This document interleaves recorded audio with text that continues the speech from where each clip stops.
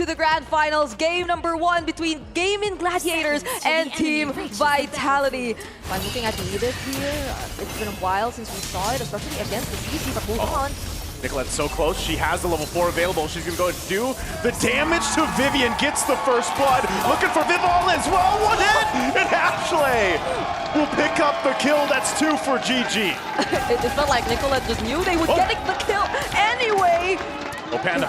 Oh, okay. Oh, that was so close. Panda's the one doing it. Oh, Fumieko, that doesn't connect. Oh. Wait up! Oh! Nicolette goes back after using Shadow Kill, but he's going to force the fight anyway. Vivian quite low. She has to get out. That's going to be a flicker burned. Again, the SOD won't land. The turtle is secured, though, and Cindy now joining the fight. Going to force them back, trying to reinforce the team. Arya looking to jump in under the turret, too. She gets tossed in the air with the onward, and she will fall, but it's still going to be a trade, and Ashley quite low herself, and Cindy gets a double, looking for the triple. Forces the flicker out, but she'll get it over the wall anyway. Cindy comes in clutch for Team Vitality. They're gonna have to respect that Edith. But meanwhile, 1v1, Nicolette going for a shell. Might be able to get a solo kill for her, but flicker burn. And meanwhile, in the mid lane, they're gonna force Panda back. She's in trouble. Spear Destruction will land, but she's not gonna follow through. She finally does join the team. Ashley, though, will go in with Wild Chart on Shell. Shell's in trouble. They're gonna be trading the gold laners 1-for-1 so far. Still very close. This fight for this Lord is gonna be not anyone's sure win, but they're gonna initiate the fight anyway. Nicolette on the backside, she will find Cindy! So she shuts down Cindy. Still GG all alive. Vivian has to flicker out under the turret. She goes.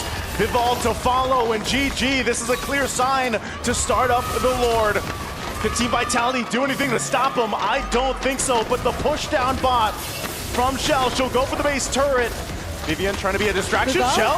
Shell, somebody has to deal with Shell, the minion, she's with them. Meanwhile, the base is gonna be worked on. She's working on the base and Arya's there. They have to clear out the minion, but she'll take it in her own hands and they take game 1 for Team Vitality. No one would have expected that game to end in that moment. Don't necessarily have that hero who you could just assign to really look for the pickup onto the backside, but Fumieko! Fumieko jumping in, they're gonna fight back. Heavy spin used to, into the traction pulse though. Ashley gonna be in trouble. She doesn't have the level 4. Panda goes down though. Meanwhile, still across the map, they're going for more. Vivian's quite low. Ashley can't hunt. Cindy just playing around the wall, and now Vivol joining the fight will swoop down and take the turtle. Team Vitality gets a whole lot that early on. The turret goes down up top, so they're going to be willing to trade an objective. Meanwhile, a full force of GG is going to start this turtle up. They're going to go for a traction pulse again. Heavy spin. Vivol's going to jump off, pops off the shadow kill, and Nicolette's gone. Turtle secured for Team Vitality. And now, GG on the run. Panda can't escape again as she falls. And Sayori and Ashley, no choice. They're left alone. GG is going to lose a lot more here. The way they've been playing majority of the past 2 games they had, and speaking of, they might just decide to go for it this time, but I guess they want to fight. Enough. They go in with a glorious pathway, but then they disengage, and now Nicolette jumping in. She's going to go in. Fumieko will catch her with the final slash, and Nicolette is gone. Meanwhile, Arya as well. Next up, as Vivian finds a lockdown with a heavy spin. Panda trying to run away, but Cindy goes forward, flickers in, and will take turret shots. Ashley's responsible for tanking most of the damage. So how does that fall now? Ashley, oh no! Oh, this is trouble. They drop down the Zaman forcing the fight. Turret's gonna go down. Fumieko will flicker defensively. Nicolette joining the fight. They're gonna force them back into it. They'll find Vivian, but on the backside, Vivol goes into the turrets, into the fountain, and she'll go back. But on the hunt, Nicolette wants this one, but it'll be Panda that picks up a double kill. Gaming Gladiator is able to find something on the overzealous Team Vitality for that base. This major objective, the Lord, is up. It's going to be started by Team Vitality. Fumieko takes a couple shots. Conceal going to be used. They final slash in. They're going to fight it anyway. Panda unleashing on the backside. Not able to find Vivian, but they will get the flicker down and Shell. The first to fall. Fumieko next. 2 down for Team Vitality. They want more. Nicolette jumps in. Vivol on the hunt, but she'll have to be forced back. So Gaming Gladiators just got control of this objective. If they can go ahead and secure it, Panda and Nicolette will start it up. But Vivol, she has the retribution. She's just around the corner. Is she gonna go for a steal? Arya jumps in, trying to cover them, but Nicolette will get the Lord, and Gaming Gladiators once again will turn the tide in their favor. You can already see the firepower is online for Gaming Gladiators. It looks like they still want to go down mid. Nicolette joined the fight too. She jumps into the backside, looking for the target. They get final slash though. Bivol trying to heal back up, join the fight. Fumi Echo will go down, but Cindy still unleashing, untouched in the mid lane as she picks up Ashley. And Ashley falls, and Arya gonna be next, and Cindy is untouched, unbothered, triple kill. Huge win for Team Vitality. Cine, the moment they weren't able to take out Cine, they thought they could go for the fight. There wasn't any heavy spin anymore. But they have to take note of the Sayori! Sayori trying to get the minions to focus on her. Flickers forward, but that's gonna be it. Team Vitality, it might have looked close, but Team Vitality will take game 2. Probably had to wait a little longer before showing themselves up that early because they were clearly at a disadvantage. The kick is true. Spear Destruction, Panda sees it, she's gonna back off. But again, the initiation, again, a final slash thrown out from Fumi Echo. She's gonna be collapsed down on her. Shadow Kill's gonna be popped out. Fumi Echo one hit away, she goes back with a vengeance. Finally going down to Arya.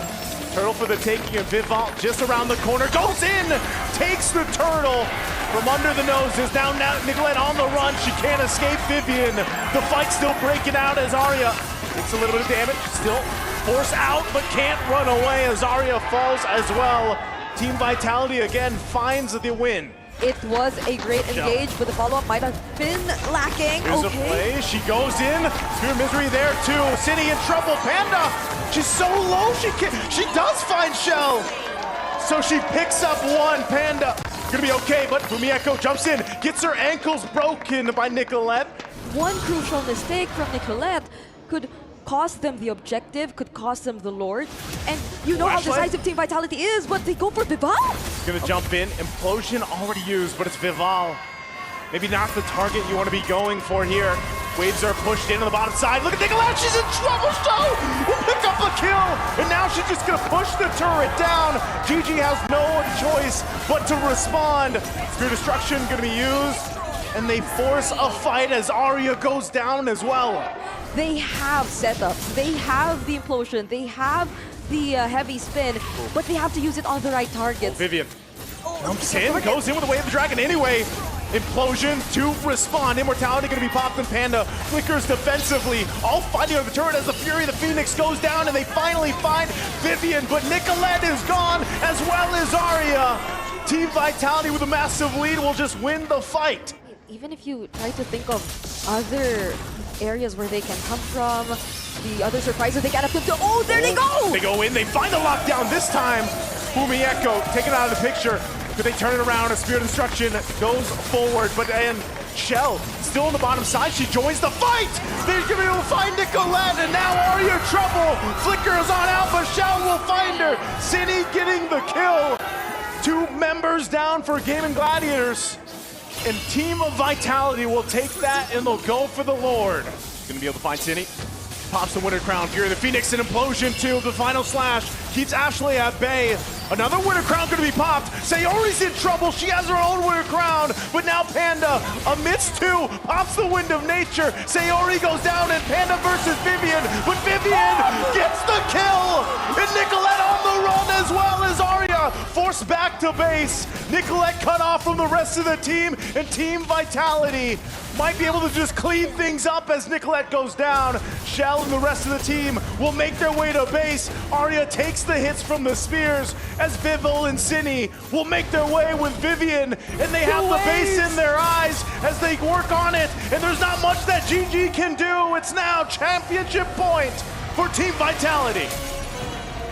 Does hit that level 4, so now she's got the Circling Eagle. She has the Guiding Wind to help Panda.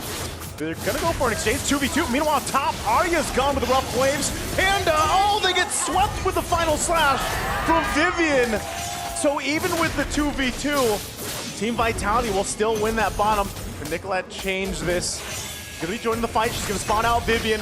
She has the shadow kill. She'll pop that. Ashley trying to join the fight, but Vivian still gonna be able to survive. Nicolette can't pick up a kill. Could potentially look for a pickoff, but why does it feel like Team Vitality sends that? They might go this time. Cindy could be in trouble. She's locked down with a heavy spin. A Spear of Destruction's gonna be thrown out. Shell's gonna join the fight, but Sayori on the run, can't escape Fumi Echo. And now Arya next. Dark Wave into the Infernal Pursuit, but she's not tanky enough. Team Vitality again picks up a couple kills. You know, you get this kind of strength in the early game with Kadena. Whoa, Nicolette so low. She has to pop the shadow kill, but she can't escape it either way. Another pickup for Team Vitality. GG scrambling here on their side of the jungle. That wasn't a full combo. I mean, that was just the ultimate. The first kill and the ultimate. They've already cleared both tier 1 and tier 2s in the side lanes, and now might be their opportunity to clear even the mid lane. Oh, Arya so in trouble under the tier 2. City again unleashing, picks up a kill, and just not enough damage from the shadow kill from Nicolette. It's the same story every time. And it's so tough for Gaming Gladiators to find a win in these fights. This is gonna be tricky for Gaming. Again, courtesy of Fumi Echo, she's been pressuring that lane for a majority of this game for the past how many minutes since Team Vitality. It's not that they don't need her, it's more that they can just carry out whatever they wanted to do even without her. But then again, there's the curtain call. Could this be dangerous? Zinni doesn't find the warp waves that time, but they get another Purify out. Lord is making its way up top. GG, are they ready to defend here? 6,000 gold behind. This is gonna be crucial. Panda's positioning. She still has the Purify. And Ashley already at half health, and she's gone. A show picks up the kill, and Panda falls. 2 major members are down of GG, and Team Vitality sees the win in sight.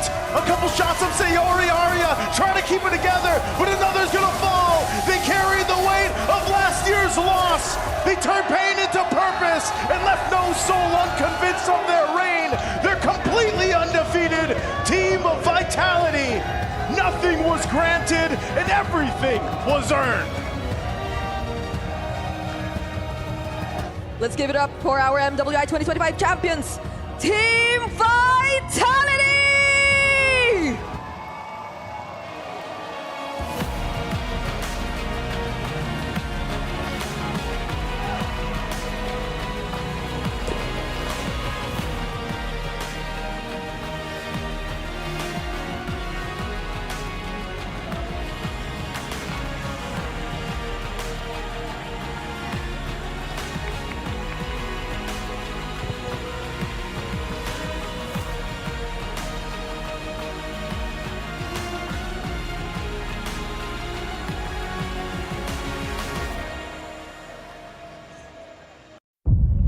C'est la vie.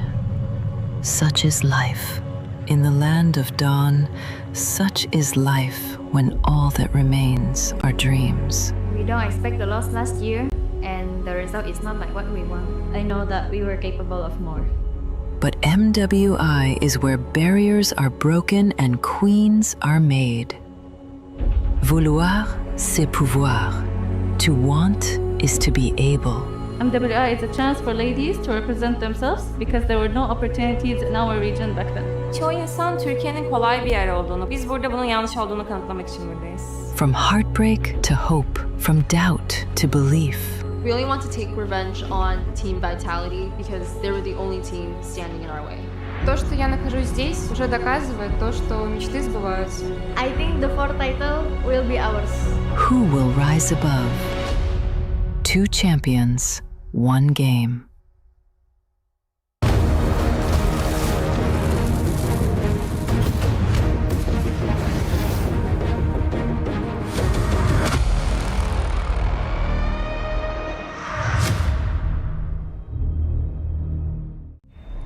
$75 مليون، 25 لعبة، أكثر من 200 نادي، وبطل واحد بس.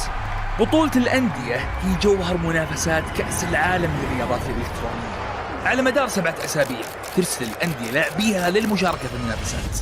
كل ترتيب وكل فوز وكل صعود إلى منصة التتويج يمنح النادي نقاط. في نهاية الأسابيع السبعة تجمع النقاط ويتوج النادي الذي يتصدر الترتيب ب$7 ملايين إلى جانب لقب أفضل نادي للرياضات الإلكترونية في العالم. الأمر ما يتعلق بأن تكون الأفضل في لعبة واحدة، بل بأن تكون الأفضل في جميع الألعاب. العمق، التنوع، الثبات تحت الضغط. كاس واحد، بطولة واحدة، مين بيحسم اللقب؟ شاهد التاريخ يكتب في باريس خلال كأس العالم للرياضات الإلكترونية 2026.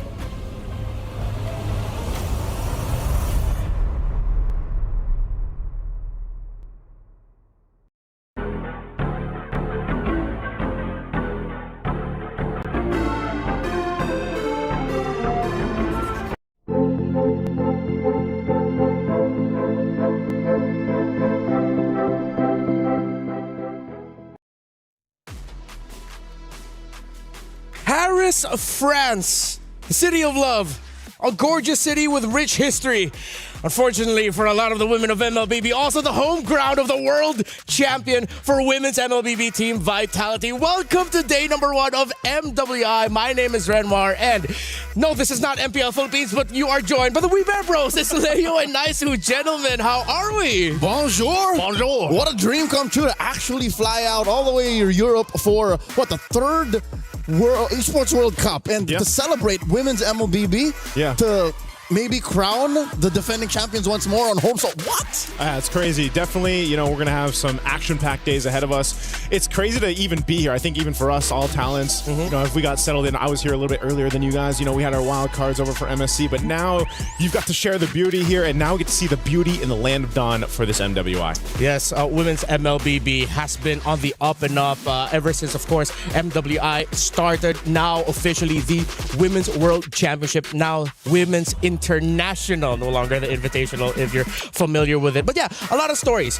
We've talked about Team Vitality, but there are so many familiar faces coming back, a lot of new faces coming in. So I'm really looking forward to seeing what MLBB has in store for us. Because remember, it's not just one champion we're crowning. We have MSC later on, but it is MWI.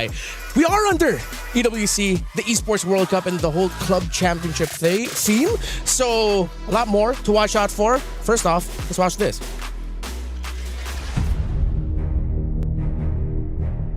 They turn pain into purpose and left no soul unconvinced of their reign.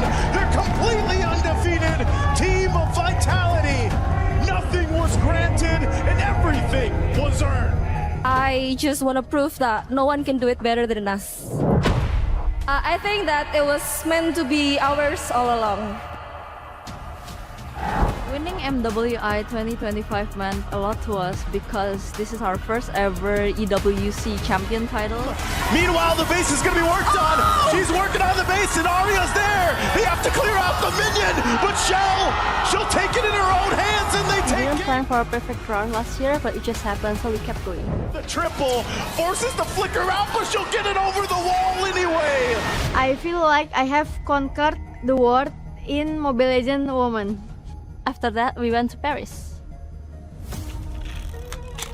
I actually feel a little bit pressured because we are playing at the home ground of Team Vitality.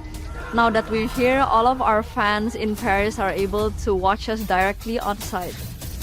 Defending it again is the biggest challenge because there are more eyes on us. It has always been our nature to win every tournament there is, but what changed is going into this year's EWC, we have more motivation to get the back-to-back title. I feel confident this time. I know that everyone wants the MWI title, but I will not let it happen. I will always be hungry for the title. If you call us the final queen, we will take it. To all teams, give us an intense game. Don't make us sleepy. Play is in our DNA. Whenever we let it out, it becomes our superpower. Now imagine an entire city being built to supercharge it. Kadir City, powered by Play. It's crazy to say that Indonesia's most dominant MLBB team is at home court here in Paris. Nice to last year you got to cast the grand finals. Yeah. Lay it down. How terrifying is Team Vitality? Man, they're terrifying. Again, you know, these are the queens of MLBB. They've won so many championships. They've accomplished so many things. And you heard it from Vivian and the rest of the squad there herself. You know, please give us a good game. Give us good matchups so they're not sleepy, right? They want this competition. And I would say over the years, they've definitely caught up. Other teams have started to catch up to Team Vitality. And just to put it into perspective, for the better part of the past decade, more than half a decade, even under different banners, this squad, Team Vitality, has been dominating and winning every single tournament they've touched. Yep. And they are the favorites to win $150,000 by the end of this all. It seems like the question for a lot of the people following the women's scene is who is going to be meeting Team Vitality in the grand finals? Because of course, remember at the very first EWC, it was a shocking result. Team Vitality then got swept by Smart Omega Empress, now fighting under the banner of Na'Vi. A lot of people are throwing in their names as a potential second best. But yeah, there's so many more teams to watch out for. By the way, we have a interesting format this time around. You have the breakout stage and then of course the knockout stage. The breakout stage, it's 2 groups of 8. You have the teams all split up, and then it's very similar to our MSC format. Long and short of it, you win 2 best of 3s, you move on to the next stage. You lose 2 best of 3s, you're out. C'est la vie. Yeah, it's quick. It happens really fast. And then, you know, today we're going to be covering actually a multitude of games. We've got 2 streams going on over here on B Stream. We've got 4 matches ourselves. So, you know, even after day 1 concludes, a lot of things kind of already fall into place day 1. Yeah, pretty sure you have a lot more questions about our format. So we prepared a little video for you guys so that you could understand it a little bit more. MLBB Women's International returns to the Esports World Cup 2026 for its historic 3rd edition. And for the first time ever, the grueling battle heads to Paris. As the one and only all-female championship at EWC26, 15 teams emerge through qualifiers spanning over 60 regions. Only one team bypasses the chaos, Team Vitality, returning as the title defender with a direct invitation. 16 elite teams will fight for a staggering $500,000 prize pool, one of the largest in women's esports history. MWI features 2 brutal stages, the group stage and the knockout stage. In the group stage, 2 groups of 8 are each locked in a double elimination showdown. To survive, teams must secure 2 series wins to claw their way into the knockout stage. One loss drops you straight into the lower bracket, where every match is crucial for survival. Lose again, and your tournament life is over. 8 teams will be eliminated. Only the top 4 from each group will advance to the knockout stage. In the knockout stage, the stakes escalate with every single step. Teams start in a best-of-3 quarterfinal before advancing to an unforgiving best-of-5 semifinal. Teams who fall short of the grand finals will be granted the opportunity for a podium finish in the 3rd-place match. Finally, the top 2 teams battling for the title in the best-of-7 grand finals. In this single elimination format, every match is do or die. On the world stage where dreams are shattered and history is made, a monumental $500,000 prize pool and crucial club championship points are on the line. But only one team will rise above. In the first of 2 MLBB championships at EWC, who will be crowned the queens of MLBB? 2 champions, 1 game. This is MWI at EWC 2026.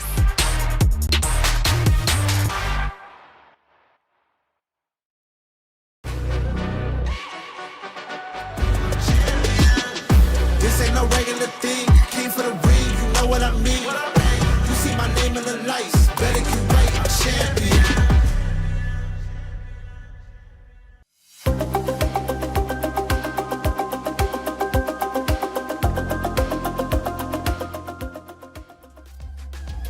Three of the last 4 MWI titles have been won by the members that make up Team Vitality. Let's spend a little bit more time talking about them so that people understand why are we focusing so much on this team. Let's start with the roam. Vivian, arguably the best roamer in the women's scene in the entire MLBB landscape. And she's won apparently countless of titles in Indonesia if you consider like the grassroots tournaments. Woman keeps winning. Yep. She is a stick of dynamite in a world of just ordnance. You know what I mean? Because the MLBB has just been on the rise for the past, what, half a decade. you do that consistently enough, and you lead a squad through the difficult world of women's MLBB. That's what Vivian did. Yeah, she's named. We caught a name for her last. The mother of tanks. Mother of tanks, and there's a reason exactly for that. And she's phenomenal to watch, and she's going to definitely be a player to watch throughout this whole tournament, of course, and the rest of Team Vitality. Now, this is the group split, right? We've got Group A and B. All these 16 teams that have made it. 15 fought through their, the trenches, and that's the thing I think we have to point out too. A lot of our viewers out there for MWI didn't get a chance to catch up with everyone, on their road here to EWC in Paris. And, they've all had crazy journeys leading up to this point. Yeah. It's hard to follow a world full of up-and-coming talents. And I think that's something that we didn't mention in the lead up to this discussion. It's 15 teams plus an invite, right? Yep. There's a lot of changes in the past year since Vitality's win in Riyadh. Yeah, there's going to be a lot of familiar names if you've been following the women's scene of MLBB all throughout the day. Some fighting now under different banners. But let's look at today's schedule. First, the top 2 matches you see, those are the ones featuring in Group A. Get Team Ray Young and Aurora Gaming and Virtus Pro versus Twisted Minds. That's where we're going to be seeing a little bit of an org switch-up. We'll explain a little bit more about that later. Of course, Navi and Galaxy Phoenix, then Falcon Daisies against Team Falcons Mena. Different kinds of Falcons, by the way, something to note of. Is there a match that you're looking for specifically here first? Mine's definitely going to be match number 3. I want to see if Navi PH specifically can kind of make it work the way we saw them when you mentioned, was it 3 years ago, MWI? I know it's, we have 3 of those members now on Navi PH. It's a little bit of a mix-up, but that's been the case of a lot of the teams for MWI. They are, like you mentioned, Redmar, there's going to be some familiar faces, some org swaps happened here, but there's so much experience for these ladies. I think that's the big thing, especially the ones that have been on the international stage and what they can bring to some of the newer up-and-coming members of these teams. As for me, I'm all about the flight of the Falcon. Falcons? Yes. Okay. It's the Burmese versus the Egyptian squad. Both of these teams boast of experienced athletes, veterans of MLBB esports, and the fact that Ira joined Falcon Daisies, a Filipino import. I think that's the shot in the arm that the Burmese needs to get one over, obviously a veteran of MENA. Yeah, some great matches that you mentioned, but we also have our story of the day later on. We're going to be watching the little switch-up between Virtus Pro and Twisted Minds. The current members of Virtus Pro, a lot of them, were former players of Twisted Minds last year, while the current members of Twisted Minds were former players for Virtus Pro. That's why that's going to be our story of the day, and we're going to be explaining a little bit more about that later on. But if this is your first time watching MLBB, our women's scene, get ready. They are excited to show the world yet again why they deserve our attention and our focus. We are in the home ground of Team Vitality. And now the question is, will they be able to defend their throne? A lot of people say yes, but the world looks tougher.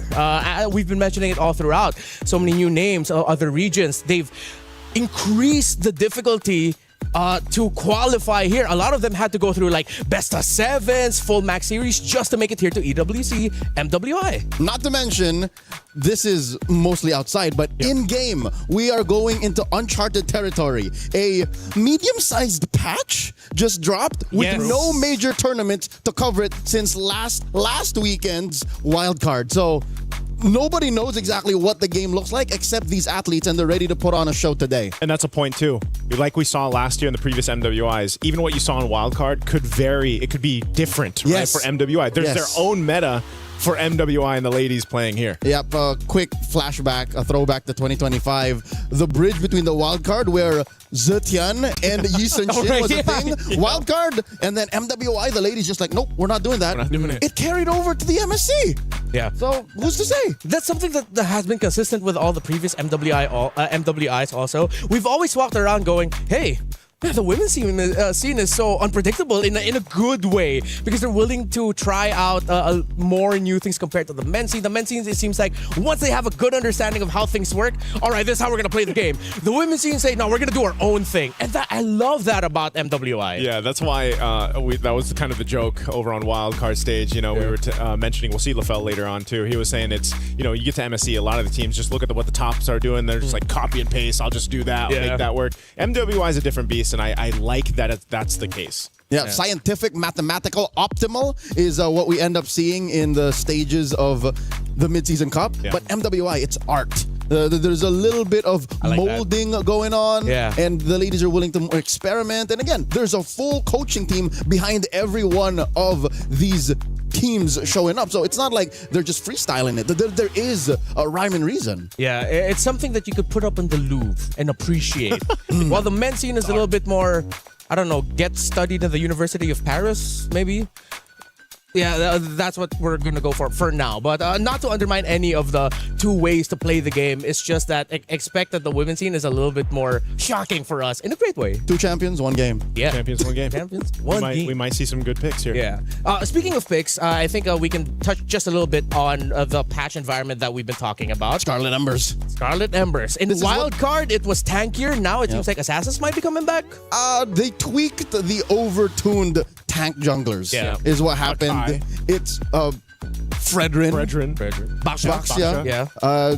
It was more of, on paper, in case you didn't want to like dig deep into the details, it was more of a calibration. Yeah. It's not a full-on switch up. So I expect that maybe if it comes down to it, if some of these ladies aren't ready to, jump back into the Lings, the Lancelots, the Hayabusas, then they're more likely to try out something that's tanky but not exactly full-on big 3, like I'd say a Bamond.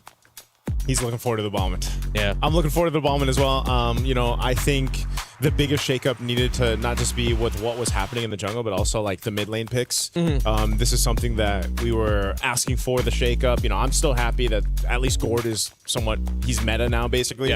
But still, I think there's a very narrow option case for the mid lane right now, and that's why I always do look forward. I even said this in the wild card, now also for MWI, it's where it's like these teams have very distinct personalities and play styles when it comes to what they bring to the table. Some teams, like Team Vitality, they'll find something that really works, and until someone stops it, they don't really need to change it, And then you have other teams that are a little more, free on the draft and what they want to bring to the table. And sometimes that kind of chaos to it is what could potentially give them an upper hand. Now, big difference, obviously, from wildcards, we had a bunch of best of 1s. Yeah. Now, at least you have the best of 3s that we're going to go through. Yeah, right out of the gate. Yeah, right out of the gate. Yeah, we're going to be seeing a lot of best of 3s. There's not a lot of room, but I think there is still a good amount because you do at least have a second life here in the group stage where if you lose one, at least just don't lose the other one. Then you're fine. You can afford to lose one match, just not both, or as Leo said, you are out. So with the changes to Baksha, Fredrin, Akai, they are now slower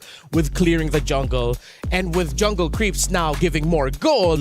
That's why it seems like behind the scenes, a lot of people are saying Assassins are back. If you can get your gold faster, you get your items faster. It just works well for damage. Assassins are back. So what are we thinking? Like, is it still the same? Here's the thing. It's not as simple as just because the jungle changed, that's what will drive everything. Because note, when you play a soft but damage dealer jungler, you have to find tankiness elsewhere. Yeah. Well, gentlemen, I am enjoying our discussion, but it's time for us to go on over to the main stage, see what's going on.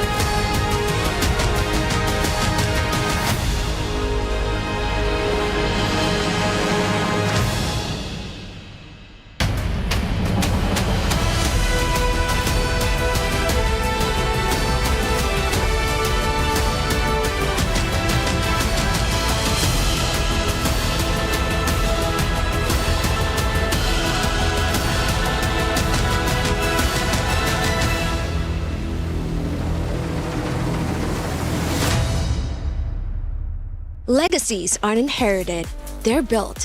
One match, one win, one impossible comeback at a time. Nothing is granted. Everything is earned. The Esports World Cup has landed here in Paris, the city of love. And this time, for the love of Mobile Legends Bang Bang.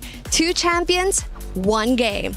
Welcome to Mobile Legends Bang Bang Women's International, where we have gathered 16 of the strongest female MLBB teams, where they converge here in Paris to make history and rise above. And of course, all of these 16 teams are the queens of their regions. And here at the Esports World Cup, you know that means they are about to be fighting for a lot. $500,000, ladies and gentlemen, is up for grabs. And of course, the glory of being considered the best women's MLBB team in the world. Of course, right here on the trophy stand, we do not have the trophy yet, as last year's champions, Team Vitality, will be bringing out the trophy later on. But in the end, there can only be one champion. Damascus, what help us to those who fall short? Rob, 16 teams are gonna fight for that title, but of course 15 will be eliminated throughout the next few days, and every single eliminated team must go through the grueling process of destroying their key right here at the Key Crusher. And let me be real, sometimes it gets kind of loud because you can hear these keys popping just like the player's dream. Without further ado, it is time to welcome our 16 teams for this weekend's event, and let's see who will get that big title.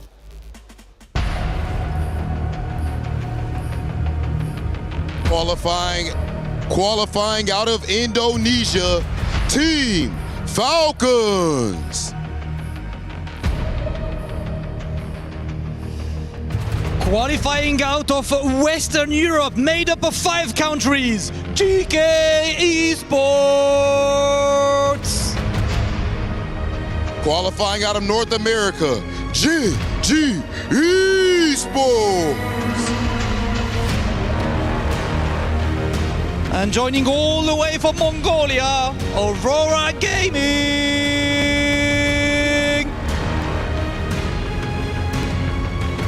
Powered by their jungler, Miss Meow, Virtus Pro. Last year's rookie come back with a lot of experience, all the way from Turkey, Foot Esports.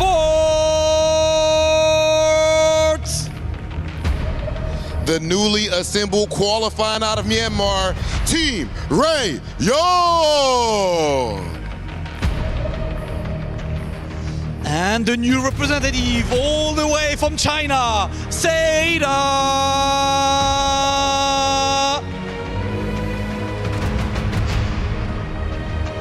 Qualifying out of Cambodia, Galaxy Phoenix. The 2024 champs are coming up with an updated roster in Shares of Redemption, representing the Philippines, Navi.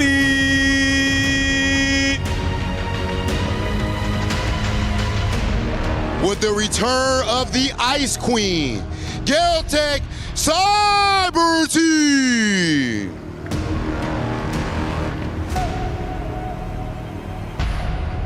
Brazil's alliance looking to put South America on the map, MIBR Los. Qualifying from Myanmar, Falcon Daisies.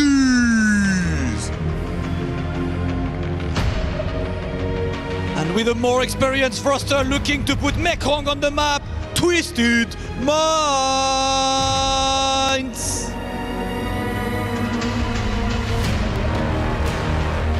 Sweeping the entire Africa qualifier. Put your hands together for Team Falcons MENA!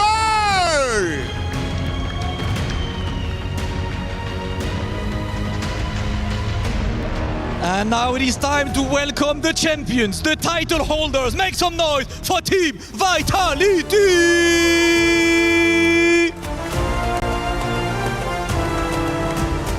Last year, the defending queens didn't just win it back. They went undefeated. A perfect run. The golden road. This year, the target is on their back, heavier than ever before. Every team came here to Paris for one reason and one reason only: to take the V-Hive down, and the crown from the Queen Bees.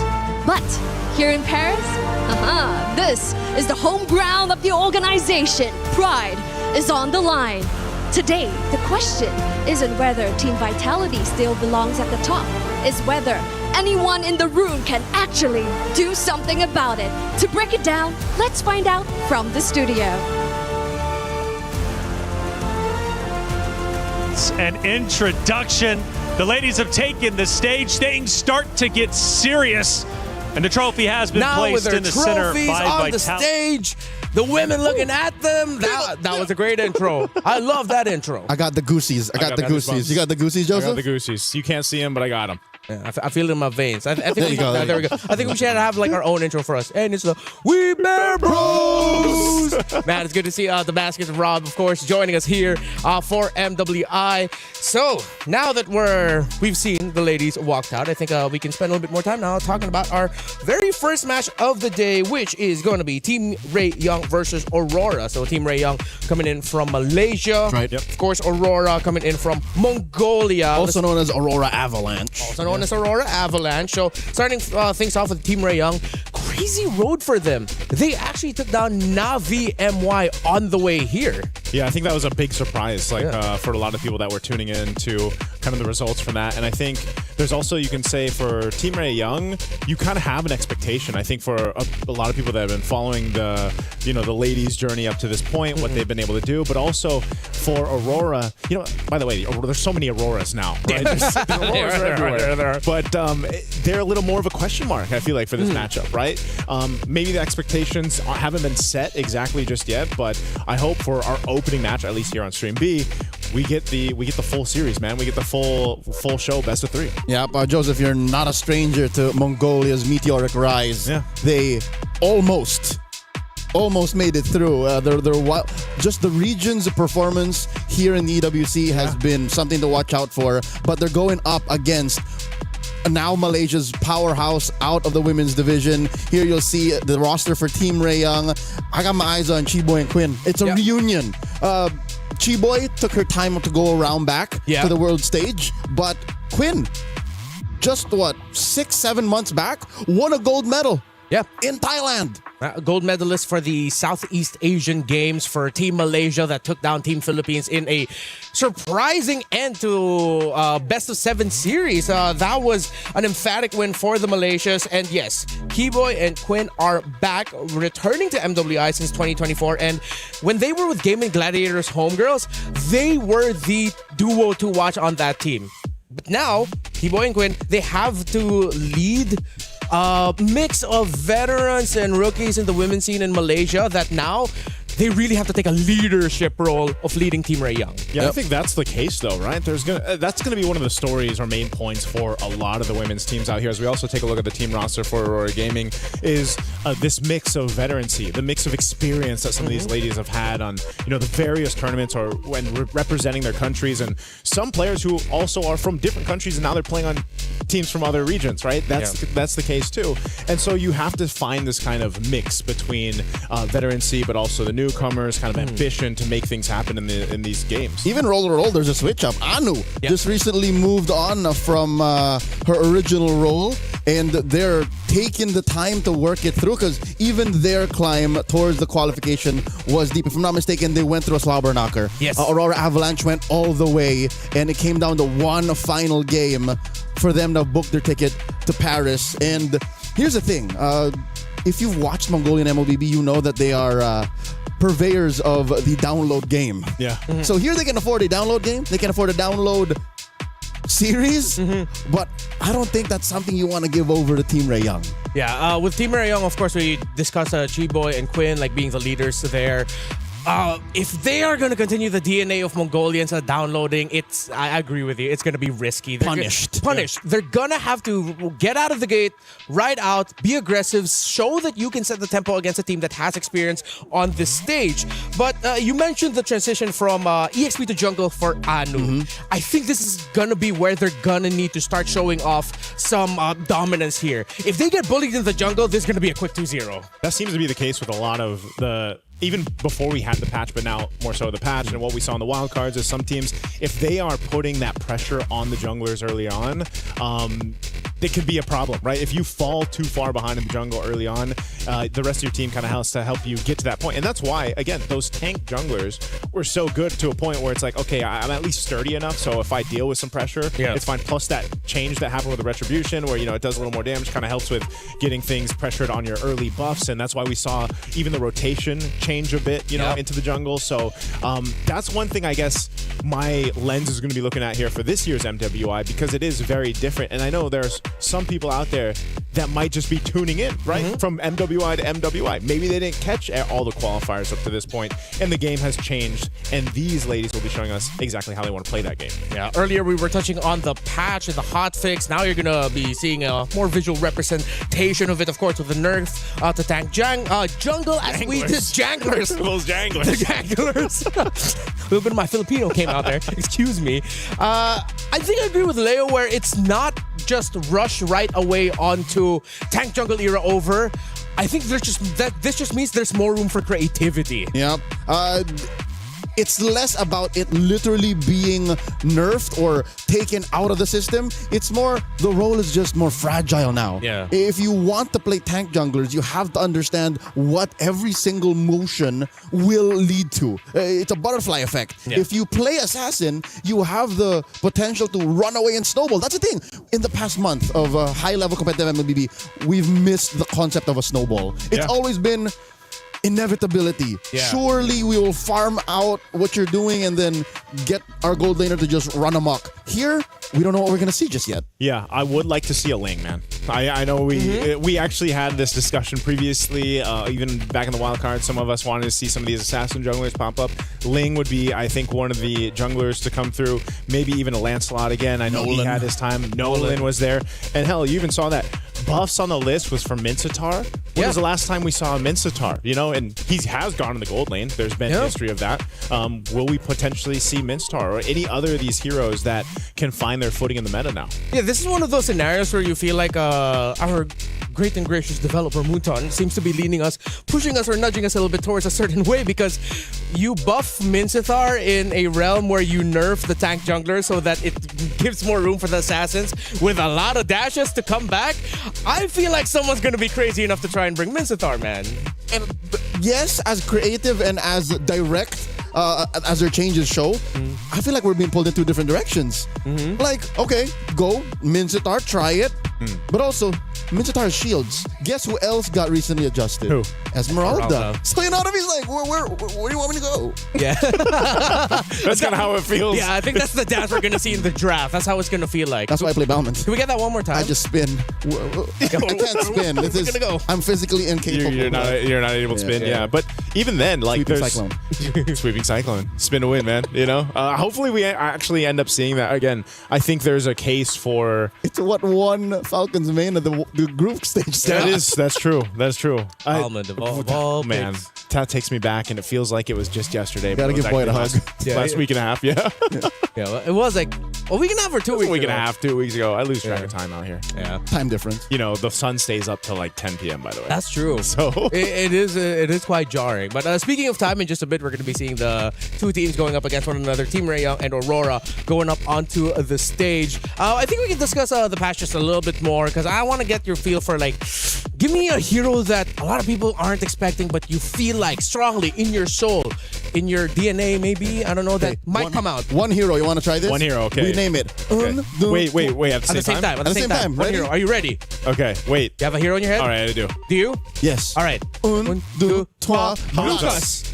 How do we say Everything was three different. What did you say? heroes? Barats. Barats. But we already kind of saw him in, he also got brought up in the wild card. He did pop up in the wild card, though. Twice? Yes. Yeah. There you go. And he's not part of the big three. So he might be that one last tank jungler that goes like, we win. It's weak because it's two dudes. That's true. Okay, who did you say? Lucas. That's what I was about to say. As a jungler. Yeah. I was about to say Lucas. I miss Lucas. Yeah, exactly, right? There's just something about Lucas. It's like, now with the adjustments to the tankier junglers, and we missed the concept of Snowball, right? Who's more Snowball-y than Lucas? Well, there's a few, but... He's a fighter, too. Yeah, Like, he's a fighter. He can be as chunky or as damage-oriented. Yeah, and in his ult, he is difficult to kill if he gets a lot of spell vamp. Yeah. It's a nightmare. If he snowballs, kind of GG. So that's why I'm leaning Lucas. I went with Hanzo because I want more. I like more cool, edgy assassins. He's about as edgy as it gets, I think. Do you consider Hanzo a goth baddie? Whoa, hey. Is he? Technically, when he's in his form? Not for you personally, but just like in general. In general? No, I don't think so. No. Sure, I think Hanzo's inconsistency is going to be against him. Yeah. It's worrying because, yes, you can snowball with him. He got a little buffed. Yes, there is like this mid-game power spike that you can kind of hit, but you're never sure. I always wanted him to be good, though. Like, that's the thing. I've always wanted Hanzo to be, like, in the meta, just because the concept of him is cool. Sounds like Cope, Joseph. Yeah, that sounds kind of cope. You know what? And at the end of the day, I just end up playing the same old junglers. Alpha. Yeah. Actually, this might be the rise of fighters. Because in a realm of tank junglers were good, could still be good, and assassins are fragile. Yeah. What if you just hit it down the middle like a Goldilocks pick? Oh yeah, you just go for the balance. Maybe that might even mean like heroes like Matilda come in so that you can rotate faster with those fighters, right? That's true. Balmond. Yeah, Balmond for sure. Oh yeah, hey, maybe we might have just discovered something here, gentlemen. It could be fighters are the middle ground, and teams who might want to try to bring those picks out might be rewarded. Because, yeah, if tank junglers really are that much slower and assassins are still that vulnerable despite them getting their items faster, like it's a little bit more 50-50 if you're going to make it work, then why not go for the safer pick? Safer pick can work, It's been 2 years since we last saw fighter junglers be like the paramount pick, the apex predators of meta. I miss that. Who is the biggest fighter jungler? Alpha, I think is Alpha. This is on the top of my head. Because even the time where Lucas was viable, for some reason he was cursed. Yeah, he wasn't as like prominent there. Yeah, and he wasn't as consistent also with like getting good results. Most of the time it's just like, hey, Lucas is here. He didn't win the early game. GG. His time is as a meta pick is matched by the times he was meme. Like, oh, is that a wrong Lucas pick? Or teams get blamed because they pick Lucas. So like that's 50-50. There was a time in the professional league when he was picked up, and it was usually a question mark. Like, where is he going? Is this gonna work? But I think if there wasn't the Lucas, the Hanzo, Barrett's is kind of picked up. Other than that, I just had a thought. If we're gonna continue this train of thinking here for the picks. Oh, the ladies are here. Yeah, the ladies are getting set up on stage right now. Your thought? If you're wondering that maybe tank junglers are too slow now because of the damage reductions and all of that, what then happens if you decide to pair it with high damage roamers? Natalia, Jawhead, Hellcurt, a mid laner like Selena, Hellcurt, heroes that can help expedite the farm process because you can leash certain camps quicker. This is why I spam Cho. Cho does the same thing. Because technically, even if you like the way he's built up, it's not like you're building him damage unless you're in a solo queue and you're insane. But usually, his kit alone and his passive and everything else helps kind of speed that process up, I feel like. And there's a good enough early damage with a concussive blast and everything else where it's like he's a threat, So I think Cho he's probably going to pop up quite a bit. There's a reason why Cho, you'll see him in highlights from Season 1 and the most recent season of MPLs. He's still he's an OG. He's relevant. Especially with the new skins. Yeah. You know what I want to see? I want to see a Cho skin where he's an old dude. No, he doesn't need any more skins. No, come on. Like he has like 18 skins. It's like 18. Give him the 19. aged one? Yeah, give him like an aged like old man Cho. That would actually... Right, like with a long beard, he looks like a wise old kung fu man. I know Let you that love be your the kung collector. fu flicks, man. Yeah. Collector. Right? Collector skin. Collector skin. Old Joe. Am I winning you over here, Leo? Do you want the old man? Here's the thing. You're not swaying me because I don't play Cho. I do. I'm agreeing with you. All right, okay, thank you. Like Old Cho. I'll take that. My diamonds are not on the line here. I'll take one of the two. I'm still waiting for Balon's 5th skin. Does he only have 4? I think all so. this time? I think so. There's definitely some heroes that still only have 2, by the way. All right, wait. So Nice did mention one damage roam pick. Is there a damage roam pick that you want to see? That you think might actually show up? Okay, so you mentioned the 3 or 4 good ones. Yeah. One that came up is Novaria. Right. She's sometimes swerved over as a roamer, but the thing is, if the goal is to expedite the early to mid, Novaria's not doing that. Yeah. She's a win more in the late game. Yeah. Because imagine you get a team past the 15-minute mark and they have a roam Novaria, you're not winning anything. you're not even crossing over to see what's in the bush when you're taking the Lord. Yeah, because vision is just not yours. You're just dead. Yeah. So that's where I'm going, but I don't know. That's the thing. Because of the Scarlet Embers update, I don't know if the game is slow enough to do that. Because we might even see like 9-minute games today. That's what I was going to say too. Yeah. I think Wildcard was enough to go ahead and prove just how fast games can be. What was our longest then? I think it was 25-ish minutes. 27? 27 or so. Yeah, and then the fastest was 9. Like 9 minutes. So, and the average was probably around 13, 14 still, around that level. So those are from, equally matched teams when it comes to skill. Yeah. Experience, but maybe that counts too. Maybe, and that can be something we consider here, because some teams, like again, Team Vitality, Na'Vi, Team Ray Young, they come from very developed scenes. Yeah. Compare that to up and comers.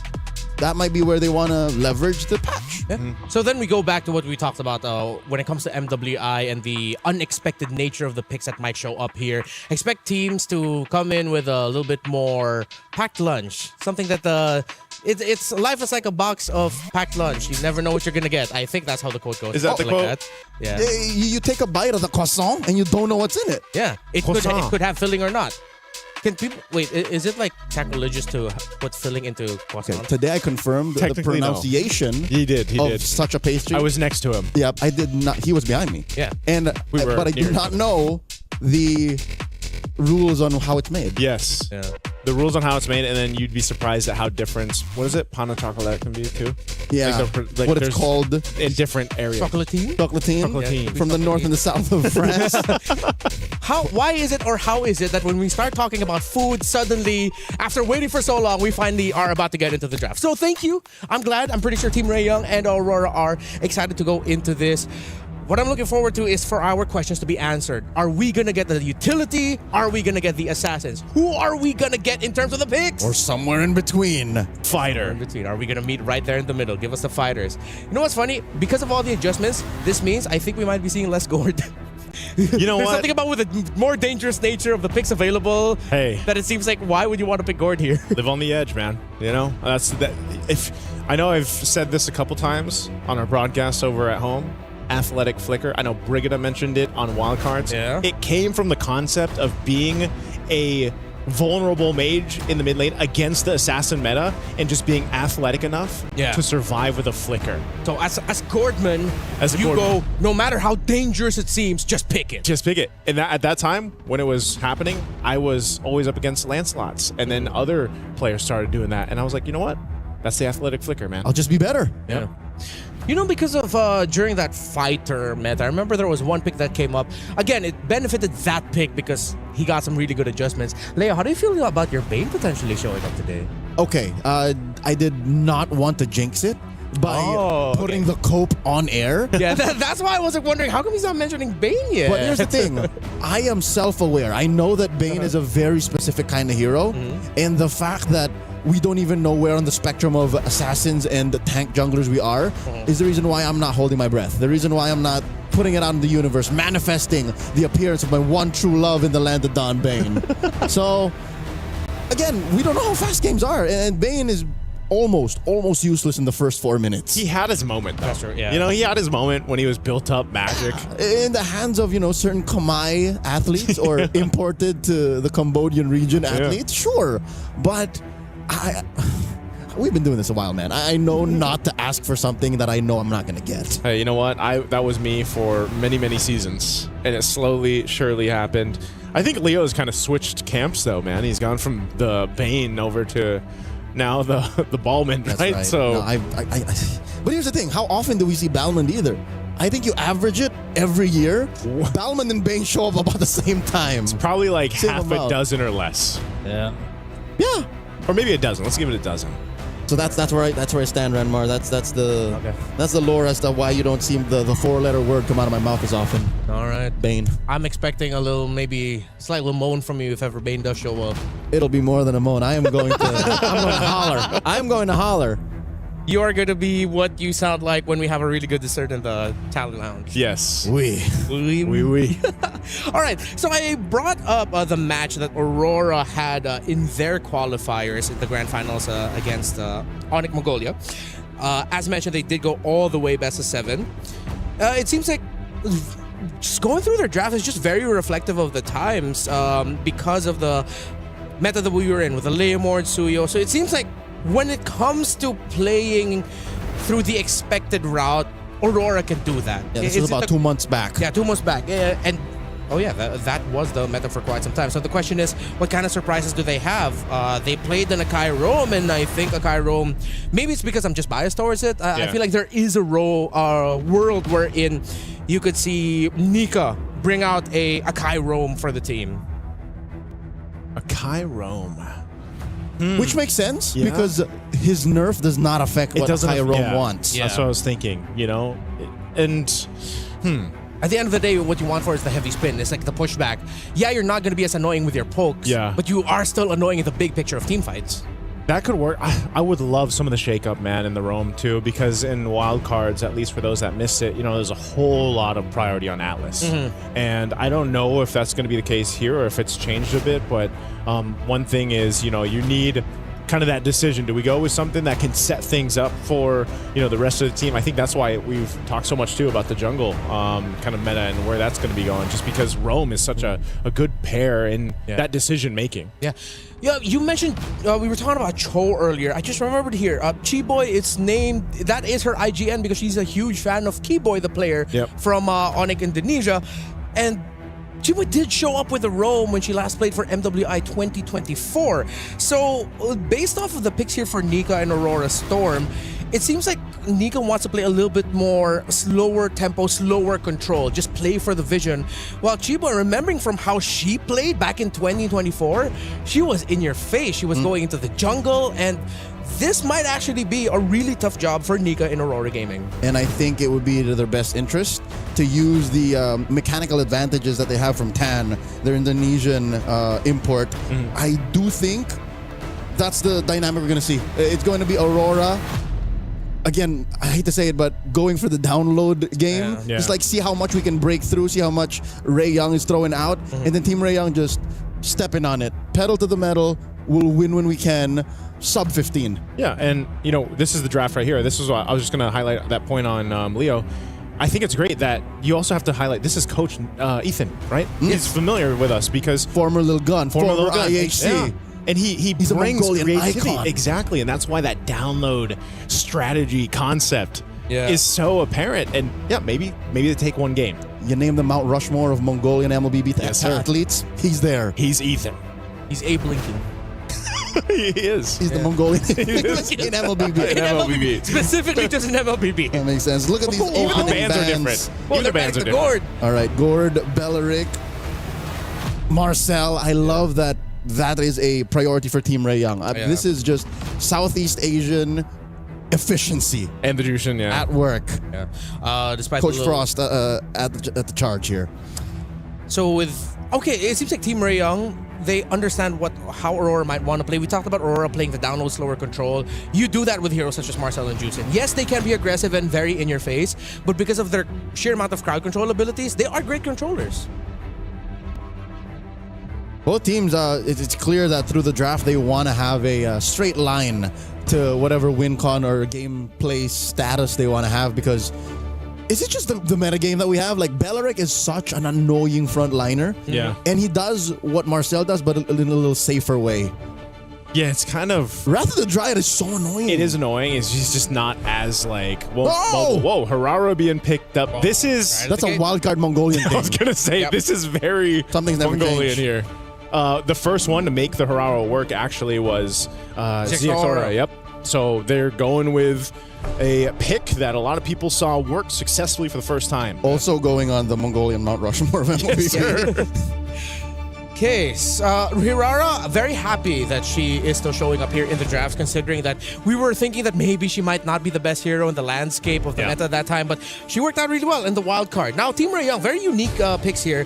Although I do expect that Glue might be showing up a little bit more in the priority if you want to talk a little bit more controlling and a little bit more bullying in the playstyle as the roam. Slower, but still very Chiboy. And Lilia as well in the mid lane for Zulana. This is going to be a difficult roam mid duo to find advantage over if you're Aurora. Yep. Their basements and ceilings aren't that high, but best believe when you're playing on the ground floor, the mezzanine against Team Ray Young, They're so comfortable. It's so hard to even, at level 2, get something past them. Aurora here, picking up the aforementioned Atlas. Again, this might pull out a Purifier 2 out of Team Ray Young. And of course, the Moskov. Again, late game is where they want to live. Late game because in the early game, there's that potential for the Aurora to be enough of a threat. She's the one who holds it down. Yeah. That's why I was saying, when we had the whole discussion leading into this about jungle, you see that. The Aurora is one of those heroes that can give you that pressure in the early game if she isn't punished as well. Snowball in summer. Yeah. But here's the thing. You need some burst. Yeah. So mid pick is going to be so important here for Aurora. Yeah. If ever you cannot find a mid laner that might not slot in safely enough or well enough for your burst, then they're going to have to pull off the second idea, which is get your burst through the EXP lane and play damage through there. But now with an Alice, yeah, the Team Ray Young, their first 3 picks really screams veterancy and their confidence that they can outsmart Aurora. It's first 2 or 3 move opener checkmate. Yeah. Many a team that played in the qualifier for EWC here, it's called the MCT EAXACL. A lot of teams fell there because of a 3rd pick, 5th pick swing Alice. It's just hard to kind of answer this hero when she finds a good position to be in. The bans for Team Ray Young, the Freya and the Uranus. Oh, there's the Hanzo Joseph taken out by Aurora and the Obsidia. Very interesting that Hanzo was actually banned out. Even to an extent, the Obsidia. It's like one of those things where it's just, I guess they don't want to have to deal with too much pressure on the Harara also, right? Because you need to go ahead and secure that early jungle rotation. You need to be able to secure your buffs. You've got the, I would say maybe, I don't know if it's actually statistically the best burst early on because of the way her kit works, but it's surely one of the greatest things that you can have in the early game, not to mention the iframes that come with her kit, which is kind of finicky to deal with, and so they'll take their own iframes. Yeah. Team Ray Young will go with a Lancelot. Honestly, very safe pick with the presence of the Atlas. You needed something that could disappear out of the map just real quick. Last 2 picks here for Aurora. You're still needing that pick on Zulana. Again, I need to see some good burst to call that Atlas and Hirara a worthy investment, especially in the first 3 picks. And then, of course, a good tanky EXP laner. I think you need a tank here since, again, in the jungle now, you have a fragile assassin. It's not a lot of dashes, too. I think Hovius would not have a home here. Wow, that Alice pick are throwing off Aurora that they go settle for the Lunox. It's burst, but it's... Okay, so they sort of spread the burst potential. One more single target, the other more AoE. Yes, of the 2, I'm pretty sure Zulana knows what she's getting into. Coach Ethan gave her the heads up, or in this case, the thumbs up. But of the 2, I think the Sora was the better choice. So the Sora makes the Lunox kind of worth it. Yep. And Hanabi. Hanabi last week, yes. What? Yeah. Welcome to MWI, baby. Mob Psycho. Yeah, well, we saw a little bit of that. Off against the Hanabi. Against the Atlas, all that with the Sora there.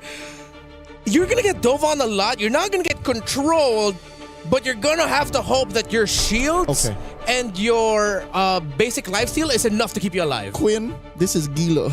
Yeah. This is crazy. But here's the thing. I see it. Yeah, right. Because everything else in the lineup allows for Quinn to just be this semi-mobile artillery. Just yeah. I don't hate it. I'm not thinking this is like a easy start. No, hell no. I'm all right with this Hanabi pickup. It's just that it is a little bit dangerous. So, gentlemen, you guys take over. Welcome. Thank you so much, Renmar. Ladies and gentlemen, welcome. We're officially opening up MWI here at EWC 2026. It's our very first matchup over here on Stream B, of course. Yes, just so you guys know, there is a Stream A. There's tons of games to watch, and this is going to be the first of the 4 here for Stream B. It's me, Naisu, and Leo to bring in the action. We already talked about the drafts. Let's take a look at the emblems here, too. While Nika is getting zoned down quite a bit on that Atlas. Same thing up here, up top, man. This is going to be a tough one, I feel like, for Sora. Whoa, Flicker used, too. Luet. A little bit of nerves here from the XP laner of Aurora. So, again, that mid lane matchup. Chiboy now crossing over, checking in on that small cap, which is all the more important right now. Tan is going to take advantage. This is something that Nika alone can't fix. Whoa. In comes Chiboy. Miku throws out some glooms. Close call. Just because of that. Team Ray Young are up by about 200 gold. Yeah, that's one of the things, though, you have to watch out for. You know, it's some of those burning those early flickers. You're dealing with a lot of damage, too, just from Miku on the Lilia, right? There's a lot of damage packed into those glooms that work well. Anu is going to go ahead and try to get out of here. Should be able to escape again on this Harara. So they're fine. Right now, no one going down just yet, but there's a lot of pressure coming out towards Aurora Gaming's jungle. Yep, 10 seconds to the first turtle of the game.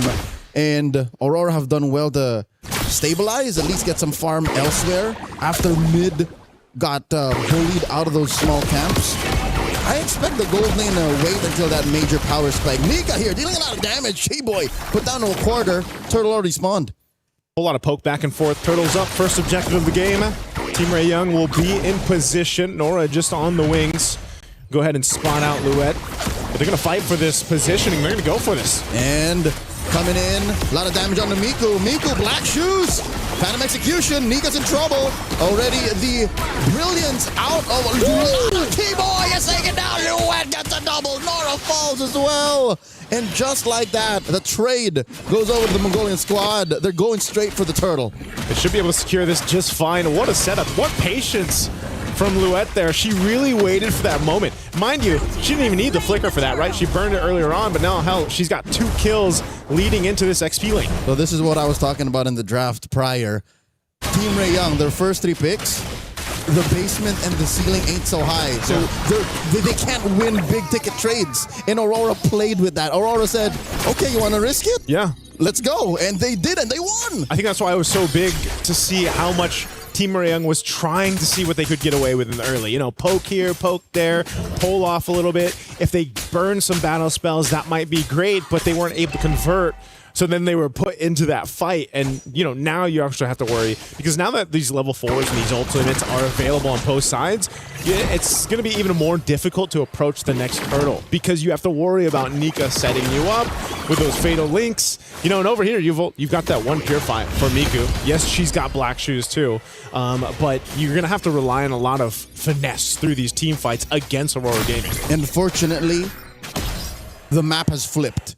Turtle spawns in the lower quarter now, closer to where maybe, just maybe, the relative quiet of the past 4 minutes has benefited Quinn enough. Because that's what they needed. They needed a little bit more of a reliable damage output that Team Ray Young could not find because, I don't know, Chi-Boy couldn't find the right mount, Miku wasn't putting down the right glooms, and Tan was spaced out. So looking at it now, it seems like it's Miku who we're looking at for Team Ray Young to deal more damage. She's up by about 100 gold. That's the only real reliable source of it this early on for them. Man, to be honest, I haven't seen a Hanabi in quite some time. It's been a minute, other than my own little solo queue adventures, right? How long does a Hanabi actually take to get online these days? Second and a half item. Second and a half. So she just got Corrosive Scythe, so what, she needs... Does she go DHS? Yeah. Optimally, if they can find it at the third turtle. Oh my lord, Chi-Boy forced the flicker back, and there it is, despair! In comes the rest of them. Tan takes down Nika, and Luet will follow through. Double kill for the Lancelot, and now the turtle goes over to the Malaysian squad. And that's why you pick Glue right there, or Patrick Star in this case, because man, Chi-Boy surviving that is insane. And then off of everything, they'll get the turtle as well. A good equalizer there in this game up to that 5th minute mark, because they're also going to take down a tier 1 turret bottom side. So yeah, man, you mentioned it. That turtle over on that side, as you look at the replay here, this is, again, a great setup. Even that Throne of Ruin from Nora. And then Quinn was just able to go ahead and fire off. A great double kill secured there too for Tam. And the icing on the cake here, cherry on top, Team Ray Young denied the trade up top. Yeah. That could have been a push for Mob Psycho, but up goes Nora saying, nope, this is not free, not right now. That's what puts Team Ray Young up by 1,000 gold, and they might even get another push. Chi-Boy going 2v1. Nika and Zulana trying their best.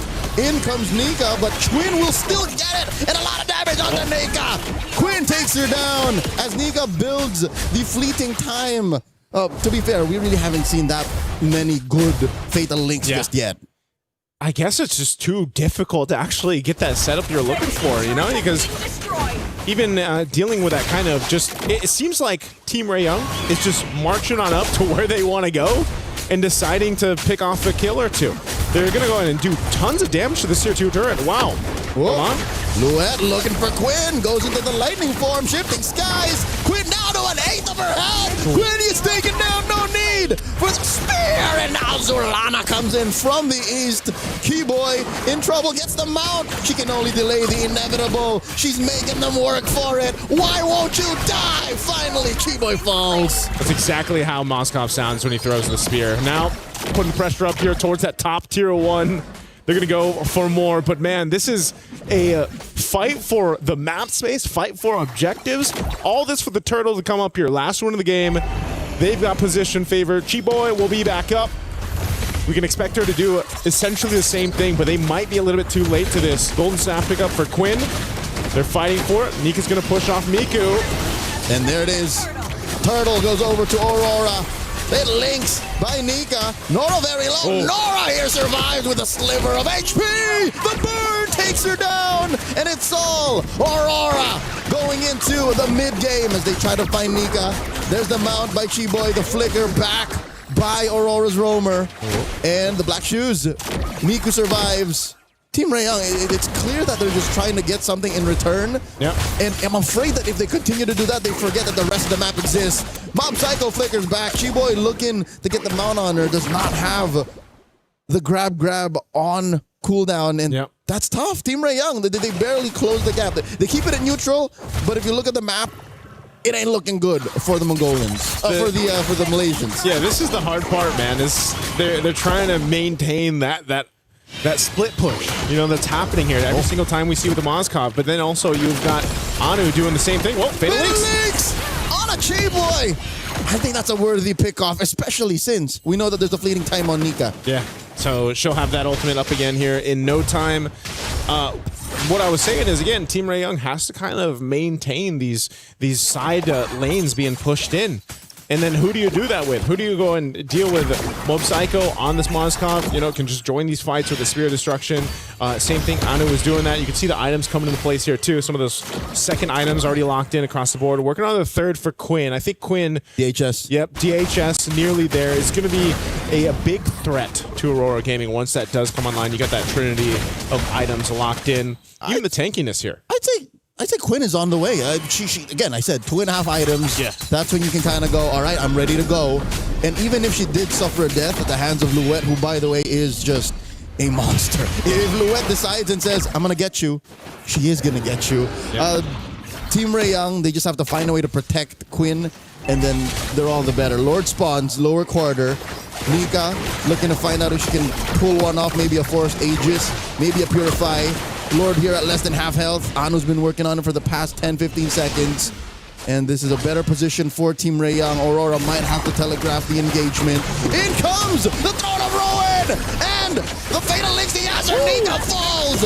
Chiboy traded out for her. Down goes Luen. Miku gets a double. Zulana goes down as well! Triple for the Lilia. Now Anu can do it is stealing Lord for Aurora. That was clutch from Anu. She got Tan low enough so that she had to get out of the Lord pit, and then Anu knew, I have an iframe to work with the kit here. I'll go in, get the Lord secured.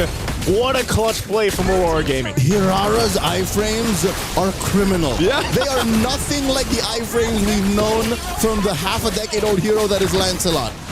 His iframes are like on DSL. This is fiber speed. This is fiber. 5G satellite internet iframes coming in from Hirara. I had to hold my breath. Wait, how's she doing this? I was like, wait, is she actually going to go back in? And then ends up making it work. All right, look at the damage coming in from Quinn. Fatal Links once more. Black shoes from Miku. Luet in trouble. Does shifting skies into the cloud form. She's a little chunkier for this, and they will get the back off. Lord marching down bottom for Aurora. Okay, so luckily for Aurora Game, no one goes down there. They still have that Lord. It should charge into the turret. Does take out the tier 2 on the bottom side. That's probably all they're going to be able to get off of that. I'm not sure if they'll continue to push down at mid, tier 2, or top. Right now, Mob Psycho. All right, Tan, can't they do exactly? Whoa. Oh, my Lord! look at the damage out of Anu. That was a single sequence, Joseph. Oh, you don't follow that. Yeah, you don't need to. Mob Psycho, that's Psycho. Don't do it. You don't have to follow through with She's that. fine. She's fine. Like I was saying, though, off of that lower, they're going to get that one turret unless Anu continues to put pressure up there. But I'm sure that will be dealt with. You can see Nora rotating up there. So right now, Aurora Gaming in good position. Nothing's out of hand, though, for Team Ray Young as they look to go for Mob Psycho again, mid lane.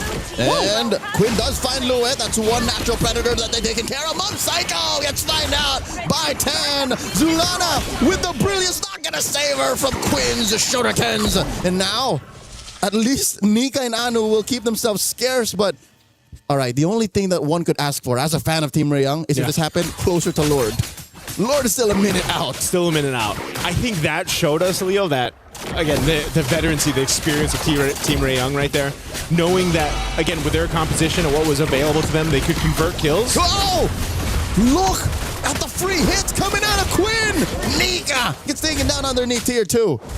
And that's what we're seeing it happen now. That power spike, the power spike for Quinn is there. What is that, her 4th item now? I believe she's definitely got the 3. She's got the Trinity locked in, but she's able to just go ahead and pop off in the back line. Where does she go? Malefic?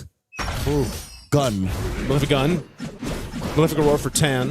I think she's going for the gun. Yeah, it's got to be the gun. It's what's necessary because Louette seems to be the only one who can really find her. A little extra range, and then you're just going to rely on your CC immunity when you got the shields up.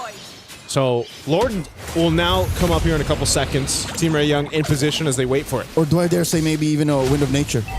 Possibly, whichever. If you go for the gun, that means you're going for the throat. If you go Wind of Nature, you're protecting the lead you have. Yeah. Let's see what they do here. Lord is up. Team Ray Young has position favor. You still have push up top from Mob Psycho. Chi-Boy leading up on that top side. Mob Psycho is actually just going to push that one in, so they're fighting for space, fighting for the map on the other side. Half health on this Lord. Team Ray Young. Tana at half health too. Here they go. And in comes a massive throne of ruin answered by Shifting Skies. Nora takes on Louette. Tan finally secures the Lord. Anu ain't going nowhere. A little too behind enemy lines. And Tan looks to take her off. Anu takes her down first. 2v1. Quinn is not going to risk it. Anu here. Can she get away? Do they know? 2 for 1 the trade. Miku. Oh, I think it's Anu who makes the first move. And she gets away with it. I can't believe Anu got away with it. She has so much damage packed into this Aurora. Chi-Boy's now. Oh, so close. Split second. 1 second away from being able to go ahead and catch her. But ultimately, the Lord, the objective, went over to Team Ray Young. And it got a little dicey there for a second. Aurora Gaming, though, they should not have any issues defending this. Joseph, we missed a third option. Where there was the Rose Gold Dog. Rose Gold Dog. So I guess that's 2 ways to protect yourself from Zulana and from all the reliable damage output Aurora has. Down bottom though, Anu defending against 2. Quinn and Chi-Boy. SOD hits one of those glulings. Oh, easy recall down bot. Okay. They maintain the defense. Lord was worked on. Oh. Whoa. Okay, flicker by Nika and Louette. Yeah. Better safe than sorry. Yeah, better safe than sorry. They've got plenty of time. A minute and a half for the Lord to come up. They keep their base turrets. I think that's the main assignment for Aurora Gaming that they do. But now Team Ray Young will go ahead and try to put some pressure on the jungle. They go take the purple or set up around there. Orange Buffalo secured though for Anu. Now, okay. Oh, Nika. That's the mount. Nora comes in, takes a lot of damage from the back line. And the Shifting Skies takes her trade, roll for EXP, and in comes the rest of them as they take out Louette. Make it a 2 for 1. Anu looking to burst down. The 4 pushing from Team Ray Young. Iframes. Disgusting how she gets away with how deep she can get. Mid lane inhibitor has fallen. Quinn doing her job here. Oh, how does Aurora get to Quinn now? That's a great question. Because right Louette now, has fallen 5 times. Yeah, it just seems like it's really difficult to pass that front line. They're just trying to clear the minions out at this point and maintain the base turrets. They already lost 1 in the mid. Lord's 40 seconds away. Aurora Gaming, they're still in a good position to say, hey, you know what? Let's go ahead and get this reset going and set up for the next objective dance, that Lord dance. But it's just, I don't know. I don't know what it's going to take here because you can't just rely on Anu to go and pull off what she did on the first Lord. You know what? For the past 15 minutes, the reason why we haven't really seen a dance, at best we've seen a shimmy. Yeah. Right? A little shimmy shuffle. shake. Yeah. Is because Aurora's lineup ain't made to dance. Yeah. Maybe Team Ray, they can kind of do that. They can like, all right, pull her out, pull her out, pull her out. Okay, we back off. Aurora, they just can say all in. Pick off or no. That's why Nika's been doing this. Fatal links. Yes, sir. Oh, my Lord. 3-person hit on the throne of Rowan. Chiboy falls first. And they answer. Trading out for Luette. And Nika might get away. Mob Psycho trying. Zulana gets into the back line. Takes down Nora. 2-for-1. The first win for Aurora in a while. Yeah, 2-for-1 trade. They're going to make their way quickly to this Lord. They want to see if they can potentially get something. Miku picks up a winner crown. Hasn't died at all. Doesn't have a Purify for this fight, though. Quinn as well. They're still a threat for this Lord, and you can see it. Even the 4v3. Team Ray Young. Oh, and Mika does have a Fatal Links. Not going to be able to pull it off as Quinn takes her down. Quinn with the Aegis proc and Solana gets taken out a double for the SEA Games gold medalist. 2-for-1 the trade. Finally, Miku's first death. Team Ray Young goes straight for the Lord. Team Ray Young should be able to just secure this. I don't think Anu can do anything with this, so they're just going to go ahead and maintain what they can. She could have tried. She could have tried. I wouldn't put it beyond her, but alas, when you're down like this, at 17 minutes, you don't want to risk it. Don't want to risk it. They held on to those 2 base turrets. They have been fighting, and like you said, Leo, it's been, you know, one of those instances where it's like, we have a Fatal Links, and that's about it. That's kind of what the fight process has been for Aurora Gaming. You know, it's been really tough for Nika. She's died 8 times, but she's been able to get, I don't feel like she's been able to just get one of those massive setups yet that we've seen with the Atlases throughout competitive play. Maybe in the defense, the base defense, that'll be the best case scenario for her to pull off. Yeah. Deep behind the inhibitors, you could use the extra firepower. Yeah. Because they're a 2-step team fighting team right now. The mount onto Anu, that's a rare sight. Rarely happens for Chiboy to find the Hirara like that. Anu using that kit to really clear quick. I think they gotta say goodbye to this bottom lane. Tan holding Nika down. Lord gets taken out with 1 more minion. Team Ray Young surprisingly aren't forcing it. Oh. That inhibitor stands. Yeah, stands for now. 1 HP, literally one hit away. Really good clear speed happening right now, too, for Aurora Gaming. So this isn't going to be a game-winning Lord push that we saw. Lord was already taken care of. Oh, whoa! Shifting skies out of Luette. SOD point-blank range, and Mob Psycho serves up a kill. Quinn finds Luette, and Chiboy fools. Mob Psycho still throwing out those spears. And Nika looking for it. Zulana punishes Tan for staying a little too long behind enemy lines. Aurora and Team Ray Young, man, they are taking each other to the limit. This game 1 already approaching the 20-minute mark. This is, I guess, just the nature of this composition from Aurora Gaming. I mean, Luette with a setup of lifetime. She set this up in a choke point in the jungle. And Mob Psycho, she was unleashing here too, but she had to be careful because Quinn was right there, and that was an immortality from Chiboy. She didn't want to get caught any further. So right now, Aurora Gaming has shifted things a little bit in their favor. They're still trying to fight here in the mid lane, though. Nora here with a fake out. Flickers forward. Could have used the gleam. And, yep, no, she just gleamed in. That was a good threat, forcing Aurora back off. So where does this go for Aurora Gaming, man? I think as much as we've seen them defend, they've lost the base turrets. They're gone. They've been dealt with. Yeah, eventually everything just fell. Are they in a position to actually fight for the Lord here? That's the thing. They, like you mentioned, it's been the shimmy. It hasn't been a dance. It hasn't been a full contest for the Lord. Joseph, just to answer your question, yes. You see how much firepower they have? Yeah. Especially if they find Team Ray Young lacking and just in the wrong positions. You have to respect Aurora. You look at this draft. Look at top. It's risky, but wait, Mob Psycho fighting it. Now Tan playing with the iframes as well. SOD Chiboy blocks it. Tan! Risky business as Chiboy gets the mount protecting her jungler. What is this? What is this play? Oh, Mob Psycho. This is the riskiest type of split 4-in-1 I've ever seen. And the Lord goes over to Aurora. Anu again with the retribution to secure. But look at the Quinn! Quinn with the solo push and a couple of minions. Can Nika stop her? Team Ray Young take game 1.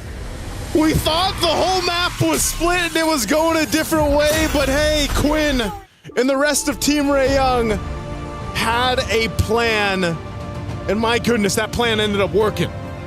That was devious. That was veteran veteran Wiles that got Quinn across there. Man, what a decision there, too. I was just thinking, that's crazy. Mom Cycle was doing such a good job at keeping them contained up top. Tan was really low and so late. She rotated not in enough time, but they made the decision, and they were just like, you know what? Hey, send Quinn. Hey, the pick was Gila. It was crazy already. And the fact that they won that way is just a perfect bookend. Yeah, man, that was a great game one in this best of 3. 20, what did we end at? 20 almost plus, 21, maybe almost 21. A little past. Yeah, that was just great game one. Team Ray Young showing, again, this experience, this veterancy that they do have through the course of MLBB, and it showed here in this one. That is a great way to start MWI 2026 here on Best Stream B. I did not think it would end like that. Usually we associate split pushes with Moskov. I mean, a split push was happening, but in the end, just that little bit of detail where Aurora overcommitted and did not take care of some of the simplest things that we always point out, the mid lane minion wave when you have no more turrets. Yeah, you know what? It's not that I didn't expect how it ended. You know what I didn't expect? How it went. How close Team Aurora actually, Aurora Gaming actually kept Team Ray Young. Kept them honest, kept fighting. By all means, this doesn't feel like a download game to me. It looks like they played to really just win. This was a game that I feel like they were close to turning completely over. They had to catch up. They had to do the work, I feel like, and it was starting to be apparent, but at the same time, again, their base was dealt with. The base turrets were down. They couldn't keep that maintained. They weren't really able to, I feel like, compete in an objective fight, objective dance, and maybe that's the nature of their composition or just the way they executed it. And so, Team Ray Young was just able to go ahead and take that and continue to punish that kind of weak point, at least in game one. Yeah, 2 biggest learnings here. It seems like Anu is a student of the ZXaura dojo of Hirara. And the second one being that Sora and Lunox's last 2 picks for Aurora, we were looking for that burst. In some moments, you were missing more AoE coming out of them, but I think just a pretty even spread between the Sora and the Fist coming out of the air and Zulana once you're able to Chaos Assault with Darkening up. It actually gave a lot of difficulty for the Alice and the Glue. It seems like a lot of the times, the Glue and the Alice were playing to the very last inch of their health bar to try and hold long enough for Quinn and Miku to deal damage. Which I think is a stroke of genius in the overall macro play of Aurora, because now we're watching the highlights, the replay. When you're in it, you don't really get to notice, but now in hindsight, I can appreciate how Miku, when she hits the Fatal Links, it's away from where Anu is. So Anu can take care of whatever's left where they started the initiation. Well, more MWI action coming towards your way. Aurora and Team Ray Young are going to be playing a second game. Will it go to the third? Let's see after this break. Play is in our DNA. Whenever we let it out, it becomes our superpower.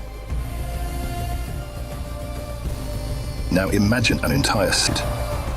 Kadir City, powered by Play.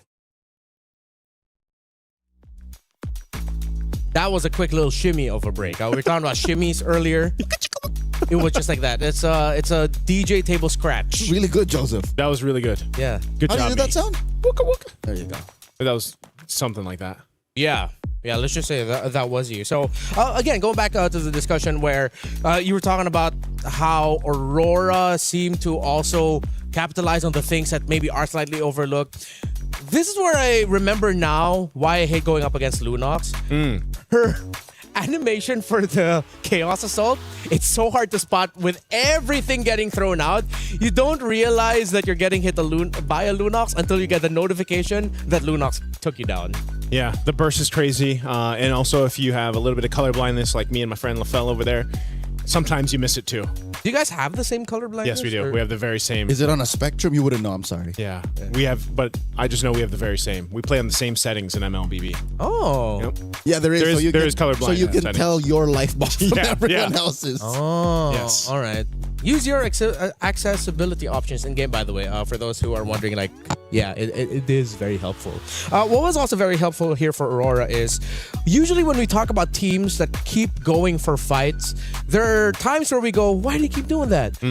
Here for Aurora, not a single time in my head did I go, why are you going for that? It seemed like there was a lot of the fights they were taking, it delivered something. Not always a good thing, but it delivered something that helped slow down Team Rae Young. One moment, that's it. Oh, well, no, in hindsight, for me, I would be molding and questioning why they wouldn't fight. Yeah. I would be like, no, keep doing it. Yeah. I had the one moment, it was when Anu went for the Lord. And then you're like, oh, I see why she went for the Lord and she stole the Lord. From There you Pam, go. So know? you had the question, but eventually It makes sense. Yep. Makes sense. You know? The one time I questioned it though is because right before the win, right before of all the splits, why would you do Moskov split, fight everyone else? Apparently, something tells me this is Team Rae Young one-upping Aurora. This is their veterancy coming to play. It's like, all right, let them think they can get away with a 4-1 Moskov. Yeah. And then Quinn, you do the thing. Yes. It's unfortunate too that the thing that Quinn decided to do is something that, despite all of the great things that Aurora got to show off in that game number 1, you overlook one of the most fundamental aspects of the game at the worst possible time.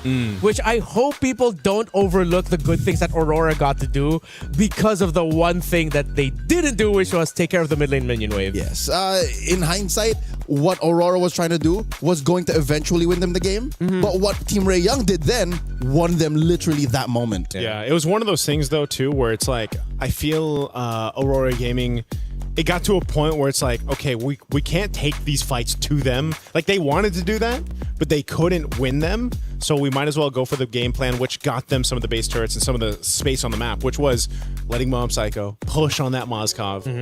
She was going to win too. Yeah, she was going to win. She almost won that 2v1.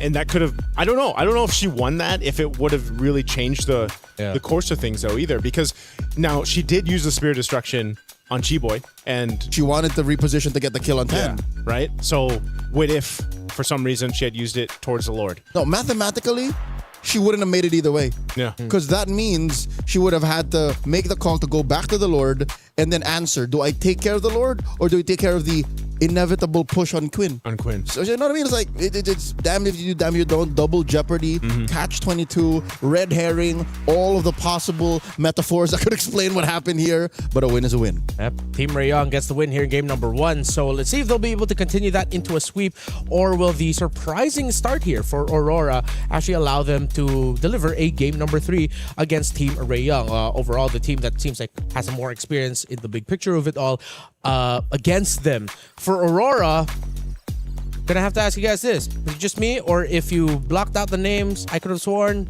maybe I'm also just watching one of the men's teams in Mongolia. It was a very Mongolian playstyle, and I mean that in the best way possible. Taking risk when you least expect it, because you know that it's going to deliver a result that either slows down the game for the opponents or rushes the game for you. There were just unfortunately some moments where Team Rae Young won more, but that was a very Mongolian game, and I appreciate that so much.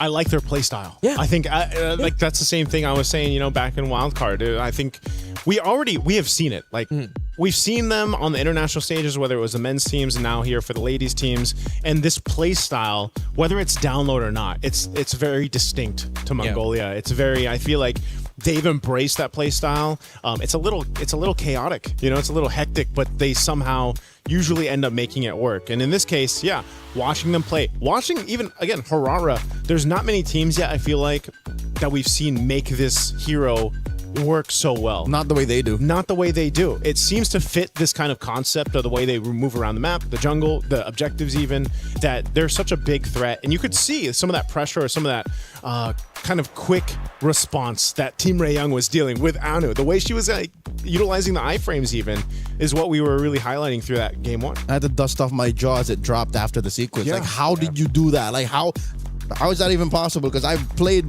my hand full of Hararas in rank, both on my team and the opposing. None of them do it like that. So Anu, again, despite the role switch, knows the mechanical limits of this hero. So I think we're all on the same page, gentlemen. The fact that this seems like a very Mongolian coded team, given that they are from Mongolia. It's not like it's something new. It's just that we're talking about it and we're complimenting it because that's how we want to see them. Yeah. So I wish they don't change anything. Same. Hopefully they don't overthink and they start playing slower. I hope they just keep going for it. I hope they just play faster. Yeah. It worked out well for them. So from talking about and mentioning Anu, a former EXP laner now turned jungler, let's actually look at the EXP laners. Luet and Nora, I think, delivered most of the excitement from this game with how they were just so gung-ho and fearless with setting up with the Sora and the Alice respectively. Okay. Despite Aurora losing, I think Luet put on a better show than Nora. Yeah. Because Nora was a, sort of ruin machine. But Luet did, everything. All right, we're going to be discussing the EXP players just a little bit more, and of course the other players as well. We're just going to go on a really quick, short break. We were there. For every click, every clutch, every respawn. We were there for the years of grind. And we're here. Now. The proud founding partner of EWC. Powering the biggest event in gaming. Shoulder to shoulder with the world's best. Making history. Greatness deserves a stage. Lenovo Legion. Reach your impossible.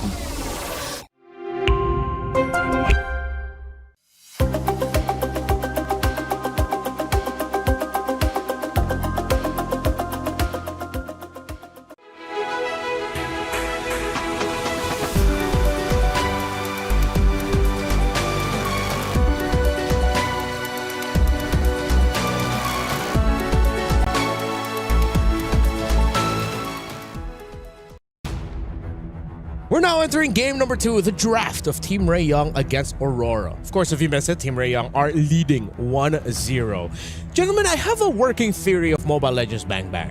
What's that? Wherein, if you are a team that has an EXP laner that can consistently deliver impact, you are on the way to becoming a top 5 team.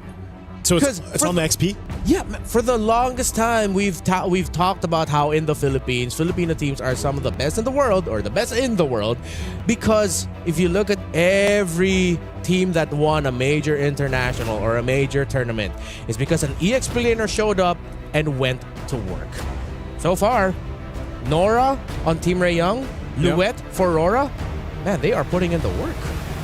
That's what I'm saying. Yeah. When you have a hero that is as diverse and as, how do you say, utility as a Sora, she definitely put Team Ray Young on check. So if ever they wanted to force it to go to game 3, put her on a hero like that. Put her on a hero that sets the tempo for not just them, but even the opponents. Yeah. Impact. Yeah, I was impressed because if I remember right, Luet, she died early on, right? Yeah. And then she made like a crazy setup. She flickered in the first minute. Yeah, so like that was the thing. It's like, whoa, is it a little rocky? You know, in the early seconds. Yeah. But then boom. Yeah. No, she makes this great setup, gets a double kill. She shows up when it matters. Yeah, she continued to do that on the Sora in game 1. It's just, again, I have to agree with you. I think XP lanes are so pivotal right now. XP has been in a really good position for a while, man. Nope. Here's the thing. They were, but they were kind of down in the past 6 to 9 months. And then suddenly when Paquito came back, when Yu Zhong came back, when Arlo came back, that's when. Yeah. But I mean, XP laners still have always been this kind of concept of, okay, we have to either be there to alleviate the pressure on our jungler, or maybe set things up, sometimes sacrifice ourselves for the greater good, you know? And yeah, Paquito was kind of nuts. I think that's why he got slightly nerfed, right? For like 2 patches back to back. 2 matches. But that's one of the main things is just, I think XP lane, specifically, if you're an XP laner, is a really fun place to be in, you know, right now with the current meta. There was a time wherein, because of the Sora Valentina relationship, EXP lane was just boring. And then it got fixed eventually, and now here we are. Sora's back. I don't know if Valentina is going to, once again, you know, haunt the draft amongst bans and first picks, but I like that we're going into MWI with an open meta game. With questions more than answers. Because imagine if we just came in and said, yup, this is the draft.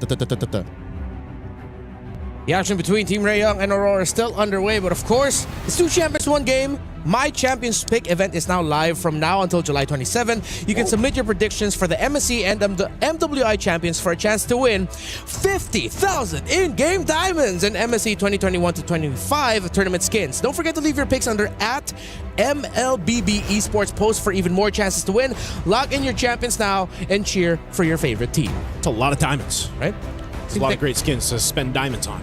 Wow, look at that. The past half a decade of MSC celebrated once again in the form of your favorite skins. I remember I was having a discussion with our friends from Moontown back in the back. It's like, for some reason, there was a hero that we were forgetting for an MSC skin. It was Nathan. There was a year where he was an MSC skin. Yeah. He was 20... What does that say? 2025? Or 2024? 4 or 5. Because it was Claude, Farsa.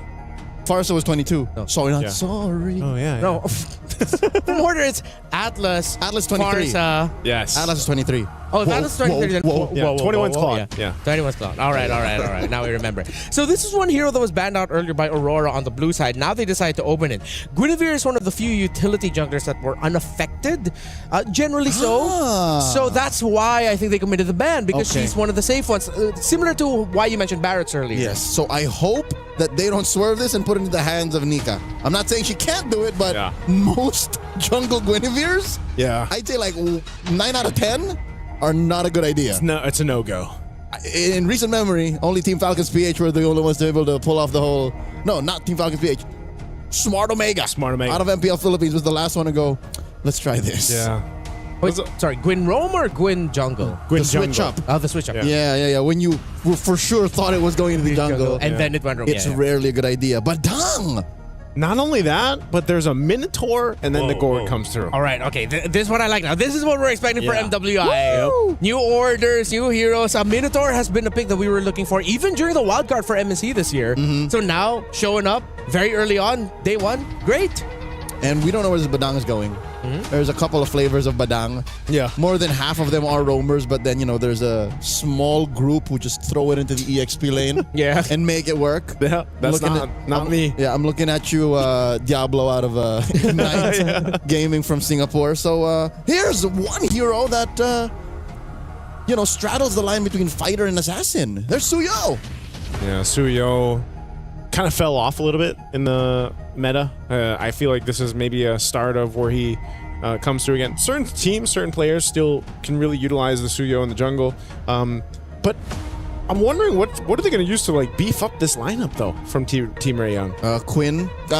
Quinn is like red 5 queen right now. So it's just whatever they need, throw it on her. Last pick. Impressive.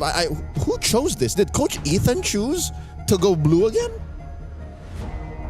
Or first choice, blue side. Home side is Team Raeyoung. So Team Raeyoung said, let's go red. Yeah. Wow. So they have the choice to just stay here. This has got to be the MO for Quinn then. Because now that you asked the question, I'm looking at the answer. It's just whatever else they need in that slot. Yeah. And I like how Aurora still respected the Hanabi. Again, like no hate on the Hanabi from game number 1. You saw it and it did work out. And then Quinn, this is something that I wanted to say earlier. Man, how she played the Hanabi, she's really maximizing the sidesteps in between basic attacks. Yeah. There were some moments where it's like, oh, she's for sure getting caught. One little sidestep to the left, to the right, and it's like, how are you making this look like you're in the Matrix? Yeah, it's surprising, or Footwork. maybe not so surprising that a Hanabi gets a win in day 1 of the MWI. Cassius Clay, it's like a young Muhammad Ali. It's just the move, the footwork. Yeah. No, it's like you said. Float like a butterfly, sting like Hanabi. Oh. I'm pretty sure the saying sounded like something like that. Something like that. But Leo did mention that Quinn was she's gonna have one of those moments, in game 1, like because you have the Hanabi and the rest of the composition, you could just kind of maneuver your way through those fights, and that's what we saw. But she's gonna get the Claude this time. Whoa. All right, some hard hitters here. And if this Freya is left unchecked, despite there being the presence of Badang and Lilia, a lot of Freyas can make it work. It's up in the air right now if Aurora do have a Freya that can make it work. Clint. It's an XP Freya. Yep. Okay, partially. Esmeralda, there you go. There it is. I think that's because they knew the trade was happening. It's Freya Esmeralda currently, especially something that was mentioned to us, by LaFell. Yep. So both teams have fragile front lines. Yeah. Because Badang isn't really even a front liner. Yep. And neither is Esmeralda. But they're both fighting off against, again, a better formation for Aurora because they have clear artillery. And then for Team Ray, it's more mobile. It's more, where can we get Quinn to go? And where is the best place for Miku to drop the reliable burst? Yeah.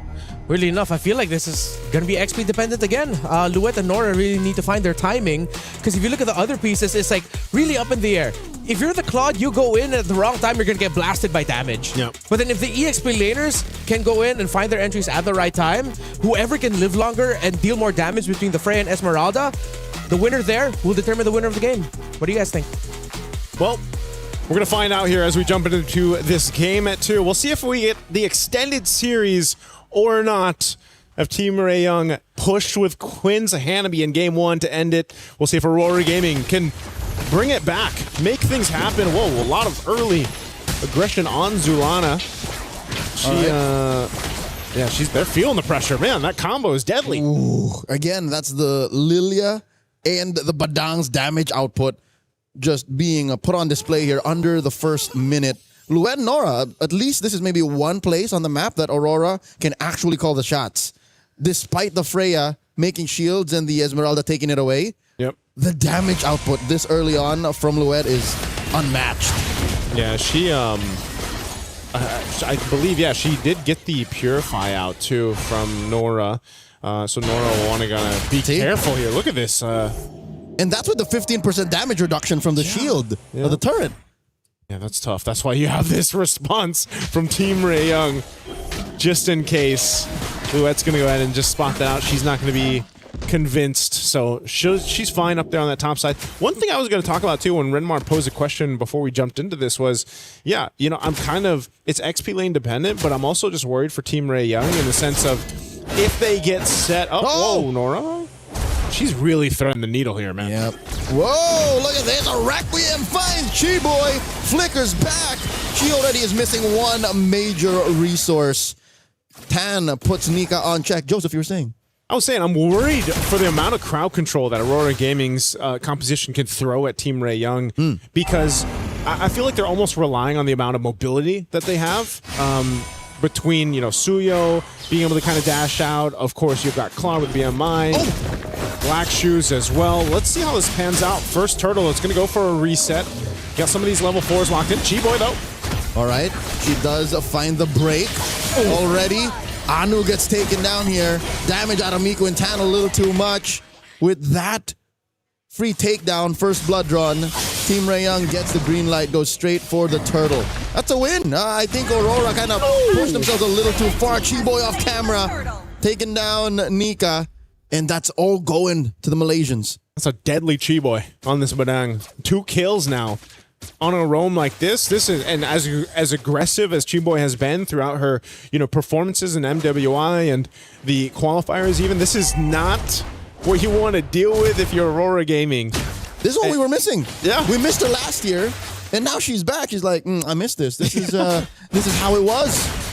I want you guys to shout Chi-Boy, Like, she's well on her way, having 2 kills. This is the thing, too, the threat. I'm wondering on the exact build path that she's going to go here. She's already a big enough threat, too, running that Quantum Charge and, tanky enough, Suedo tank, if you will. Here. Where's she going? I think she's on her way to a Thunderbelt. Thunderbelt. So once that Thunderbelt's locked in, even more of a threat. But I'm just wondering if there's a time where Aurora Gaming's lineup, now that they have this level 4 available, if that setup potential, the crowd control I was talking about between the spatial migration from Guinevere or even the Fury, right, from Nika, is too much, and it overloads Team Ray Young on their approaches in these team fights. Yeah, there is a world where Chi-Boy doesn't get the ideal initiation, wherein her punches and her cracks may miss. So we're looking for that. How is Aurora going to find that position? 4 minutes in, about half a minute before the turtle spawns. Nora here, about to face off against 3. Purify. Gets that Purify in, forcing out the Requiem out of Anu. Tan and Miku to the rescue. Impressive how she's able to cross over scot-free. Yeah, Quinn coming in, blazing duet. Forced to flicker back. Chi-Boy, there you go, does eventually miss with the crack. Backs off. They're just going to back up. Nora's still here. Miku as well. They're going to wait for this. This turtle's coming up here in about 5 seconds, so we'll see how Aurora wants to respond to this. They've essentially got everything they need. It's just Mob Psycho has to be careful. She doesn't have a flicker, so she's going to rely on it. Minnow and Fury knocks up 2. Massive combo plus the Requiem takes down 10. Chi-Boy backs off with the flicker. Luet gets pushed back, and now Team Ray are trying to repair the situation. Turtle number 2 goes over to Aurora.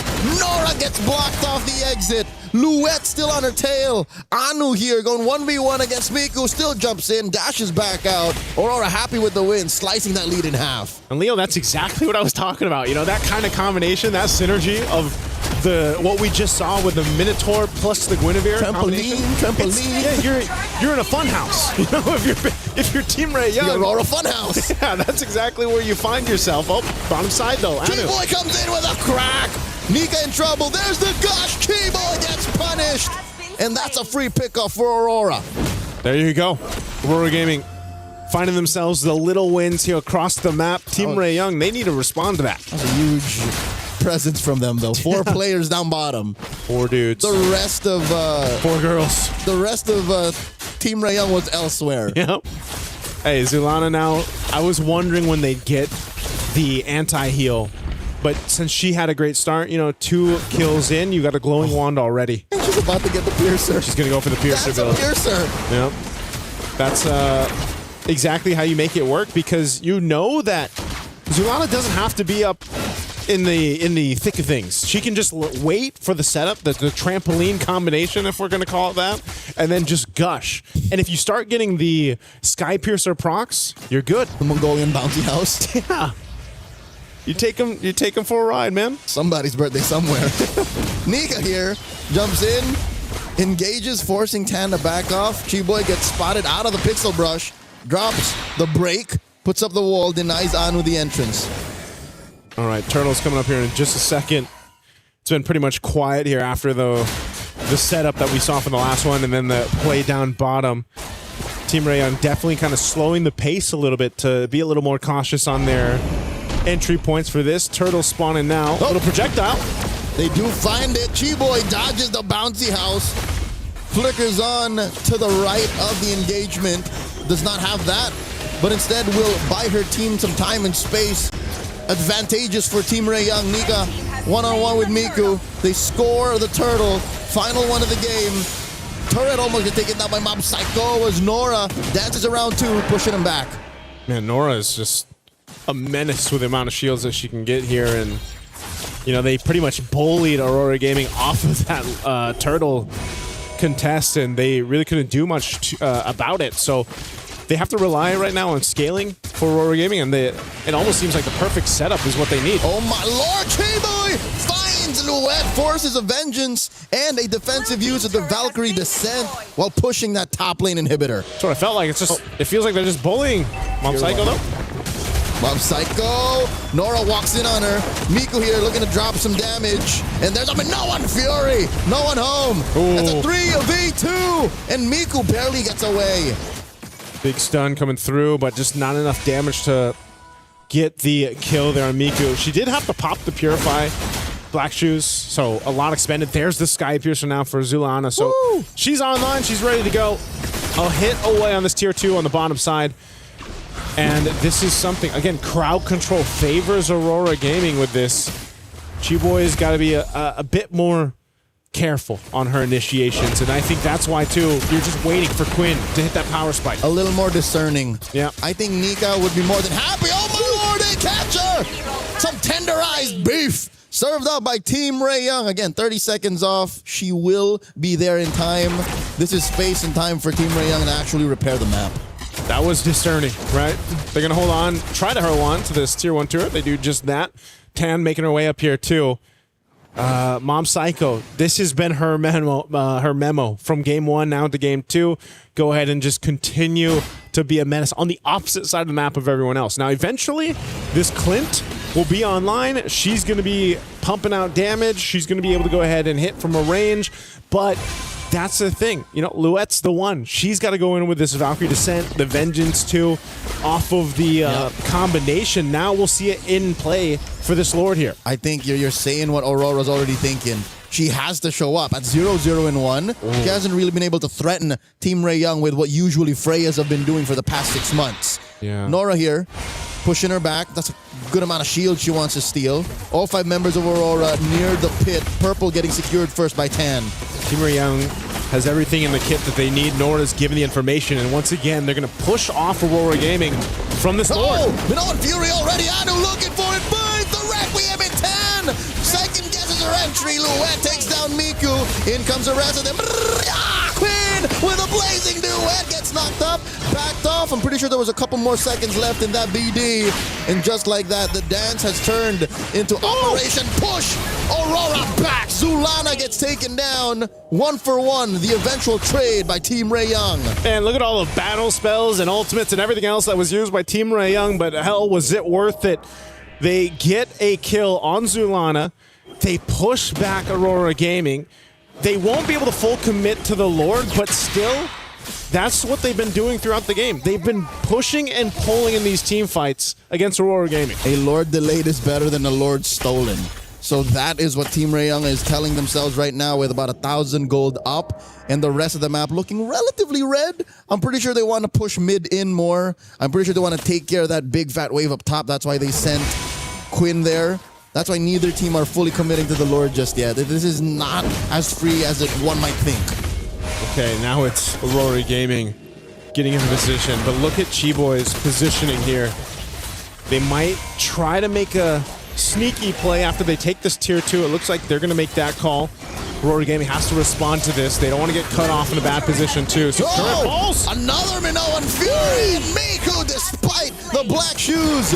She was waiting for the Purify to come off of cooldown. Quinn, AOT stacks off of that mid-wave. Chiboy with a conceal. Who's she gonna find? Finds Luen Nika. Pixel brushing control. Lord with a knockup. Finds that crack. And will look for the break, but she gets knocked up and taken down first. Nika scores. Quinn finds Zulana behind tier 1. Lord still standing. A 16th of its health. Tan has a red tree. Anu will not be able to, but it's one Mob Psycho. The Clint steals away the Lord. Tan cleans up house in frustration, in anger that was supposed to be ours. It was time for Mob Psycho to step into this game, and she does just that. Here's a replay. Great setup, and this Blazing Duet was held on a little bit longer. Quinn will capitalize the kill on Zulana, and then this was just a face-off, a dance for this one. But Mob Psycho ends up securing the Lord. Highway robbery at point blank range. Who'd have thought it would be the sheriff who will commit the drive-by? Hey, they made it happen. They've brought some momentum in their favor. They've just got to deal with this. The Lord is actually going to be worked on really quickly. Oh, no. Uh-oh.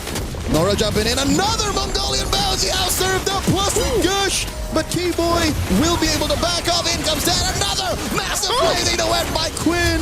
Able to BD on out of there before it's too late. Nora dancing around them. And they're jumping by 10. This is risky business. 4 members of Aurora will not allow for this. Team Ray Young, take care of the Lord. Okay, I think Team Ray Young's going to be happy with that. They took care of the Lord pretty much as soon as it spawned. They held on. They're going to clear out these waves. There is a big push up top, though, on that tier 2 turret. But Tan will be there just in time to keep this up. It does get brought down to a quarter of its health, but still, one thing they want to be careful of is Zulana, once again, on that Sky Piercer. Lightning Trunchet locked in now, too, with the Gourd. You're seeing the amount of damage that can come through with that burst. But Quinn also being a threat.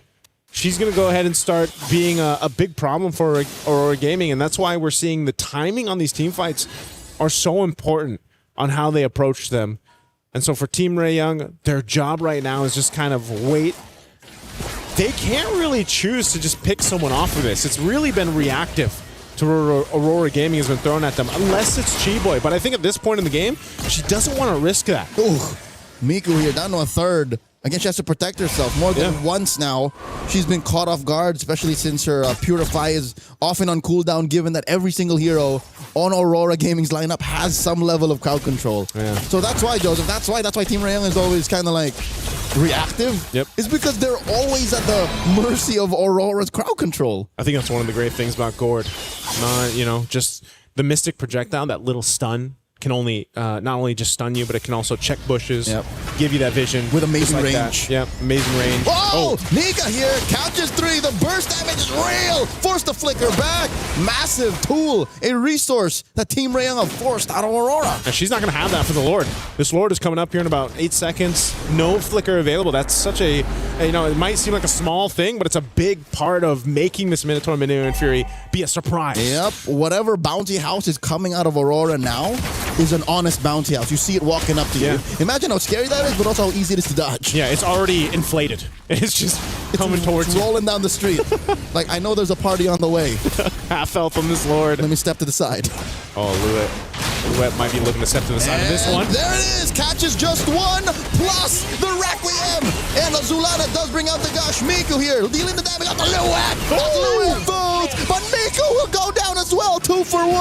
Aurora happy with the trade. Now Nika getting a lot of lead on her face. And 10. Can't finish the job. Finally a 2 for 2. Nora dashing on out of here. Still a long earned kill. Team Ray Young just up 3K. Still not in a good shape to take the Lord. The burst from Mob Psycho. You're in my game now. 10 gets taken down to a 5th of her health. And here comes the blazing duet. But the sheriff says, no, not on my watch. Oh my goodness. Mob Psycho takes down Quinn. And Aurora goes straight for the Lord. What are we watching right now? Aurora Gaming? The push and pull, Sheriff's Town in a Mystic Gush. And 10! We'll get the Lord! 10! Guilty! What? Guilty! 1 count of Lord theft! Not on my watch, Arthur! 10! What just happened? What a tarnation! Tan Nation just happened. How did she just walk to the Lord and get it? Joseph, where's this coming from? Where's this asset coming from? All right. Aurora, fortunately, is in a position to defend. The map still belongs to them, and it's up to Team Ray Young to punish them. Look at the damage the Mystic Field deals, Joseph. Yeah. Don't mind the Gush, man. The field. Oh, no. That's projection. That's projection. We're thinking. Oh, my Lord! Chiboy fights a crack fight. Mob Psycho serves up a kill to Miku. And now Nora dancing around Luet, Nika, and Zulana pushing him back. Miku. Black shoes. Black shoes. Close call. Chiboy holding on to that immortality. Quinn cleaning up house. Tier 2 goes down. Bottom lane, Chubby Wave pushing in. Team Ray Young are in the base. Oh, they don't want to over push us though. There's the Mystic Gush on Miku. And another blazing duet. Puts Zulana 6 feet under. And now Chiboy gonna have her immortality pop. Not unless she has something to say about it. Tier 3 falls first. Man, Team Ray Young, they fought for these base turrets off of Lord that was pretty much cleared out from Zulana. They're gonna go for the mid turret as well. Oh, that's it. They're already in the base and they're calling it theirs. Fist crack and break on Nika, forcing a defensive flicker. They gotta retreat. Team Ray Young, they're approaching the inevitable. They found Aurora lacking. They put him into a corner. Yeah, they got all their base turrets again.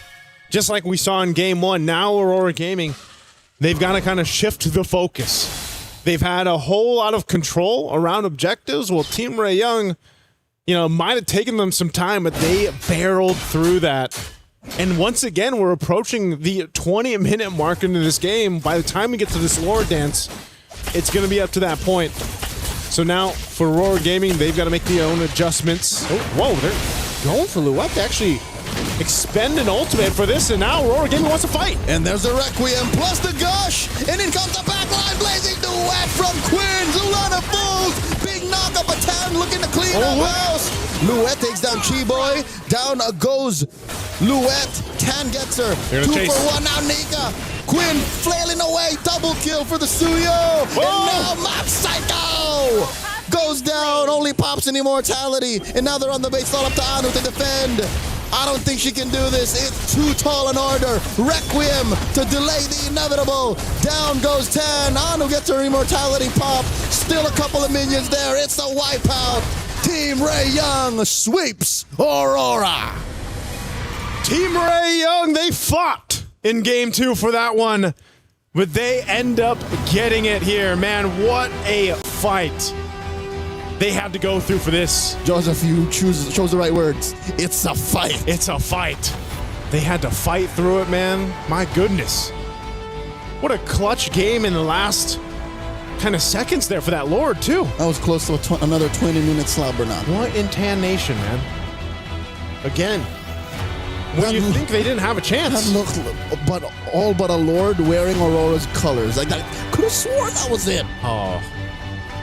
I almost thought we were going to game 3 on that one. But Team Ray Young, I don't know. It's the mix of the veterancy and plus just the ability for them to adjust on the fly. Yeah, that and their willingness to kind of try things, to see how far they can take whatever strats they brought in for the game's draft. Renmar, were you entertained? I was entertained. That was some of the craziest last 5 minutes I've seen. The push and pull, the back and forth, team fight to team fight. Holy expletive, man. There is a word that if I was casting, I might have screamed out if I did that with what Tan did, that I can only translate to Tan Mother. A little bit of a moment of vulnerability. That's why we decided to go Western. Yeah, we had to, because there's only to remove ourselves from our actual instinctual responses. Tan Mother. For the Filipinos out there, y'all know what I'm talking. But if you've ever played in a Southeast Asian server or a game with Filipinos involved, y'all know what I was thinking. Tan, oh my goodness. But it wasn't just Tan and what she did, stealing that Lord. Gotta give the flowers as well to Aurora. No. This game number 2 felt a lot like game number 1, where it was like a lot of the determining turnaround sequences came through the big team fights either before or during the objective. Yeah. And it was happening consistently. There were also some similar beats to what Team Ray Young were doing. We're in, this one team fight didn't go our way, or we won this team fight. What's next? We go to the nearest turret, break that down, and then that's the first tier turret that we're gonna take down. And then on the other side, that's what Aurora's also taking. Okay, so we go for the trade. These two remind me of each other way too much. Like, sometimes you could cover up the name and I could say, that's actually Team Ray Young. No, it's Aurora. I want to see more of this match. Unfortunately, it's a sweep win for Team Ray Young. Congratulations. I think the only other way you could say that they're not similar is in finishing power. Yeah. I think Team Ray Young just see the bigger picture at the end of the day a little clearer. Yes. And that's why they got away with the sweep.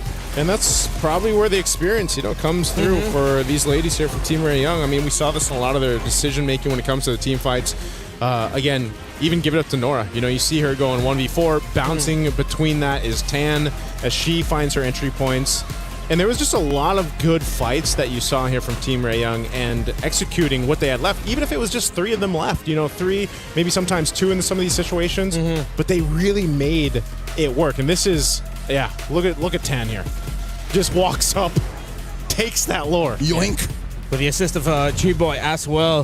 One thing that I started to notice here, though, and I think this is one of the very, very little adjustment that maybe Aurora could do and then start shocking some other more teams in their group, is that just because your roamer has a big-ticket ultimate doesn't mean you have to use everything alongside that big-ticket ultimate.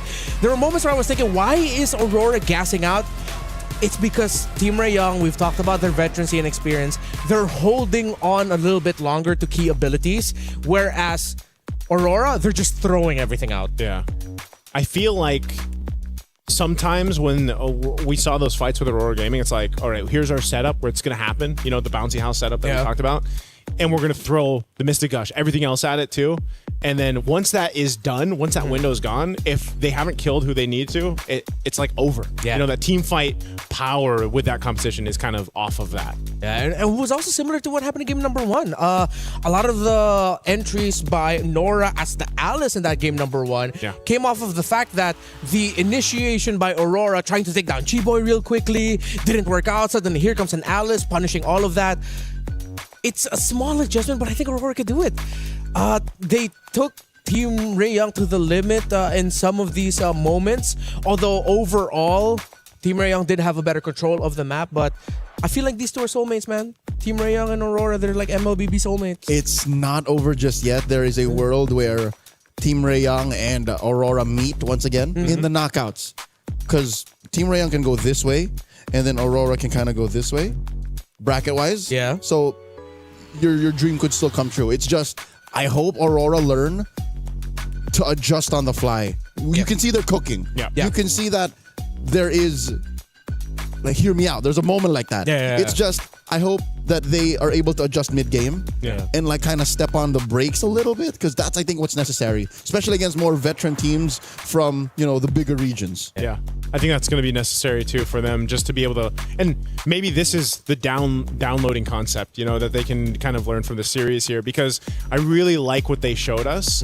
And you got to think, that's back-to-back games, like the 20-ish minute mark. You know, those are already really long games in the current meta for MLBB, and you know, they win against a more experienced team, I would say, and you can take what they learned here and maybe clean things up, because they've unfortunately, you know, now they're sitting at the 0-1. They're gonna have to win the next one to stay alive for MWI. You know, on the other side of the table, Team Ray Young, I feel like they got the win that they needed to get to start off their campaign on the right foot.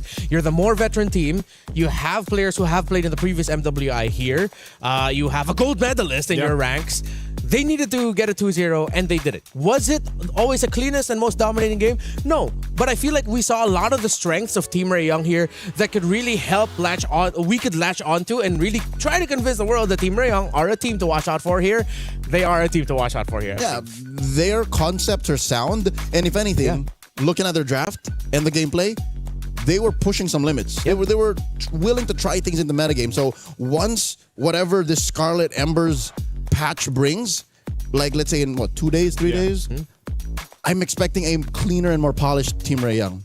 And I'm expecting to hear now from a member of Team Ray Young. I believe it's Chiboy alongside LaFell on the stage right now. Are they ready? Y'all ready? Thank you very much, gentlemen. Yes, my name is LaFell. Alongside me is Chiboy. First of all, big congrats. You did amazing. You know, amazing glue as well as the badang. So first of all, I gotta ask, how do you feel? Because honestly, game 1 and game 2, it wasn't super easy. It took you guys like what, 21 minutes, 18 minutes? How was it going up against Aurora?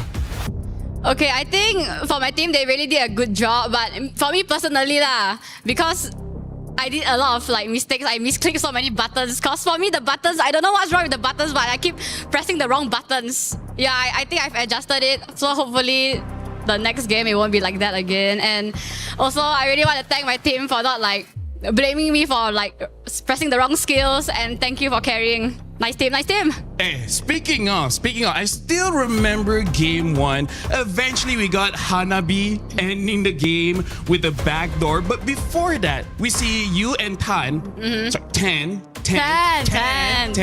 You know, Tan, 10, potato, right? So you and 10 tried to get Mob Psycho on the Moskov. Yeah. And then all of a sudden, the Moskov did so much damage on the Lancelot. So tell me, what was the first plan A?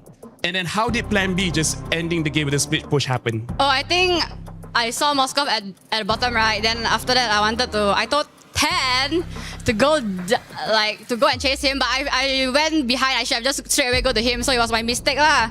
And after we failed, Queen was like, she said this, you know, trust me guys, you guys better trust me, I'm gonna end. Then we just disturb the enemies, and then we don't let them go back, and she ended because we trust her. Hey, you know what? Trust is very good. And see, good on you. You pressed the wrong buttons, but you made sure that the Moskov just couldn't come back. Now, talk about game number 2. Amazing badang as well. I gotta say, Mob Psycho seemed pretty strong on both games. But who was the real problem when you go up against Aurora? Like, who made winning very difficult? I think for first game, I think it's just Hirara, because oh yeah, I still don't understand the skills. So many skills. At one time, I played glue, right, and then I ulti her because I thought she don't have skill, but she still got skill. Then second game, I think it's just like keep pressing wrong buttons, you know. Like first time I think I got 2 enemies, then I second skill, and then I wanted to ulti, right, I pressed the second skill again, then the wall's gone. Well, nice try. Nice try, c'est la vie. Now, here's the thing. We got to talk about your upcoming opponents, right? Who do you think you're going up against? Is it Falcons ID or Zeta? Falcon ID. You're wrong. Wrong? It was 2-0 Zeta. So wow. Yeah, I know. Wow. Like wow. Like how do you feel about that? Because I didn't watch the game so much because I was watching you guys, but then when I watched the scores, like that's very interesting. Wow, that's an crazy results. Unexpected. Do you think you can prepare for that? Can. Why not? Hey, there you go. So this is Chiboy or Keyboy. It's Chiboy, guys. Yep. Remember it. Speaking of, 10 did amazing. Could be 10, but we're gonna be calling 10. 10. Thank you very much.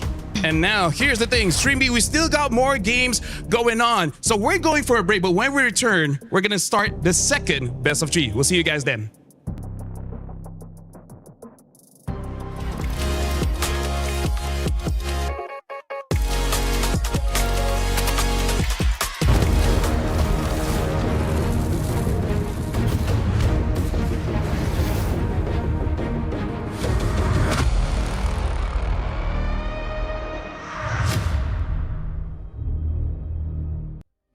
Play is in our DNA.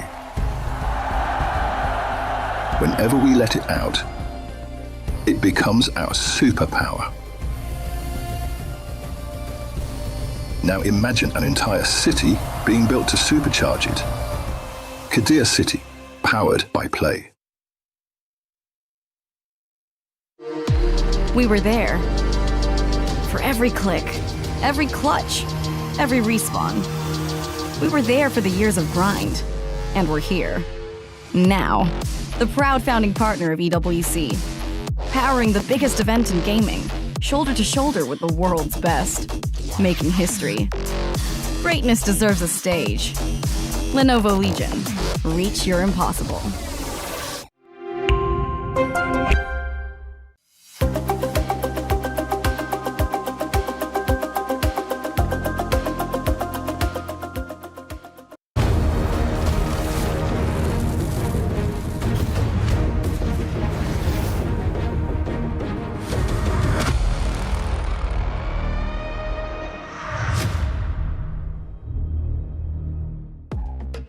A lot of learnings there, especially the surprising result that happened in the match in Stream A where Saita, a team from China, swept the team that a lot of people were looking at as one of the strongest heading into MWI in Team Falcon's ID. But before we expand on that, I just wanted to get it out there that I was very surprised. Still here, of course, with Leo and Naisu. Let's share a little bit more about our thoughts with what happened with the previous one in Team Rayong versus Aurora. I think heading into this, we all had a similar feeling that maybe Team Rayong are the favorites. Yeah. Would you say so? Yeah. Yeah, for that matchup. Yeah, for I that put him in matchup, top yeah. 4. Yeah. Oh, Team Rayong. Yeah, he are did in the his top four. predictions. Oh, actually no, I didn't get to do my predictions, so I wasn't good. But a team that could beat Navi Malaysia definitely got to put them at least in the top 5. That's true. I definitely think they were favored. But I again, yes, it was a sweep. I liked what we saw from Aurora Gaming. I think they really fought hard for that. Just unfortunately, I mean, they went the distance, right? They're 20-minute games. Yep. Game 1 and game 2. So. They were entertaining, yet still a legit threat. Yeah. There were moments when I thought, if they could wipe out Team Rayong right here, right now, we're going to game 3. I thought we were going to game 3. Like, that's the thing. There was definitely some moments in that in game 2 where I was like, yeah, Aurora Gaming's got this. So I almost like Hirara now. But as Chiboy says, sometimes I don't know what the hero does. So. Hey, I'm pushing the buttons too, Chiboy. You know, she's not doing what I want her. Yeah, it's one of the difficult things to understand about Hirara is she said the most. She said, okay, this is why Chiboy, especially after MWI 2024, she was one of my favorite personalities. She just says a lot of the most relatable things to everyone. Things you're thinking, but then she says first. Yeah, it's like with Hirara, it's like I thought she had skill, but then it turns out she doesn't have this. She does have her skill, and yeah, and she did like the face like a lot of us would do. It's like, oh, I thought I got her. Oh, no, I guess not. Yeah, it's just what you get when you're going up against someone like Hirara. How she was surprised by Saita's win as a sweep. Because she was like, so who do you think is Falcon's ID? No, but I think that's relatable too, man. You know, because I think a lot of people... I need to watch that. Yeah, we have to go back and see this now. Yeah. Again, Team Falcon's ID, based on all the discussions that we've had with the players and the teams, a lot of them were saying that they were the strongest scrims-wise. They were looking really good, and then a lot of teams were putting up... there were even some teams saying that, they might actually be the one to give Vitality a run for their money and would predict that they'd win over Vitality in the Grand Finals. But then starting off your campaign with a sweep loss to Zeta is... Now I want to see Zeta because what kind of team are they? I think this is less an issue for Falcon's ID. Yeah. I mean, going through the lower bracket, being number 2 to Vitality for a majority of the year is something that's not alien to them. Yeah. But Saita out of China, they swept TLG, a name and a team that we're familiar with from MWI from previous years. Yep. They are. I think this is a bigger spotlight for them. Yeah. So now we put on the spotlight Virtus Pro, one of the teams going up in our second match against Twisted Minds. Rafa, Miss Meow, Livin, Minun, and Lunar. Rafa, Livin, Lunar, very familiar if you've watched. They were former, even Miss Meow, if I'm not mistaken, were former members of Twisted Minds in MWI last year. But they're bringing in this time Minun, who, if I'm not mistaken, the last time we saw her was in VSG in 24, or did we see her in 25? Yes, she is an ECA athlete. Yes, yeah. So she's been here. She knows what it's like to play on the big stage. Yep. And this being the mix of talents that we're getting for this rendition of Virtus Pro in MWI, I expect... I don't know, this is interesting because you have the macro of the Philippines in Miss Meow. Yep. You have the Vi gameplay out of the ECA. Yeah. And then you have that MENA balance. Yeah. Virtus Pro went completely undefeated. Didn't drop a single game in their qualifiers. 9-0. Yeah, 9-0. And if you're wondering, does that mean they beat Team Falcons MENA? No, Team Falcons MENA qualified through the African qualifier. Of course, a team out of Egypt, while Virtus Pro went through the MENA qualifier. So I'm excited to see Virtus Pro here because if they could go undefeated and if I'm not mistaken, the women's scene in MENA was inspired a lot by what Team Falcons has done globally. Yeah. It is competitive there. And then they swept it? That's wild. That's why I think I think this is the surprise of MWI. Like by the time we get to the end of it, the surprise is how impressive and how much has changed in improvement wise for some of the dark horses, some of the regions we're maybe not expecting, here for MWI. You know what the surprise is? The fact that they were able to make an all-star team under a banner that just got reformed. Yeah. You're able to get Maylane, Chin Chow, and then a majority of last year's Virtus Pro under this year's Twisted Minds. Yeah. This is a very trippy for me because, again, a lot of the names here just used to be in the other org. But, of course, Maylane and Chin Chow coming from Team Falcons ID. Falcons Vega, I believe, is the name that they're called. But, yeah, Team Falcons ID. I like how these two teams are quite international in their own right. Twisted Minds has a little bit more of a Vietnamese presence, but then you got an Indonesian presence.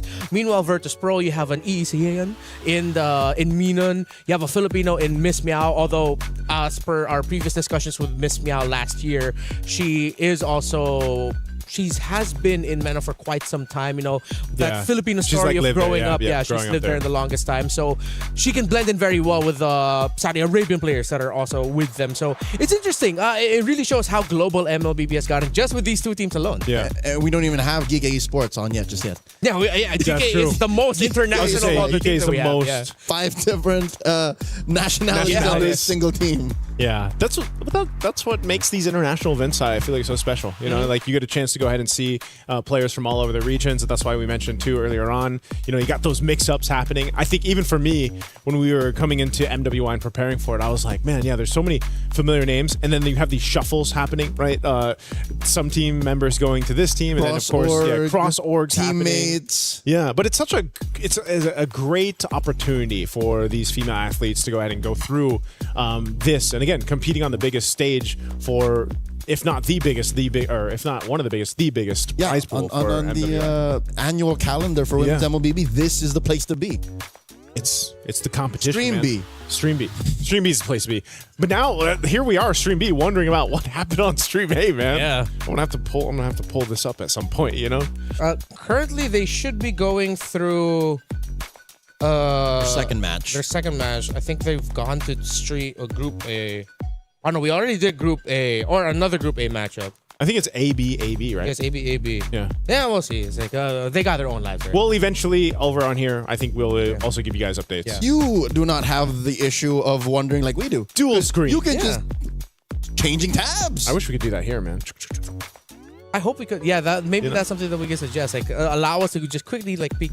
Actually, I realize I should have that power too. I do have this. So. You do have yes. My bad. It should have been me. You have the technology. Yeah. Eventually, we'll all have that technology. Yeah. I'm not going to do that now. I'll set that up later. But all right, let's look at some specific matchups. For Virtus Pro and Lunar, I believe it was last year's MWI that there were some moments I remember Lunar. Her name did pop up. Was she the one that got some highlights on a rare Bruno pick last year, or was that in 24? I think it was. I think I recall 25. 25, right? Like I remember Lunar Bruno. That's just something there's an association there in my brain. Yeah, Lunar, Livin, and Rafa. Yeah, they Rafa. have the experience. Like they've each had like those moments. Yeah. In previous MWIs, I feel like for them, and I think that's why those three alone, and then of course the mix that we talked about. Like you have so much potential for different highlights for the team, but also I hope that doesn't be the case where it's like the synergy is missing. You know what I mean? Like maybe it's lacking. Maybe they haven't had enough time to prep, because I think at this point too, what we've already seen is like you can get really surprised here with the competition in MWI, not just from the drafts alone. Like think about the two drafts we went through. That was, even the bands are very different already from what we saw a couple weeks ago in the wild card. Now, not to mention chemistry. And the chemistry, yeah. The main skeleton of both squads, despite them changing teams, like just literally switching up, could mean that they're capable of pulling off weird strats that a team that literally was formed a month ago could not. That's what I'm expecting here. More than just the individual play and the overall macro and how they define what Scarlet Embers is capable of, or what you can do in this meta and in this patch. I'm looking forward to how well they can use their own relationships, like how well they gel together. Because again, we've known them for a while, they've known each other for a while, which I think makes this, again, a perfect match like we saw in Team Ray, Young, and Aurora. They both have like 2 new members each. That's true. With the 3 members that are of the same nationality and have played together for a longer time. So we touch on Lunar a little bit for Virtus Pro, Twisted Minds, of course, on the other side, Chin Chow. For a lot of Indonesians, a legendary player in her own right, as her name's always been up there, alongside, of course, her sister Funi, against the Vitality ladies. Here's the thing. Even when she's not part of the competition, Chinchaw is on ground. That's how big and how important Chinchaw is in the world of MLBB esports. Yeah, we had her as a panel guest. I was gonna say, last year in MWI. Yeah, I remember. Yeah, I remember she was sharing some of the insights there from last year, and so it's great to see her now here competing. I do remember one thing. I believe it was Chincha who did mention she wanted to see a Nana last year. Yeah. Was it you that asked the question on the I asked the question, and then Eterna was there also, and then she said Nana. I remember us in the cast room being like, "Whoa, Nana!" Yeah. Do you know what? Behind the scenes, what her reaction was when she said Nana? Funi looked towards her sister, gave her that little sibling shoulder, little elbow bump, and just said, "Why? What are you saying?" Yeah. Meanwhile, Chincha was just like, "I don't know. You know what? I wanted to say something. No, I give Nana." When they ask you that question, all is free. Yeah, that's true. It's like what you asked us earlier. What do we want to see? It's not like, it's just a personal wish list. Yeah, sure. You know what? Okay, let's do that. So let's see if Nana will show up. if it does pop up, you already know, right? Yeah. But I think draft-wise too, maybe even after today, man, we won't be able to tell 100% where the like MWI meta is going. Speaking of MWI, of course, don't forget we still have our event going on, the My Champions Pick event. July 27 is when it's gonna go out. So you only have you have a lot of time, but it does start July 25. I was gonna say you got about 2 weeks. Yeah, you got 2 weeks. Prepare all your predictions. Get a chance to win 50K in diamonds and the MSC 21 to 25 skins. And don't forget to leave your picks under at MLBB Esports post for even more chances to win. So look for that post related to the My Champions Pick event. Log in your champions now and cheer for your favorite teams. Man, I'm having a look here too. I think I have almost all of them except what a flex. Yeah, the Claude one. You go through the airports without going through the long immigration lines. You have all the skins. Where's this going, Joseph? I'm not a world collector like you guys, okay?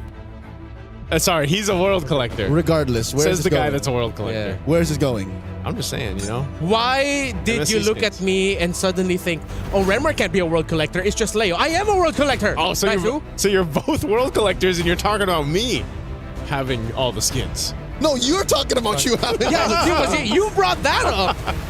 That wasn't us. You're the ones who just went, I think I have all of these. So you know what that means? If I were to win those 10,000 diamonds, because again, that's 10,000 for 5 winners. Yeah. I would not have to use it on the MSC skin. And the point is, you have even more diamonds than you already have? Maybe I can catch up to the world collector like you guys. Okay, that's a pretty good take, yeah. That's where it's going. I don't think I got a counter to that. I don't think I counter to that. I'll see you in the immigration lines. Oh, wait. Oh, wait. We don't have to. You don't have to, at least. In just a bit, we're going to be starting up Twisted Minds here against Virtus Pro. I wonder if these two teams had words with each other like right beforehand. Yeah. Acknowledging the fact that it is pretty funny that organization-wise, Virtus Pro was mainly backing a Vietnamese-led team last year, and then mainly a Saudi Arabian team last year for Twisted, and then now they just do that little switch switcheroo. up. Yeah, that's funny to me. I wonder how that all like comes into play. You know, What was that conversation Yeah, what was like? that? Yeah. Like, what was the meeting on that one like? Did they do the Spider-Man meme of just like pointing at one another, or the Matrix trading meme? Yeah. Like, which pill you want?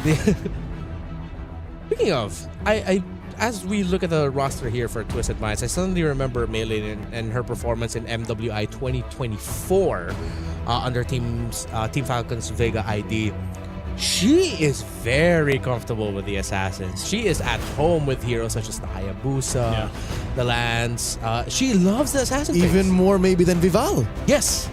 More, one might say she's more bloodthirsty than Vival. Yeah. Vival, even in the time of Lings and Lancelots, was always just scalpel precise. She was always just, no, I'm going to do what's necessary. I'll invade when I need to, but I'm not going to run for the kill. Melee, though, different beast. Yeah. This might be like a styles clash between the two junglers and Miss Meow, and because I remember from Miss Meow's performance last year was that it seemed like her pacing is a little bit more of the slower side, not to detriment her, but more calculated, I believe is the best way to say that. She likes to take her time, get the information, and then pounce. While Melee will make that opportunity happen and will make certain sequences happen, even though most of her team doesn't see it yet.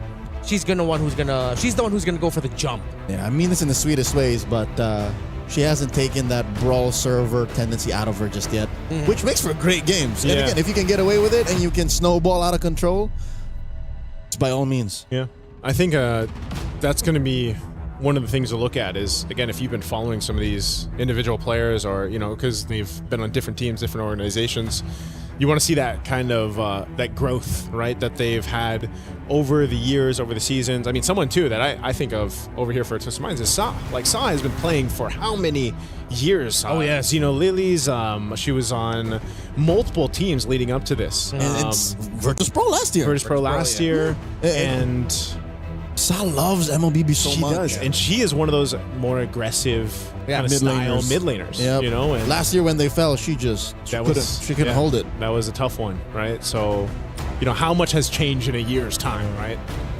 Oh yeah, no, I remember Sa also, because I think it was in 24, was it last year, wherein she had to eliminate like one of her closest friends in what's the name of jungler from Cambodia in CFU? They fought it on, was it last MWI or 2024? I think it was last year. That was like one of our biggest stories. That was one of the story headlines. Yeah. One of the few female athletes out of Cambodia that actually has played in MPLKH. Yeah, and has a win, if I'm not mistaken. I think she has a win under there. Oh, I'm gonna have to remind myself again of her name of that. So was it Fa? Because Sa and Fa?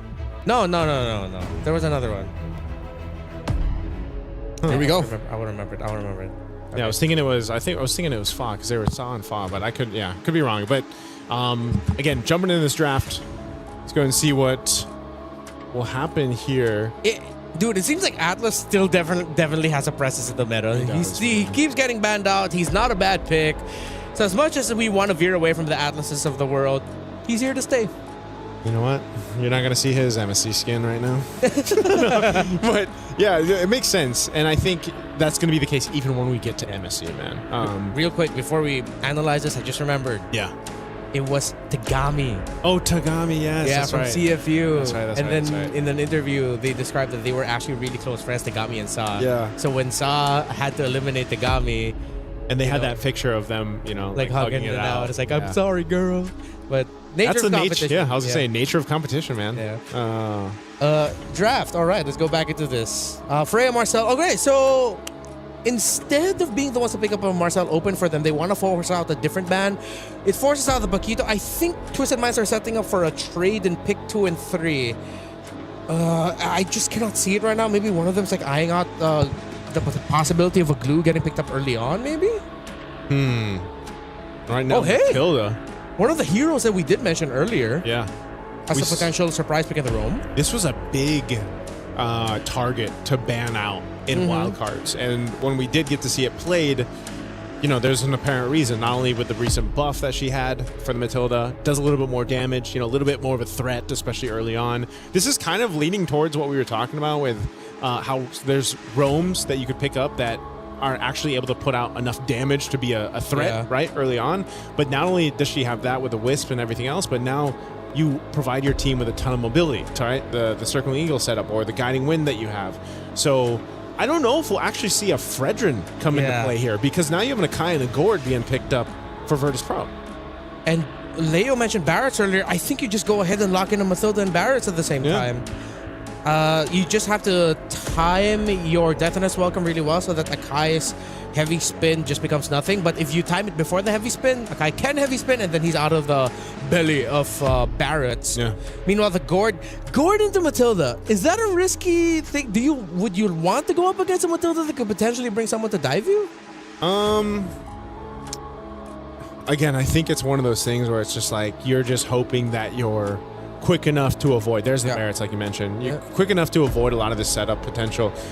Your main job, and that we've been seeing with a lot of the Gord play right now, is just, again, information. The Mystic Projectile, that first skill. Obviously your ultimate, the Mystic Gush, is such a threat when it's laid down. And yeah, you could run into a problem with, you're playing against a Matilda, man.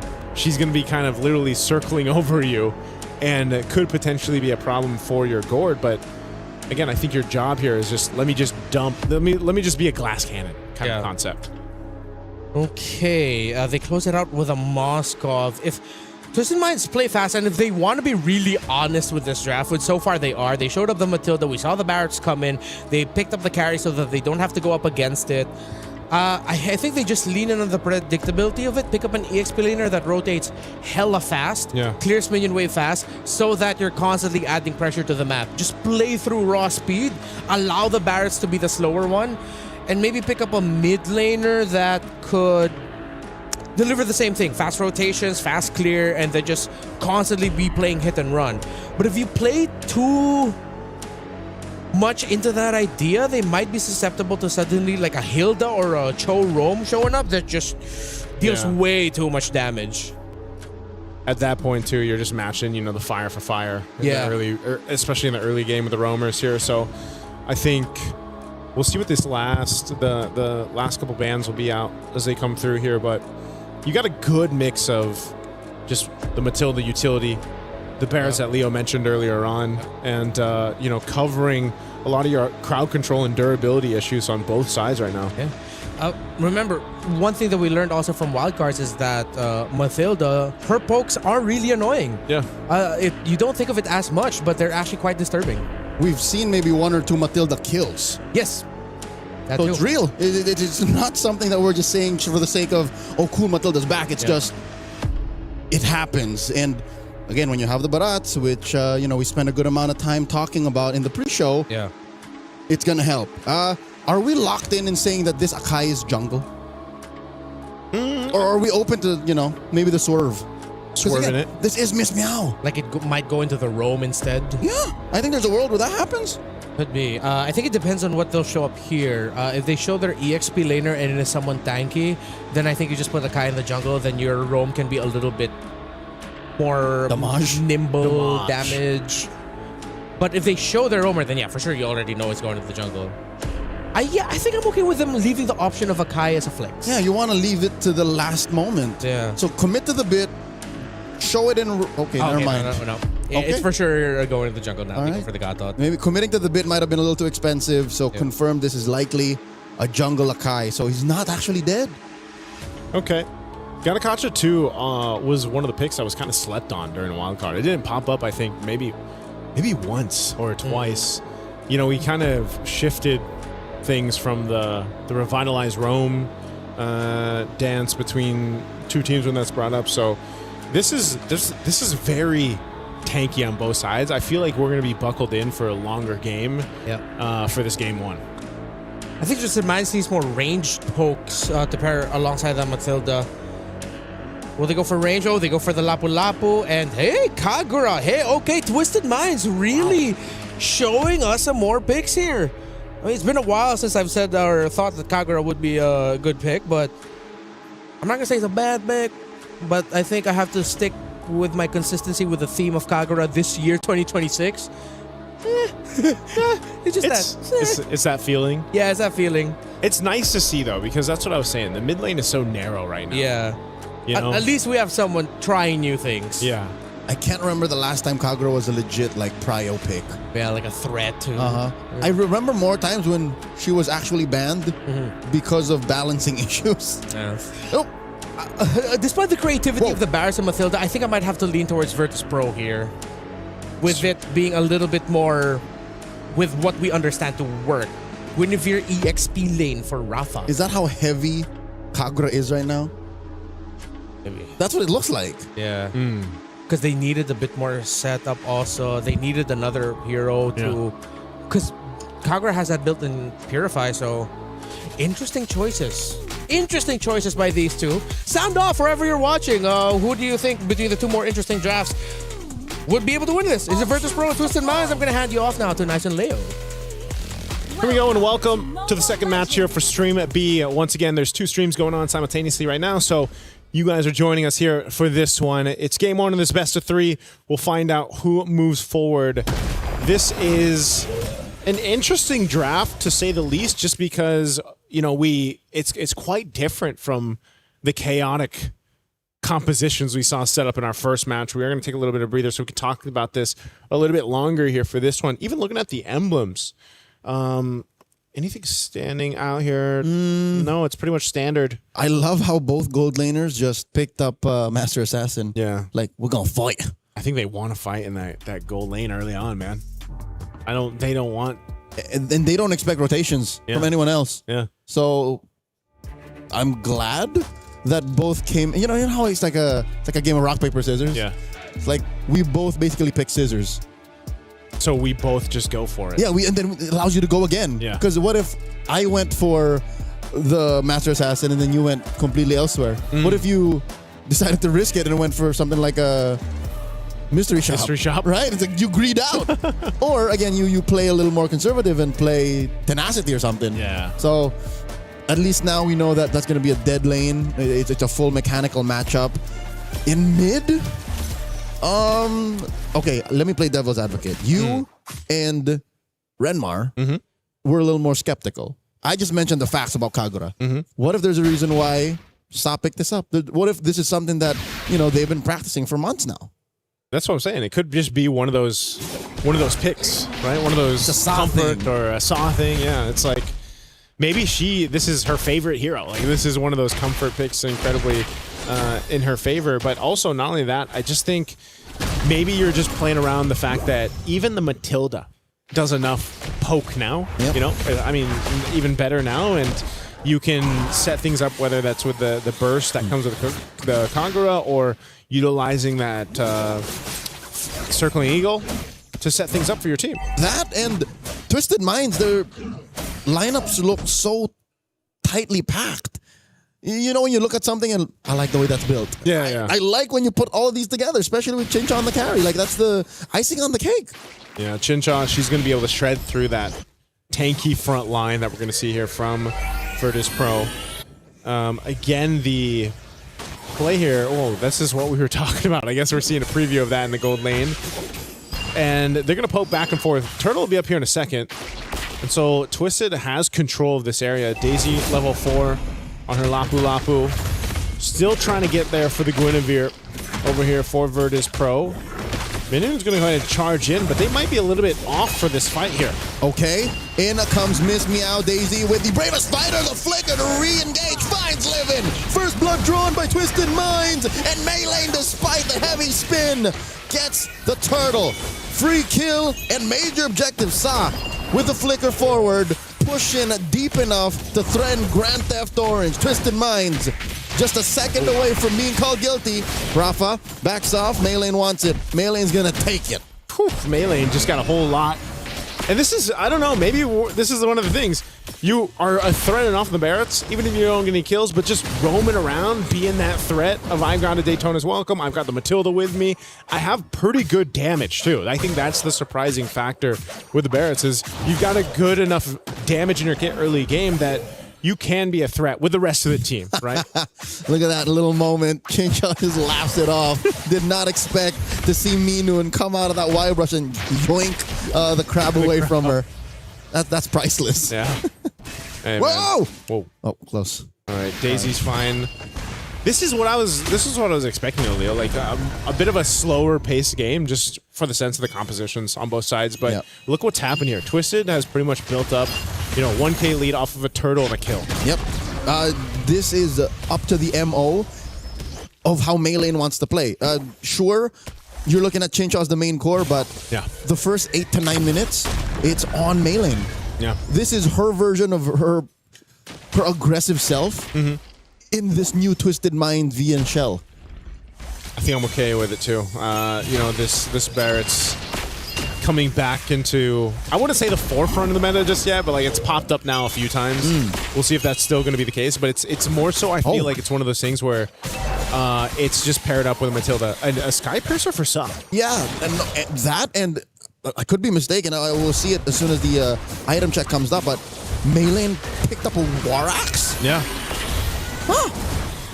What do Barretts usually go, right? Brute force, more tanky items, but this just means she wants to put the pedal to the metal. She's stepping on it. So I was thinking, whoa, Flicker already used by Livin. Saw a little too deep, gets pulled back.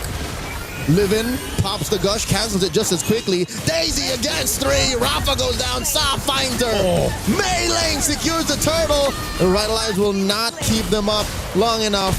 That's popped by Minun, saves them. Now Minun versus Sa. Sa backs off, and it looks like they're going to continue to starve Virtus Pro. These Grizzlies, these white Grizzlies are hungry. Daisy was hungry, man. She just jumped in and kept Virtus Pro busy for how long? She jumped in without a flicker. That was all just her kit. That was just the bravest fighter, man. She knew what she had to do, and that bought so much space for Virtus Pro off that. They're actually going to get a tier 1 turret down bot too. And again, just playing the map, playing to their strengths. Maybe that's also why the War Axe. These polar bears are on thin ice. Yeah. After every major objective, sure they got a trade, but it's now 2,000, Joseph. It's 2,000 and a half. Yeah, that's a lot at this point in the game. Sa, she'll be just fine. That's what the Kagura does really well. Gets out of situations just like that. It's a free cleanse. Yeah. You're relatively mobile. You can burst if you want to. Sa might be onto something. Again, I want to see if this Kagura picks up more. I want that flexibility in the mid lane, man. I'm sure at some point in the day we'll see the Eve picked up. Whoa. Look at Minun. Oh, look at Minun. Comes in, just crosses over casually. Just says hi. Yep. Knows you're not going to be able to catch. It's a dangerous position, though. What if she did that and hung out there in time for the turtle? That's true. Now, maybe Twisted Mind's going to pick up on that. But that's the thing, too. She has a Purify. Cal's going to be fine, I guess. Look at this. Just forcing Miss Meow back.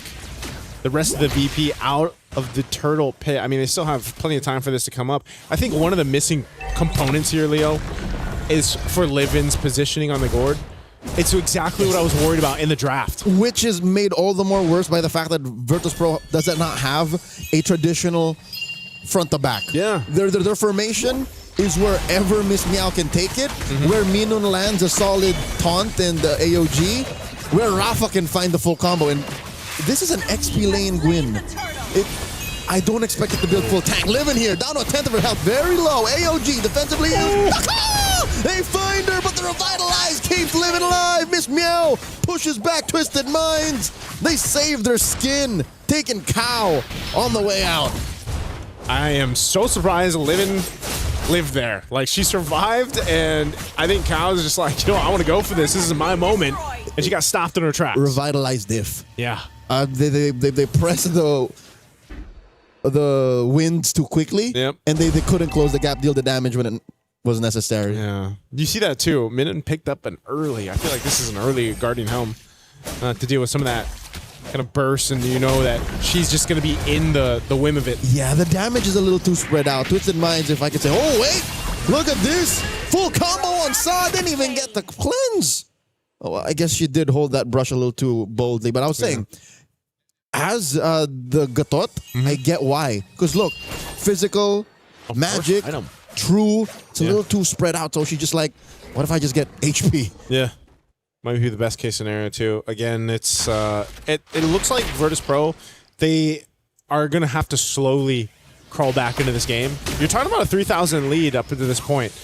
It might not be anything too big in the grand scheme of things, but right now, at least leading into that first Lord, it is gonna make a difference here for Twisted Minds. Gush thrown out. Livin just isn't there yet to be able to go ahead and actually pump out this damage on the Barretts, for example. But maybe if she's able to go ahead and catch someone else out. That's, again, one of the hard things to do is because you have a Matilda across from you, the mobility aspect of Twisted's lineup is just that much better, right? Whereas Virtus.pro, on the other hand, they're either going to try to surprise someone with a Guinevere. Maybe eventually Lunar can land that spear that's going to change the course of a team fight, but that's going to happen later than now, you know, for this first Lord. And I think later to now is the major problem for Virtus.pro. Is because if we don't find the formation that we need to be able to get the most out of that Gush later, what do we do now? Yeah. Same question for that Moskov. Same question for Rafa's Guinevere. Because Twisted Minds, they're living in the now. They're going for the Lord here. Less than half health. Daisy and Chincha putting up quite a wall. Cow in the back line. Interesting how this Matilda is being positioned. Rafa comes in. AOG moves them all out. Quick, heavy spin. Throwing it out. Miss Meow. Didn't even need the retribution. In comes the rest of them. Luna presses it. Finds Minun very low. Melee dropping that missile expert. Gets knocked up by the Requiem. Miss Meow finds her. Now Daisy onto Lunar. 2 for none. Free Lord. Virtus.pro. Where'd that come from? Just Minds got twisted up there for that Lord. They were really, really low HP for melee. On to try to go ahead and secure the Lord, and then it came down to some retributions that didn't end up happening the way they needed, so Virtus.pro end up with a big shift here. Look at this replay, right? They go great, kind of zone out, but Miss Meow ends up getting this Lord, and then they're out of the firepower. Saw's gone too after she used the ultimate, and then things just fell apart. They weren't really in the fighting position they needed to, and then Chincha, of course, she just had to disengage from that because everybody had already started to die around her. Okay, we may have just seen worst case scenario for Twisted Minds. Yeah. When you have the one-on-one situations down lock, but the rest of your team, especially the cores, aren't in a position, that's it. Great pull out by Cow, saving Chincha. And this is scarier. Think that Chincha doesn't have a Purify. Yeah. What's Twisted Minds play? Like, how do they regain the map? How do they, you know, find the potential snowball that they were already working with in the first 5 minutes? I think this is where you have to start to go ahead and lean towards Chincha, man. You know, once she's got the items, the itemization that she needs, where she's got the Trinity. Oh, they're going to break into a fight. Here we go, Livin, putting it all on Melee. Lunar very low. Massive Requiem once again. Minun gets found out by Chincha. And Melee just walks it off like it's nothing. With about 2 HP. Cow and Chincha want to finish off Miss Meow. Miss Meow going through walls here. Dashing on through underneath tier 2. She's fine. Oh, yeah, heals back up. Good enough. But this is exactly what I was saying, man. I think, you know, if you're Twisted, you have to lean towards Chincha. She has Trinity. I'm not sure if she's going to go into next Malefic Gun.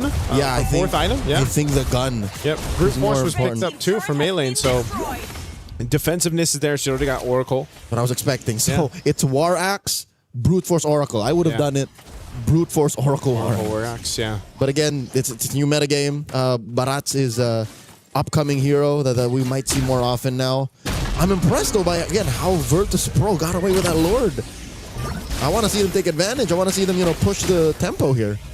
I'm wondering too for now at this point in the game, once we get a little bit further, how valuable the Kogura pick will be, because we've already seen it in a couple team fights where it's like Umbrella's thrown out, Yin Yang Overturn is used, and then once that burst is gone, if no one dies, like Livin has survived for the majority of them, then what are you able to do, right? Now, yes, you can use the ultimate once again. Once you collect the umbrella and everything else, you do some decent amount of damage, you know, with the first skill throwing it around, but it's just not the same, for example, as what other traditional mid laners can bring to the table. And I think that's why the Kagura, for example, hasn't been picked up many times, successfully even. I hear what you're trying to say, Joseph. I'm thinking, if I'm putting 2 and 2 together, you want Sa on Live and Watch. Yeah, I think that might be the best thing to do. Gonna make sure there's Daytona's welcome. Circling Eagle answered back, and there you go, Livin cancels the gosh and heavy spin by Miss Meow, but look at all the damage dropped by Twisted. Daisy finds Livin, Sa finds sweet revenge on Miss Meow. 2 free kills over to Twisted Minds as they work on the Lord. You see what happened there? Oh, hold on. Lunar actually chasing. Oh, point blank SOD. Will Lunar get punished? Minun might actually be the one that gets taken down. Lunar presses the SOD right before it gets expired. Oh, Chinshaw takes down Minun. Gets a double. Rafa falls as well. This is no bueno for Virtus Pro. Lunar, the only survivor. Yeah. Expect this map to turn blue. Oh, they're going to push into this base turret. They can't quite end it. Livin's going to be up, so she could just go ahead and clear out this minion wave, but talk about a setup. Oh! Chinshaw will get out. This is great job, too. I know we probably won't get a peek at it now for the instant replay. I felt that. But Daisy did an amazing job. We asked, should Sa be on Livin duty? Well, it was Daisy in that last interchange. And she stuck right to Livin to make sure that that Gush uptime was pretty much canceled. And it makes sense. It's just much easier for Daisy to run through the old-fashioned way rather than Sa go flank. Yeah. And all Sa did there was really deal the damage that would have been set up by the initial crowd control. First, Minun here gets taken down. A second too late on Livin's Gush. Down goes Rafa. Miss Meow follows through. The writing's on the wall. 8K up. Twisted Minds are inside the base. Virtus Pro struggling to defend. Not sure if they're going to be able to end it just yet. Even with 3 members down, they do have a wave in the mid lane. Twisted looking to take out the base turret. Can they end the game? 2 defenders. Circling Eagle spent by Cow. Wave still up. SOD Gush all thrown at the wall. Seeing what sticks, but Twisted Minds ends under 15 minutes. Game 1, match point. There you have it. Twisted Minds. Took them a little bit, I feel like, to come online in that one with the composition that they brought. But hey, they made this composition built off utility, built off speed, and built off an interesting, unique pick in the Kagura in the hands of Sa in the mid lane.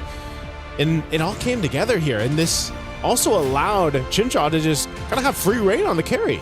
I'm managing my expectations. I'm about 70% there. Again, I cannot deny the fact that Sa got a dub with said Kagura. Yeah.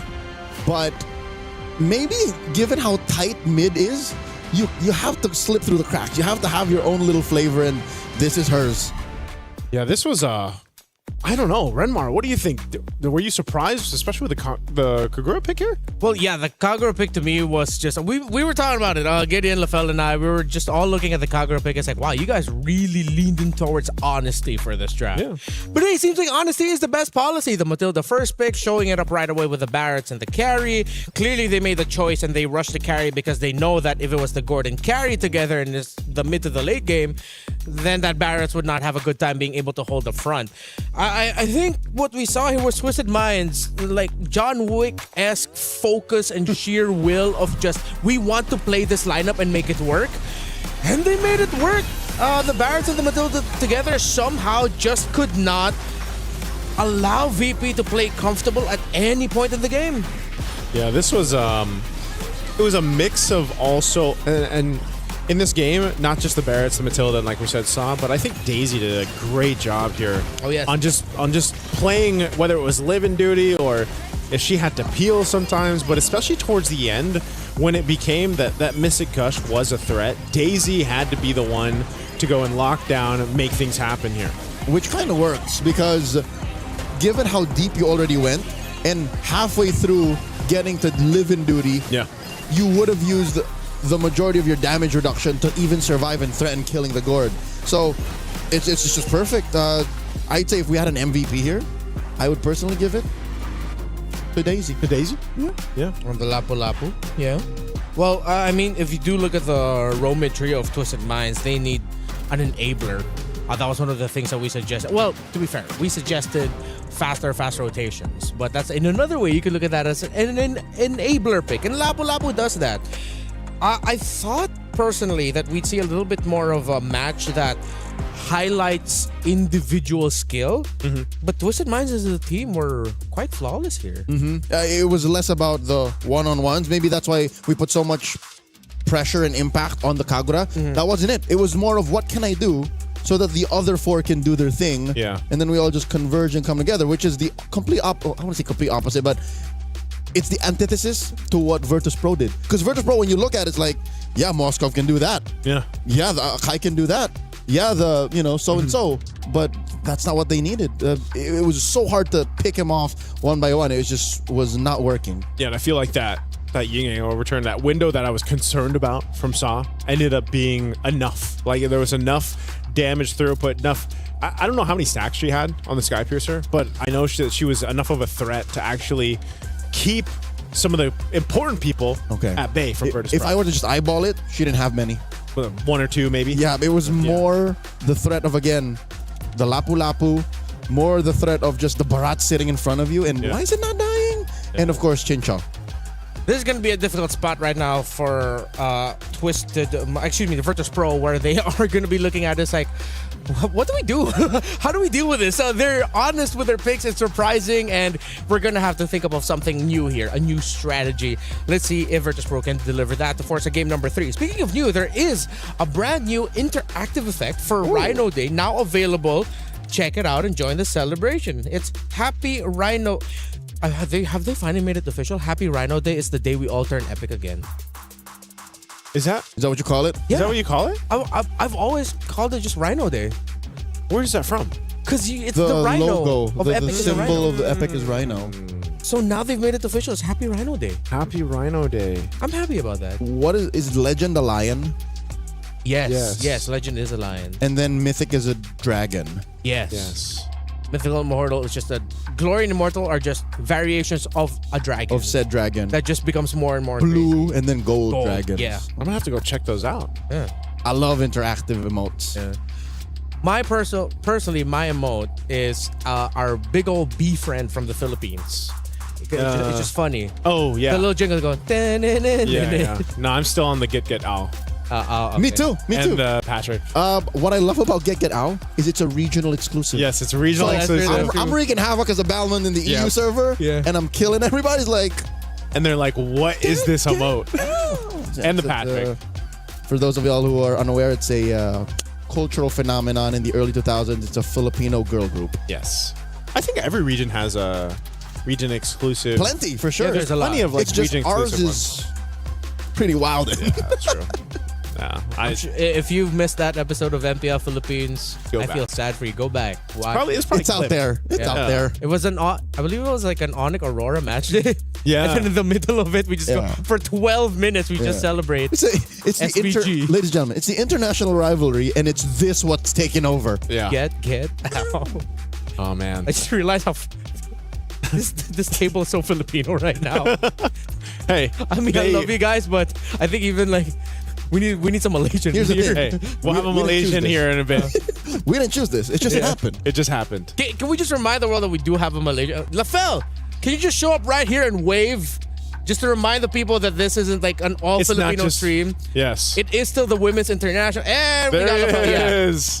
He'll be joining us later, and he is doing interviews. The fourth Weebear Bro. Yes. Yeah. He is that's true. He is the fourth Weebear Bro. Ever since. This whole time. He's a part of the crew. Yes. He is. He's a whole party. What kind of bear would he be? You know what? We'll think about that question of what kind of bear Lafel is while we go on a really quick short break.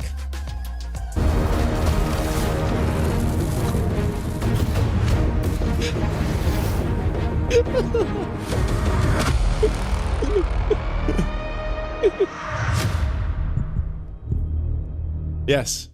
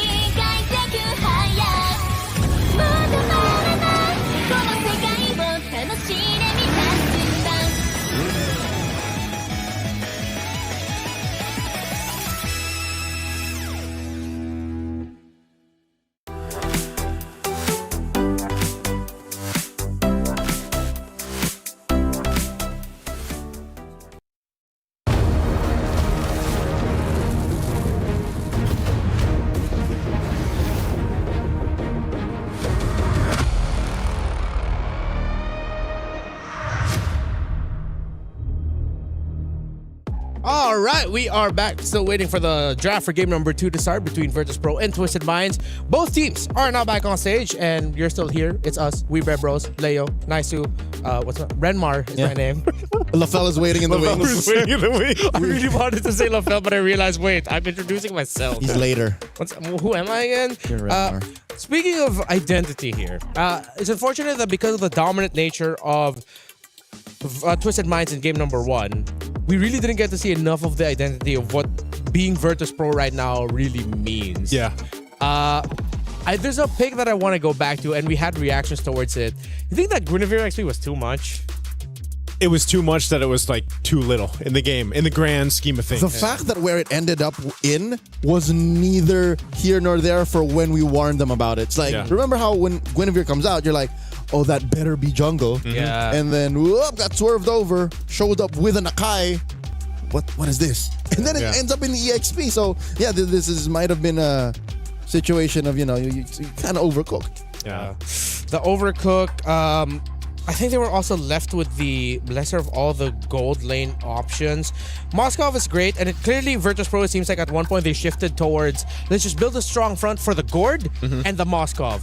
But because you're up against Matilda Barretts, it's hard to play that Gord into that. There were some moments, but clearly you're playing all in for the Moskov. Most of the Gorge's gushes were always like halfway through. Yeah. And that's what we talked about in the first few picks of the draft. We were like, this is like, because your first question, Renmar, was, do you want to pick the Gord into this? Like the Matilda? And then the Barretts came up. Yeah. And then even more so, I was like, oh, yeah, this is not going to be a fun time. And it wasn't even just that. They actually had a lot of tools from Twisted Mind to deal with canceling out that gush early on. So then if you actually cancel out that gush, then what do you mainly have? The Mystic Projectile to get some information and stuns off. Yeah, 5 out of 10 Gords experience Limp Gush, and it's not a good time. Yeah, that's not a good time. Get that checked. Especially in the draft. That's how you get that checked. Check that you have a solid front line. Check that if you're going to get doved in, you're ready with that athletic flicker. It's got to keep the flow going. There's many ways to address it. It's not over just yet, so that's why I'm hoping that Virtus Pro get their wits about them and just double check, make sure that if you do want to Gord, you're ready for it, On the screen right now, you see Melee having a very animated conversation with her coach Nasduk of Twisted Minds. Of course, on the other side for Virtus Pro is coach Bulat, if I'm not mistaken. I hope they pronounced that right. There you see Virtus Pro. Again, it's like, I'm trying to put myself in the shoes of Virtus Pro, but then because of how they lost and what they lost to in game 1, it's like, do you throw drafting fundamentals out the window? This is the equivalent of having a tummy ache but not knowing exactly what's wrong. Yeah. So it's like what to take. Yeah. It's better that you know what's wrong and then you adjust to that. Here, I'm not even sure where to begin. Yeah. It's one of those things where you can't even really take that game 1 and like, there's not too much that we got to see from Virtus Pro, basically. Yeah. Just because of the nature of the composition. And I think that's why, too, are we going to see a shifting of sides? Because home team is Virtus Pro, yeah? Twisted Minds won from blue. Yeah. So does that mean Virtus Pro goes blue? Because I know usually they put the home team on the left side, like stage-wise. Yeah. So Virtus Pro should be home team, right? We'll see if they end up changing sides here or is not. it different here? Do we do things differently here? Actually, I should have checked that. That's on me, John. That's a great question. Yeah, I should have checked that before we started. I think it's the same as wild card, so I think... How was it? I think it was the same for wild card. So whichever team home picks game 1. Yeah, home picks game 1. So should be similar. We'll see. Okay, Virtus Pro is going red. Okay, so that means in the wake of this new metagame, teams just want to have that reactive shot. So they're once again. No, wait. No, that means Twisted Minds chose to go blue. No, I'm looking at it weird. Yeah, no, right. So Virtus Pro chose to go red this time. Yep. And then Twisted Minds chose to go blue in game 1. Yeah. Partly, I am getting confused because I'm still thinking Lunar, Livin, Rafa are Twisted Minds. Yeah. It's cool. It's all good. Looking at the bans, Hirara and Paquito. So Virtus Pro are taking out some power picks. But then because you take out power picks, I feel like you're leaning into Twisted Minds showing up more unique takes. However, I will say this. I think if Twisted Minds try to lean into the Matilda Barretts thing again, it's not going to work out this time. Virtus Pro would be ready because they know now that if they see Matilda gets first pick, then you have to pick the carry early. Oh, do they ban it out then? Like, is there a ban potential for a Matilda? Or I feel like it's an overthink if they do. For me personally. Yeah. I think that's what they're doing, is trying to consider, because it could just very well be that. Or in that case, if Matilda is blue side priority for Twisted, because that's going to be a Khalid ban, then you just pick differently on your swing. So here's my working theory. Given these 3 bans, Virtus Pro might have just thrown everything out the window. Yeah. This might have just been them saying, let's just hard reset. Whatever happened in game 1, forget about it. Yeah. Let's go to plan B. Oh, wow. Don't tell me they're really just going to lean into it again. Wow, Twisted Minds. The Matilda team. Yeah. Who would have thought? Out of all the teams, like, it would be them. Here we were talking about Melee and her being really good at the Assassin. Suddenly she shows up with the Barretts in game number 1 and does a tremendous job at it. Great targeting with the Tetanus Welcome. So Virtus Pro now, alarms are blaring. Yeah. They're going to Barats again. So you don't pick Gord on the swing right now. Don't pick Gord, and I wouldn't be mad if they just rush carry here. But they have to take away maybe an E? Oh, okay. Okay, that's a way to play with range, and there's the carry rush. Good response, because this is why I would say the nature of the bans went. You know, they wanted some of this response because they had a hunch that maybe that Matilda is just going to be picked up again. So they got 2 great power picks. If it's not the Barretts, I might see my wish list here. I might say Lucas. Then it's the Barretts. Oh, dang it. I'm not mad. I'm not disappointed. I'm just sad. Okay. Oh, and that's how they checkmate them, because that's why I was thinking they'd pair the Eve with the carry. Yep. Because, oh, man. Now, Virtus Pro again has to play to Twisted Minds rules. Yep. These 2 picks on red 1 and 2, are just answered by a singular mid hero. Get in there. I don't know. That's why I was saying we would see the Eve eventually, and then we saw Eventually? it here. Yeah. Eventually. Eve, hey, I like that. You like that? Yeah. All right. Don't ask me that question in that tone of voice, please. Here's a Barats. Here's a box here to answer the Barats. A victim of the Scarlet Embers nerf. Yeah. But is it going to be Rome or Jungle? Another big question. Right? I hope it's not XP. I think because of Barretts and Matilda being faster, I think I'm okay with it going Rome. Yeah, there's a world where it's okay Rome, but yeah. But why? Just enough of a flex pick right now currently. So Moskov taken out. Would Chincho play Clint? I see it. It's just missing in the damage profile, no? Yeah. Like burst. If they want burst, I wonder if they're willing to stack just like a field of magic damage and just go like Harith Eve. Just play for big team fights. But then your XP lane has to be like a Terizla, which they have on Matilda, and that's good.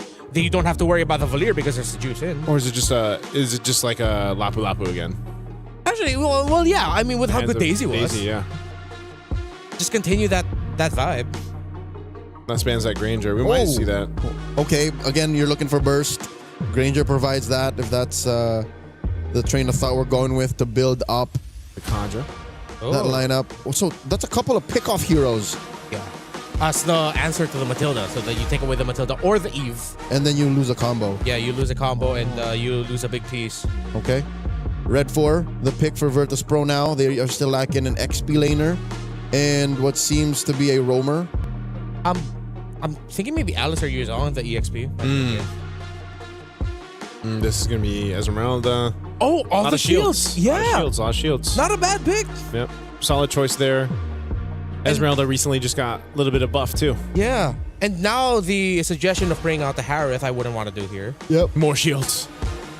You just settle for something like Yura is lacking. Yeah, Alice or Yuzhong maybe for Twisted. I would Yuzhong. I like the Yuzhong. Just go carry hunting. Yeah.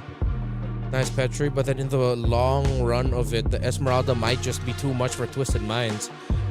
Whoa. No, the Wan. Whoa, Twisted. You are really flexing today, huh? It's been a while. And then the Sora. Okay. Sora EXP. There's a lot of set potential here for Twisted. Yeah. Wan's not what I expected, but maybe in the sense of just duel it out, get that airtime. You've got your own little form of Purify. It's so jungle-wise, the options are tough. Okay. Because now even looking at it, I think the Baksha in the jungle will have a hard time. And then if you put it in the roam, it's gonna poke to oblivion. Oh, what? Rafaela. Okay.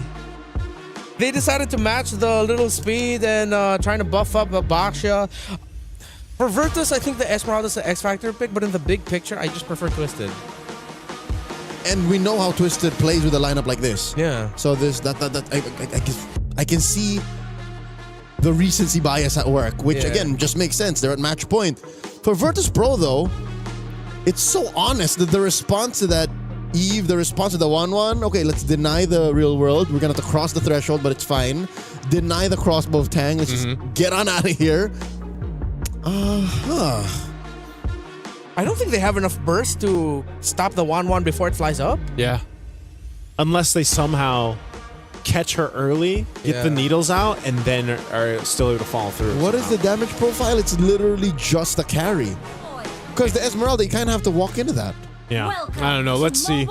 Interesting draft here, but also another unique hero in the sense of Twisted being pulled into this game of 2. We'll see if we go the distance for game 3. Will Virtus Pro be able to take one against Twisted? It's a unique pick per side. Per side. The Rafaela, it's been a while.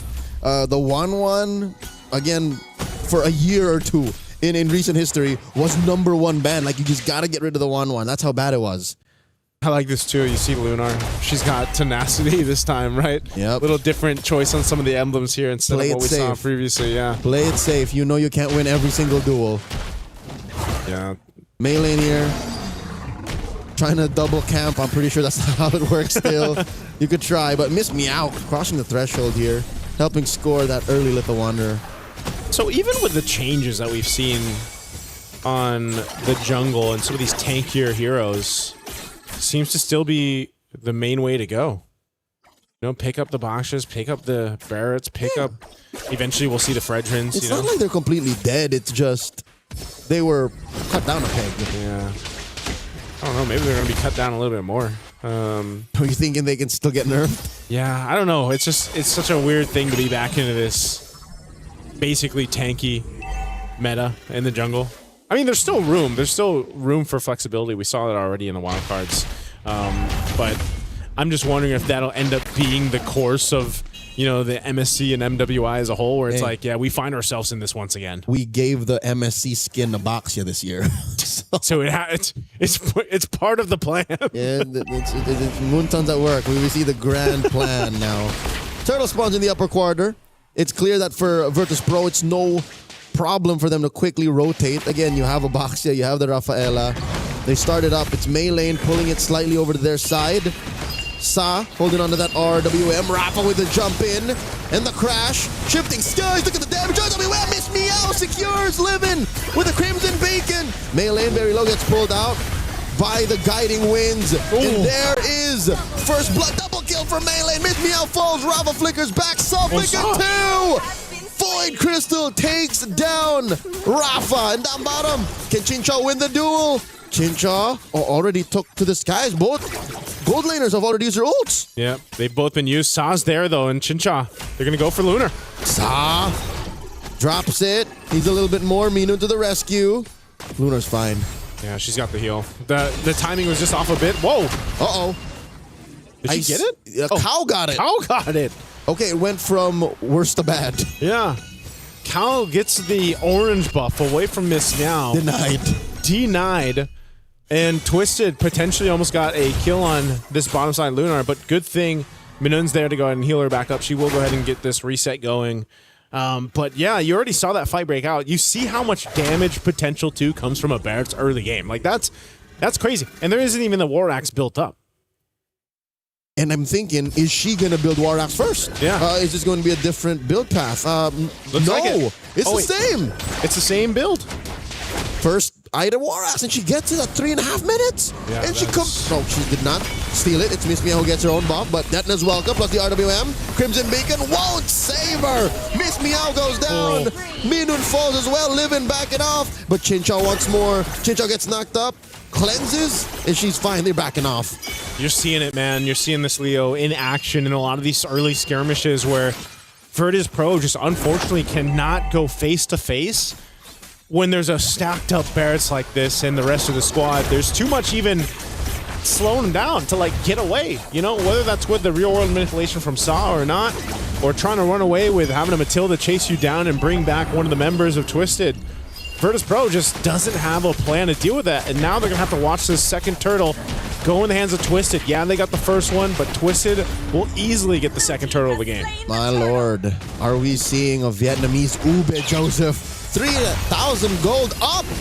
Shifting Skies by Daisy flickers on out, forcing a puissance from Miss Meow. Minun doesn't know what to do. She popped her ult just to push back Twisted Minds.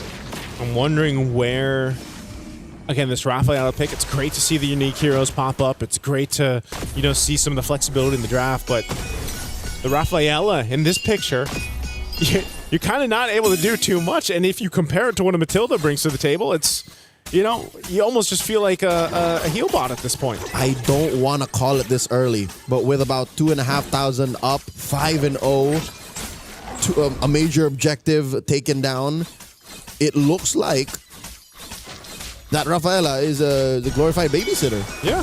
Nothing is quite like the love and care of the actual parents. So yeah, that's why I'm saying you know, this is one of those instances where you're just like, just heal me. That's because I mean, eventually, you know, you've got the rest of her kit too that can help, but it's a while until you get there, and not dying and winning are not the same thing. Yeah, exactly.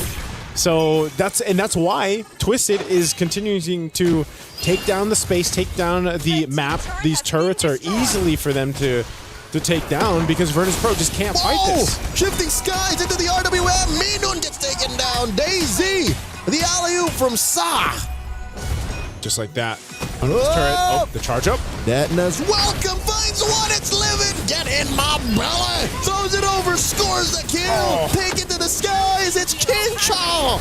No one down just yet. Does push Miss Meow back. Rafa gets it. Knocked up and taken down just like that. 2 for 1. Yep, those shields aren't going to save you with that. Twisted look to take the tier 1 off of that. They also have the third and last turret of the game coming up here too. It's like they want to try to get the turret, but they don't. They're pushed off to it. Virtus Pro will hold on to it, but they're going to have to say goodbye to the last turtle. So Twisted now up nearly 4,000 gold. Should be about that mark after that turtle. There it is. They are in a big lead. So where Virtus Pro, to get back into this game, to stay in the series, they have to turn around a lot here. And I think a part of this is letting Lunar get to the itemization she needs. Rafa is a threat. Like, there's a part of her that is still a threat because, again, she can really utilize taking these shields over from Twisted. But if you don't have the firepower to kind of capitalize on that front line of yours, then you're exactly what we're seeing, where you just kind of have to watch your turrets be taken down and wait for that opening. And that's the problem. They have to work on their cardio. They got to get their striking down. Yeah. Their grapple game ain't there just yet. So which do they address first?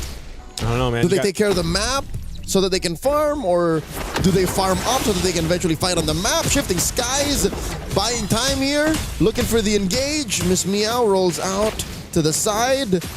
Big push up top. They left that chubby wave. See, it's things like this. Is like, as VP, what do? Do you focus on getting the farm on Lunar? Yeah. Or do you, like, not care about what Twisted Minds is doing? This is one of those things, it's like having a to-do list, but only having an hour left in the day, you know, and you still got like 5 check boxes to mark off here, so. Hey, 5 is generous. This looks like it's more than 5. It's probably 6. Maybe a little bit more. I think it's a dozen things. It's a dozen things that they gotta do. And like some of them are dependent on other folks. Yeah. Circling Eagle here. Chincha joins up, looking to take to the skies, unlock that crossbow of Tang. Cow flickers back. And there's a Detna's welcome, plus a shifting skies. Sa gets a kill on Minun. Chincha. Miss Meow might be up next. Miss Meow pops the puissance, but not enough damage reduction to save her there. And now they're going to munch on her purple buff. Twisted Minds are taking Virtus Pro's lunch money. Yeah, they're looking to take the shield down too. They've got a wave up there pushing, and it's only a few members left of VP. Holy Defense, that shield's going to pop now on the bottom side. And just, again, we're seeing this. This is the result of being up almost 7,000, well now 7,000 gold. You know, that's a good chunk of change to deal with in terms of fighting power or being able to survive what Twisted is throwing on them. And Twisted doesn't even have to do anything fancy. It's just kind of brute forcing their way to collapse down on Virtus Pro's lineup. So Lord is secured, big take there. Virtus Pro is going to find themselves with their backs against the wall here while Twisted continues to punch down these tier 2 turrets up top and mid in the next. Again, at this point, you're taking a look at the itemization from Virtus Pro and they just aren't there. Not the trinity we're looking for from Lunar to be effective yet. Ooh, on the carry. Look at this. A select build from Melee on that Barat. She actually builds the pauldrons. Yeah. So she's saving herself from the damage on Lunar, maybe? Oh, another Deadless Welcome! RWM with their need. Live-In won't survive!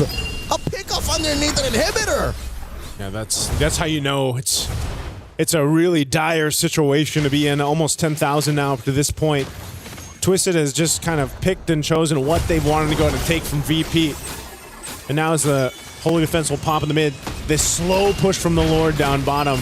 Again, that shield was already taken care of. A heal's going to be used here. VP trying to hold on. Shifting skies plus the guiding winds into the eagle. And they are going to try to punish Living with the Crimson Big, and they find Daisy and Cow. The damage is real. Ching-Chaw finds Lunar. Soft Flicker's back. The bloodshed underneath that inhibitor down bottom, distracting him from the Lord marching and crashing down bot. Okay, well, Virtus Pro showing some fight here. They're trying to hold on to this turret. RWM Minun will be able to cross. Here's a quick replay as Virtus Pro gets pushed in on. Twisted Minds are in the base in more ways than one. Down bottom already goes. Here's a quick replay. Yeah, that replay, again, giving us a look at how it kind of went wrong there for Twisted. Luna was able to go ahead and just kind of freely hit them, fire off on the backside, did a ton of damage, so she's getting to that point. But, you know, they do eventually lose a base turret, but what happened there is you're down 10,000 gold. That's a successful defense for Virtus Pro. And consider this, the extra firepower to make up for the difference between the 10,000 gold that Twisted Minds has on VP was made up for by turret. Yeah. So that could not happen again. That should not happen again. Yep, shouldn't. But Virtus Pro, with that bit of extra gold to go in their pockets, it's going to really help them go ahead and potentially, I don't know if they're actually in a fighting form just yet to go ahead and fight and contest against the Lord. It might be one of those cases where they just need to defend again and hope that they can maybe get a numbers advantage here. Rafa and Miss Meow kind of scouting things out here. Look at this. They're going to get collapsed down on. Yep. That could have gone so wrong in so many ways. It could have got sandwiched. Yeah. You don't want to get sandwiched there on that choke point of the jungle. Little look here at the atomization before this Lord comes up in about 10. This is what I was saying. You're tanky.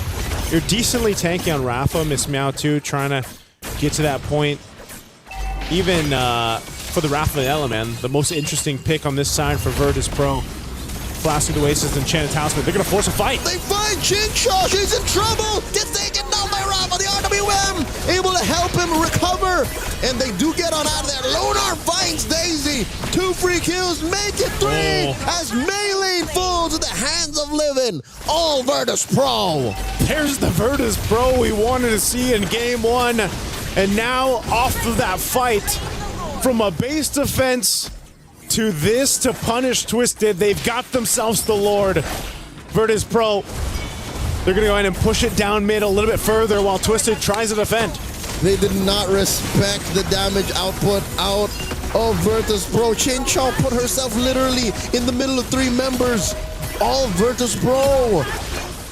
And as soon as that happened, that's a non-starter. Not the position you want to be in there. Ching-Chaw, she's going to have to make the adjustment for the next one.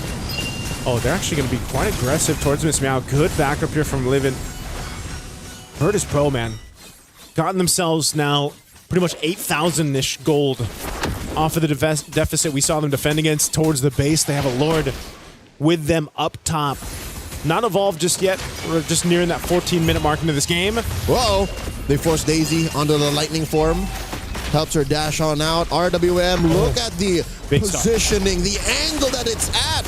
And now the Dent is welcome. Get in my belly into the wall. Miss Meow falls. Serving up a kill to Cow. All right, a pickoff to recover from here would be great. A flicker coming through. Sign Cow right in your face. Circling Eagle knocks up Livin. In comes Miss Meow. The Rafaela revive is working wonders as Cow barely gets away. No clap back out of Twisted Minds just yet. They're not ready. Oh, man. Now, the healing for the Rafaela, I think, is really starting to play a part in some of these fights, man. They go for this engage, and then when they think they've got the upper hand, whoa, Daytona's welcome on the defense. Oh, no, Chincho gets caught again! The speed from Virtus Pro playing a huge point to this lineup here. Joseph, it's more than just the healing. I'll tell you what it is. Imagine every hero is like Faramis. It's the free revive. They were allowed to make the mistake, and then they were allowed to go again. Go again. Virtus Pro has been going again now for a while. In this game, the last maybe 5 minutes or so. Dude, they lost the lead. Twisted Minds. Oh, talk From about it. 10K? Yeah, 10K. Down to not even one. Essentially gone at this point. Mingwen picking up the wings too. Just more speed, more healing. How do you fight against this? Whoa, Daisy jumping in, gonna spot them out, just push them out of there, but they want to just take this tier 2 before that Lord's up in about 30. Okay. This is tough, man. Chinchaw get caught once, sure. A second time? Yeah. I don't know. Maybe it's, you know, this kind of this choice to pick up the Wan. I know you've got your own little kind of built-in cleanse of the needles, but I think once that's gone, you know, you just don't have as much versatility to get out there. You might have to be the one now utilizing your guiding wind from Cow.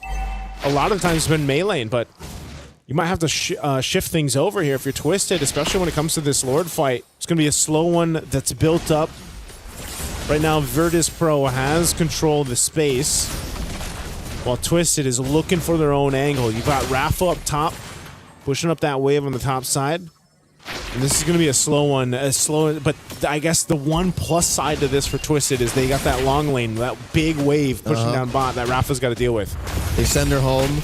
This should be the go signal. The minions will reveal that the Esmeralda started the defense. Circling Eagle, RWM, everything but the kitchen sink. Thrown over at Virtus Pro. Daisy gets taken down. Lunar with a quick burst down. And Miss Meow falls in the hands of Chincho. She fights 2. Make it 3. But Lunar pops the wind of nature. Sa shuts her down. And they're not done. Livin is in trouble too. Rafa takes down Chincho, but not before Livin goes. Rafa the only one left for Virtus Pro. So 4 down for Virtus Pro. Chincha, if she would have survived that could have been a game-ending push there, but they will get the Lord off of this. So Twisted Minds fought hard for this team fight, this objective, and they'll get it. Game's not over, and Twisted Minds barely got their wits about them. Put themselves in a position of power once again after back-to-back blunders. But I gotta say, if there was an MVP in this game, if Twisted Minds were to take us home in a sweep, I'm giving over to Sa. Look at the stat line on this Eve. Yeah. And watch about half of the RWM she drops. Works of art. They belong in the Louvre. They do, man. She's gotten how many multiple stuns when she's locked them down with the real world manipulation. Last minute, right? It's like, whoop. Yep. Saw definitely locked in here. Great to see, you know, the versatility from a Kagura to now the Eve that we've seen pop up many times, and now they're on the base, knocking on the door of VP. Another RWM underneath, tier 3 in mid, forcing a response out of VP. They use a lot of their ults to just try and defend safely. Mid lane inhibitor has a fallen. Top lane inhibitor seems to be the next up on the docket. No minions, just a matter of time. VP will not be able to save their last turret. It's a bear base for the Grizzly Bears. In ice. Thin ice. They got back on their polar bears. Better ice for a bit, but then it's been stopped in the tracks, man. Why do I Twisted. keep thinking they're not polar bears? They are polar bears. They are polar bears. Yeah, they are polar bears. Oh! Uh-oh, Miss Meow. And they keep going. Here they are from the back. From the back. Find out which way from Chincho, and Meanin falls, so does Lunar, and that might have been it. They've cracked the code. Virtus Pro have lost their core, and now it's just Rafa and Livin left. Miss Meow has fallen. Another RWM. Rafa flickers back out, running to the safety of her base, but there's nothing left there to save her. Rafa down to a third of her health, down to 0 now. As she falls, Livin the only one left to defend. Circling Eagle knocks her up. The base is going to be up next as Daisy takes her down. Twisted Minds with a sweep. Took them a little bit longer in this game too, but Twisted Minds with a sandwich play at the end collapsed down on the hopes of Virtus Pro to make it to a game 3. It was close. It was getting there, man. The Rafaela was a whole lot to deal with, but Twisted Minds figured it out. They dealt with it exactly how they needed to. Oh my lord. This one was closer to our first match, like the Aurora Team Ray kind of suspense. Definitely. But, okay, can we now say that we've met the Virtus Pro that we've been expecting to see?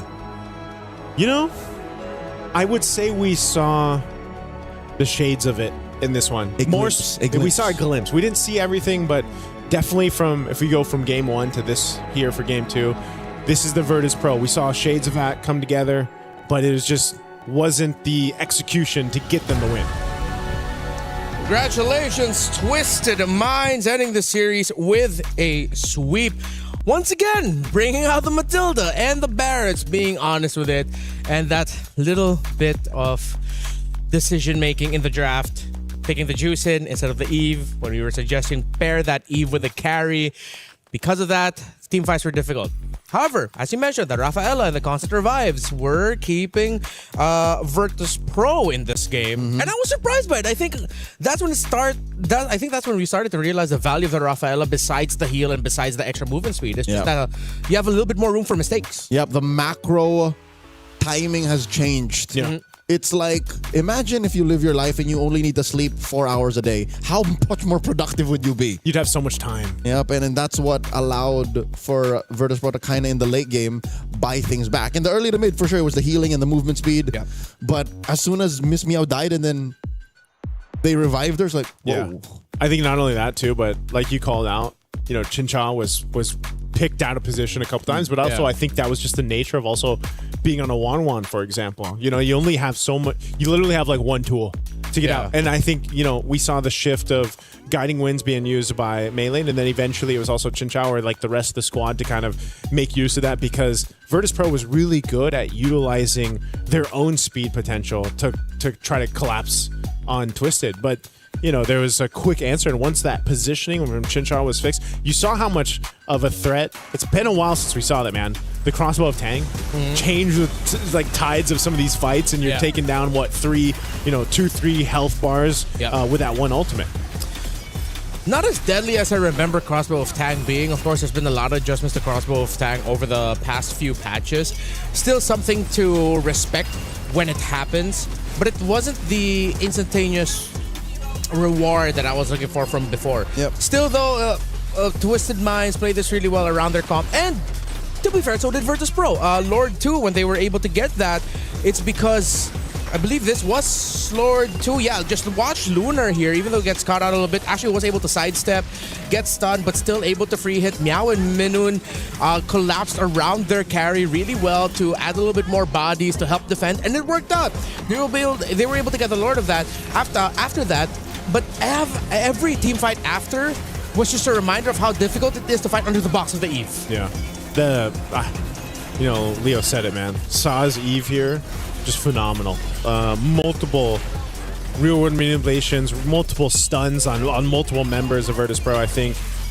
It's such a contrasting game from seeing a Kagura and then an Eve in the hands of Saw here for this one. The Eve in Saw's hands is like a paintbrush and an artist, It's just she does beautiful things with it. I'd say the last couple of real world manipulations wherein I don't play many Eves, so whenever I see something like that, it's like, it's art. Yeah, the slight little adjustments, and Now, this begs a question for every team wanting to go up against Twisted Minds. Are they an Ube team? Are they ultimate bonding experience with how they've packed Matilda and Barretts? Because these are drafts and ideas from how many years back?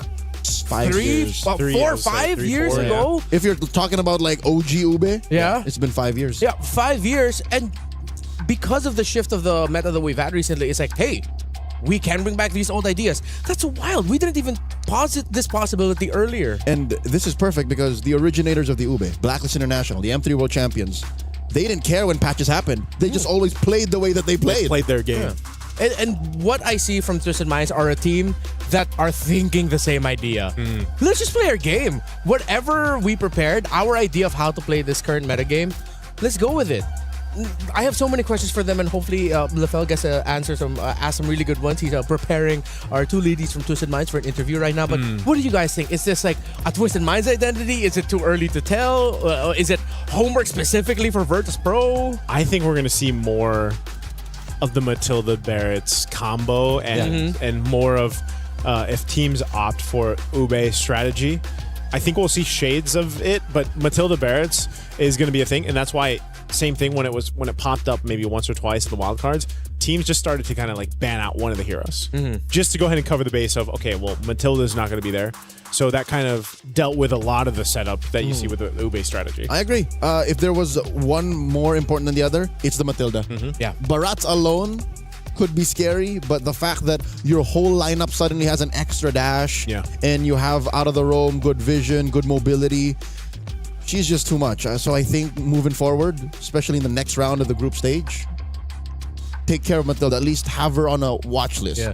So if ever you're going up against Twisted Minds, you have to watch out for that Matilda, and that might even just become a first phase ban on the red side or whatever side you're in. And knowing that you're going up against Twisted, you just take out the Matilda away from them. Red band 3. Red band 3. Red band 3. Let's see if how Twisted Minds this match are going to go on moving forward with the Matilda now being showcased by them, and if other teams will emulate it. It's exciting that after what we saw from from series number 1 now into series number 2, it just opened up the possibilities even more. Think about how crazy that is, that today, on day 1 of MWI, we saw a winning Hanabi, a winning 1-1 now.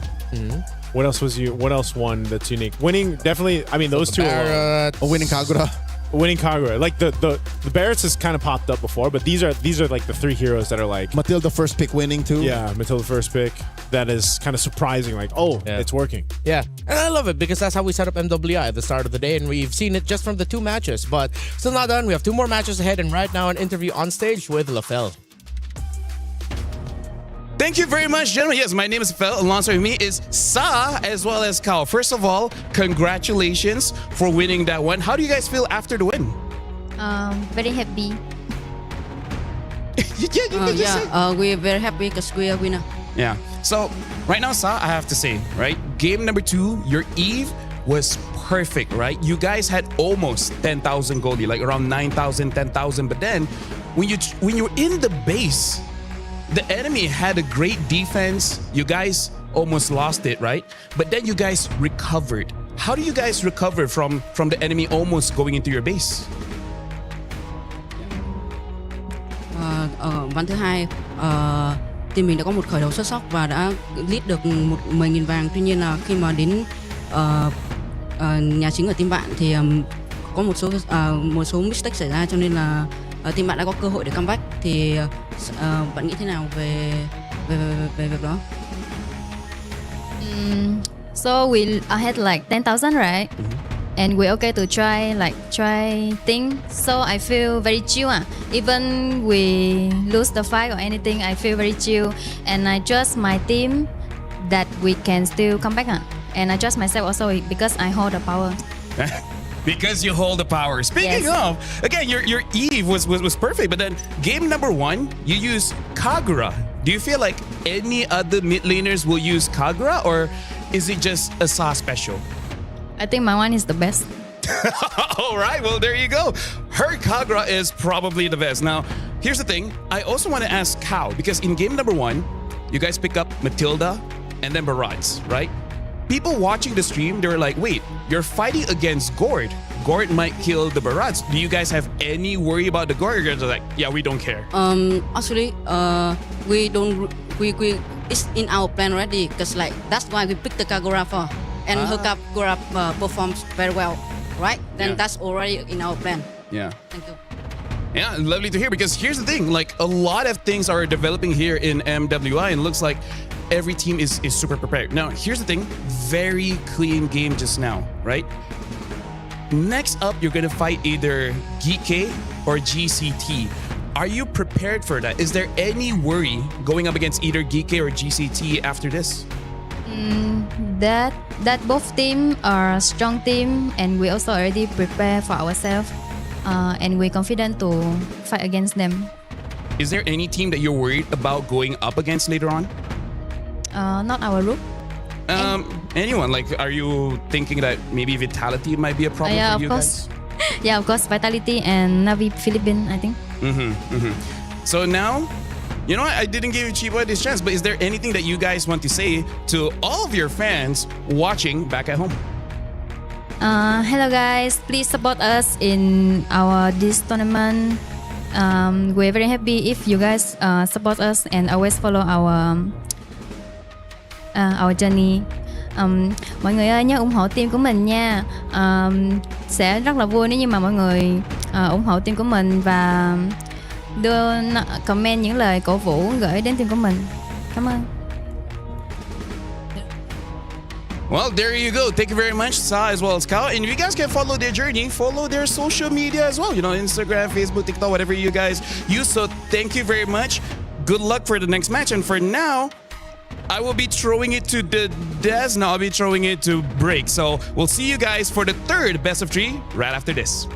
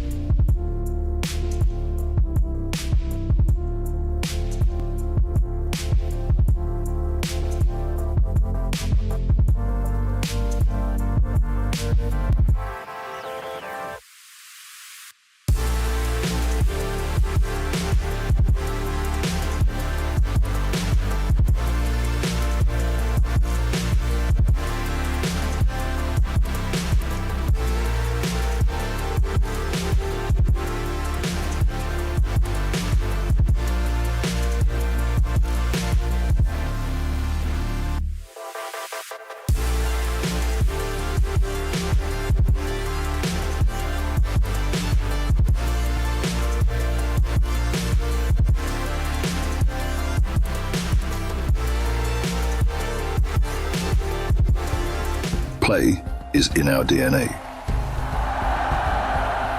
Whenever we let it out, it becomes our superpower. Now imagine an entire city being built to supercharge it. Kadir City, powered by play.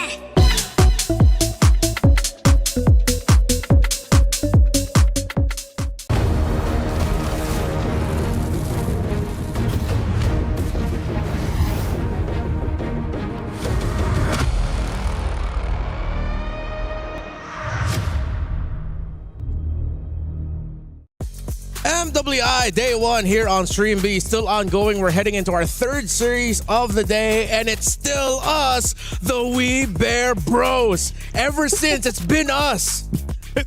Us three. Welcome. It's bear number 4. It's bear number 4. Let me just say, it's pretty nice being on this side of the table. Why are you talking about I this? rarely get a time here. Hey, that's true. Right? Of all the years we've worked together, this is the first time we get to share a desk together, and I'm panel hosting. Oh my goodness, that's true. Because I've always just been like, LaFell's always been my panel host, or we don't even get to work because we're just shifting. So, hey, thanks everyone. I forgot to introduce myself. I'm Renmar. LaFell, that's nice too. Hello, nice to meet you guys. Yeah, really, do they give me a chance to cast? They don't trust me because I usually say the wrong things. I usually say the wrong things, but it's funny though. I'd like to believe that you're a consequence of just timing. You say the right things at the wrong time. You know what? I'll take it away. By the way, can I just say it's fun interviewing the girls? They talk a lot. They do. And They're they very give a lot different. of good info. Sometimes too much, but that's good for me. They're very different from the male MLB players. Yeah, the dudes are always so stoic. Yeah, you know stoicism. Stoicism. Yeah, big fan of stoicism. I mean, not me. I mean, like someone else out there. Sorry, that's a wild card joke. Yeah, I wasn't here. All right, so if you guys are gonna drop wild card jokes, I'm just gonna stand here and watch you guys. You know, I wasn't here. I was back home. We'll include you. I appreciate that. Lay down with me. we love you. Thank you. Out of all the men I've ever known, you are one of the ones that I love. Appreciate it. Yeah, thank you. So about this match, right? Yeah, you just started. You just started. Let's keep you on the desk for more than one day. All right, so this match. Oh, they don't have the team logo. So what did I write down again? Navi. It's Navi versus Galaxy Phoenix. All right, there Not we go. Ayanami, man. I'm looking forward to seeing her play. Yeah, It's Ayanami now. It's Ayanami now? Did she take out the knot? I don't know, actually. It's always changing. Well, let's see. Yeah. Where I usually it shows up here. It's like I'm gonna try to pull it out. Should have been maybe Ayanami. Just to confuse the opponents. That's true. That's true. All right? That's true. Because the previous meta is just saying not Ayanami. So it's like, attack Ayanami. It's like, wait. There. Oh, wait, no, it is still not Ayanami. Oh, okay. It still is. It still So is. this is the World Championship winning roster from 2024, except with the addition of Rain and Rian. Of course, previous players such as Shino, not in the roster anymore. But if I'm not mistaken, like a good amount of this roster also experienced that heartbreaking loss against Team Malaysia in the Southeast Asian Games gold medal match. And ever since then, there were questions about whether or not Navi can keep it up. Oh, they've kept it up. It seems like they got angrier after that loss and just got even better. Yeah, I just feel like, again, this is for the people maybe that were thinking about who can get to the grand finals of MWI. Yeah. This would definitely be one of mine, right? I think that they can definitely... No bias? Yeah, no bias. Right. I'm just going to say, because they're very impressive, and I think even when you look at what they accomplished back in... Was this 2024? I know the three members there. Where they won that championship, and it was a sweep, if I remember right. Mm-hmm. It was, that championship DNA is still there in that team, who's to say that they can't accomplish that here in 2026 MWI? Yeah, I still remember it back in 2025. They actually looked pretty strong, but then at I think the second stage of the tournament, they just seemed like they couldn't figure out the change of the meta that everyone is going through. Speaking of, this is like the beautiful thing about MWI. Everyone has their own pocket meta, and it's not. They're not shooting in the dark. They know the risk of picking these picks and then what the opponent is going to take, but they have counters for it. So I really feel like for this one, I'm really looking forward to Na'Vi, how they're going to shape their own meta, because having an EXP laner that loves diving to the backline really disrupt a lot of the female teams. And on the other side of the table, from a region that's known for wanting to bring their own identity and trying to make it work in internationals from Cambodia, it's Galaxy Phoenix, one of the few teams, or the only team in history made consistently of all women that played in MPL Cambodia. Yep, correct. They in an MPL region. They had a tough time there, but I think they learned a lot. I think that to be able to go ahead and say we're the first female team to go through an MPL. The amount of lessons that they can get in a season like that are phenomenal. So I think, can they transfer that lesson and bring it here to the stage? Yeah, and Team Vitality went through the same thing when they went through MDL Indonesia. I just forgot the specific number of the season, but they went through it. They had a tough time, and they admit they got even better after that experience. I mean, like, hey, if you look to philosophy, as casters of MLBB, we have to look at philosophy, where one philosopher has once said that competition is a healthy way for self-development into excellence. Who said that? Win or lose, your enemy is not your enemy. They are your friend, because only they can actually make you better. If you just fight against yourself, you never know your limit. Who said that? Aristotle? It actually might be Aristotle. I can't remember. I have to recheck. I don't want to. That's a really good quote that you just rambled off the top of your head. What if that's a LaFell original? LaFell, what if that's all you do? Yeah. No. That was not me, because during the off time, I learned a lot, including physics. I learned about the Newton's law of motion. Wait, during the off time as in like... Yesterday. Oh, yesterday. Yeah, during the night. Which law? There's a lot. They have the law of motion, because I was interested about sound. Like, the law of motion is about how particles expand as well as contract in the disturbance of air, water, or even solid objects. The law of motion dictates that the disturbance in the air particles is what creates that sound. And the reason why I wanted to learn that, because of the question, if a tree falls down in the forest, does it make a sound? I would love to look at your search history on your ChatGPT. Yeah, go ahead. I guess I won't show you, but yeah. What if he asked nicely? All right, now that nice is gone, we can just talk. Dude, I love the transparency. Dude, I love Stream B. Yeah, we are a fun bunch. We are a fun bunch. Speaking of, I really want to see how the Phoenix really respond here, because I like the name Phoenix, considering their org. For I believe the last time they tried, they were nowhere close to the grand finals, and now having some new additions into their lineup, boom, champions. Yeah, and we're talking a lot about the Assassins at the start of the day. I think they might be the first team to finally show up with a Ling, considering they came from Cambodia, right? Yep. But okay, I got to ask the boys this question earlier. I want to hear what's your surprise pick that you'd want to see? Something that would be like so unique. You're at a disadvantage because we've already gone through like 2 series, but what's yours? No, honestly, it was Rafa, because I was talking to some teams, and they were gonna use Rafa as a potential counter towards an Atlas. Right, because the Atlas tries to chase after you. Rafa has a way to slow down and speed up, and the first ability is very good against the newly buffed Conceal. Oh yeah, that's true. All right, and we got to see it once, so maybe it's not a one-off. Yeah, it didn't work out. Yeah. Maybe it's not a one-off for Virtus Pro, and then we might see one of these two play it. I think because of how we understand like Na'Vi, the region that they're from, they're Filipinos. We already know what they're gonna do. That comes from a Filipino, by the way. Please don't come after me in the comments. But for Galaxy Phoenix, I think they'll be a little bit more of the wild card here. Yeah, because I remember my time in Cambodia, even in ranked games, during the time where it was all tanks, man. The good old Fredrins, the good old Box, and there's nothing else other than that. In their region, it's all Lancelots, it's all Hayabusas, it's all Lings. And honestly, that's also a part where if a Ling is there, we gotta see whether they're willing to double down and have an Angela as well. Angela honestly is not that bad, but one of the problems is that if it's a mid lane Angela, you just don't have that firepower in first and second turtle. Yeah, and then you'll have to put that firepower elsewhere, which would mean that would pressure the EXP laner, because that's how you substitute for the lack of like burst in the mid, or you get really greedy and just go for like an Angela mid and then like, I don't know, like a higher damaging row maybe, which is just too much. Yeah. So let's see which route that they're going to be going for. For Galaxy Phoenix, I'm trying to think, what other heroes would I want to see? I want to see a Jawhead. Yeah. Around. I think Jawhead might be okay. If you're going on that route, something that we've seen in the Asian games, but this is very specific to certain players, which is the Selena. Because Selena with the jungle emblem, it just makes it so that you clear the jungle so much faster, and that really helps with basically all assassin junglers. Yeah. That's how they end up leashing for their jungle. And, well, it seems like we were in agreement here that Galaxy Phoenix might be the team that will lean towards the idea of just like fast farm for your jungle. And because of that, they'll go Frederick. it's just the nature of casting. We have all these ideas and then suddenly they go completely against it. Yeah. Speaking of, I love the previous game with the Matilda. Matilda is so obnoxious because so many teams, once Matilda has, let's say, 60% of the map, she just controls it like indefinitely because she keeps on going into your jungle and there's really nothing much that you can do. Yeah. And if you're a team that aren't ready to deal with it, it will show. Yeah. And unfortunately, hey, Nice is back. Earlier. Hey, Nice, what's up? All right, there you go. We actually said that you were gone, so you did. Yeah. When I say when I would say we, I didn't mean me. Yeah. I just said like, all right, now that Nice is gone, just. And what'd you say?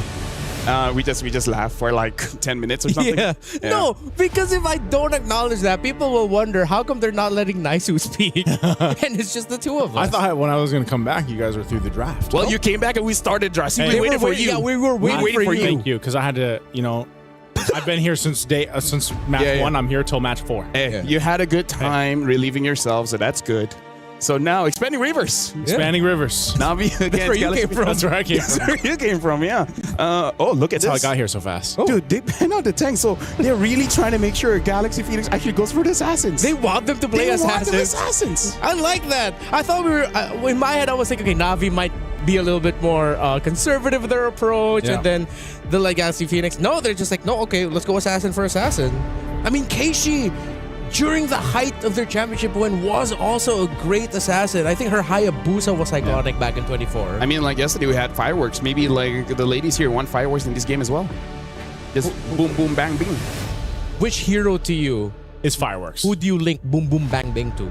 Technically, Hanabi, is Japanese, which literally translates to fireworks. So technically, does it? Yeah.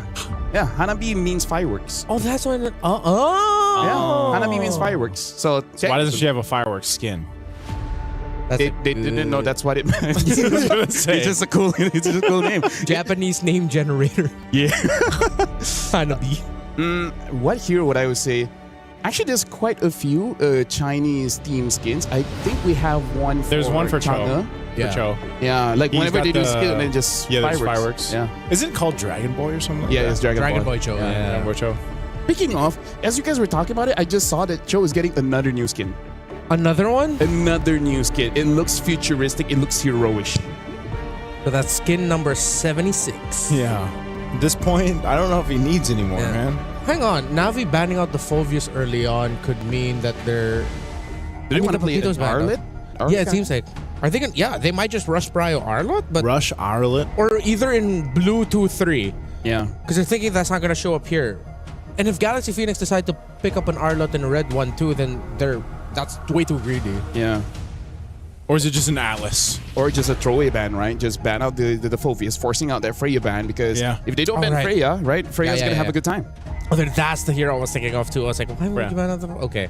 So, still have Jusen's open if they want to rush that. If they want to play a little bit more towards the control side. In terms of the main big carries, oh yeah, Hirara. There we go. They pick up the Hirara. I do have to say, I wouldn't favor a Zushin first pick just yet because the range feels more awkward now because there's more. Now that they nerfed it? Yeah, they nerfed the range, The right? range, yeah. Making it so like Kimi counters her much easier. Like a lot of like even Valentina counters her a little bit easier. And now the Gwyn gets picked up here by Galaxy Phoenix. Okay. Yeah, Oh, and a Belric. Whoa. We saw this banned out, by the way. Was it match 1? Yep, it was match 1. Yep. Yeah, we saw the Belric banned out. So now you get the Belric plus the Guinevere over here. This is a whole lot of crowd control that you can go ahead and play around with. And that, honestly, even with the iframes, Harara, you might have a hard time now going and trying to weave into these fights. Yeah, because Belric is just like happy tree friends, right? Yep. Yeah. You come in, you expect a good time, and then you just get shocked. Yeah. Wow, you just unlocked a part of my brain that I had sealed off for a long time. Hey, you're welcome. That reference. Thank you. I don't get the reference. I'd have to talk to. I can show you about happy tree friends. Okay. Oh yeah, well, yeah, no, we should. Yeah, we should. Yeah.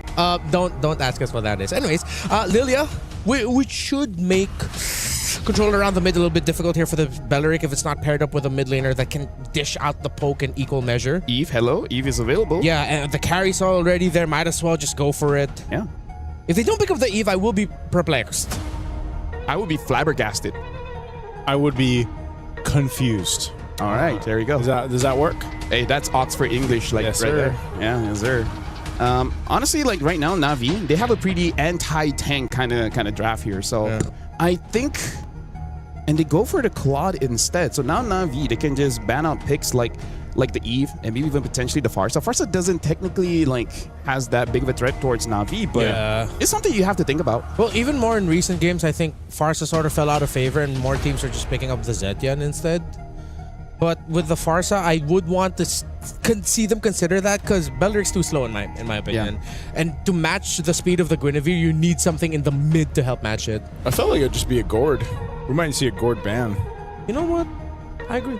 Yeah, maybe just a Gord over here. Because, you've got the crowd control to follow through, but you can also be the one to start up that crowd control if it's a projectile. So I almost just expect to see the Gord banned out from Na'Vi. Atlas is going to be one of the bans out here from Galaxy Phoenix, as the roam option has to be someone that is sturdy for this lineup from Na'Vi to allow, because think of how much damage is here on this damage profile of the first 3 picks. Honestly, Na'Vi, if they get a Cho roam here with the Lilia, I expect a very early first blood. Yeah. Very early.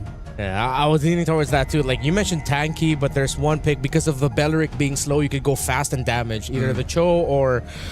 Plus, Lilia is so obnoxious in the laning phase. Level 1, you already have both skills. You have your full combo essentially at level 1. Yeah, one of the most annoying mid laner I would say to deal with as another mid laner and a roamer. Arla gets taken out, so we're sort of torn here whether or not Navi's going to go for something tanky or for something fast and roaming. Oh, that's the other pick I suggested, Hilda, but are they trying to signal to Na'Vi that, hey, we know your options, you might go Cho? Na'Vi might not ban Eve here. I think Eve should be a ban. Because I don't know, I feel like with all the nerfs, Eve is top tier. She's the main lady. She's bigger than the universe. She is the universe. She's a queen. That is true. That's more accurate. Yeah, when I saw this, how huge Eve really is, whoa. Yeah. Wasn't it that Uranus is actually bigger than the Land of Dawn? Actually, quite a lot of heroes are bigger than the Land of Dawn, including Rock. Yeah.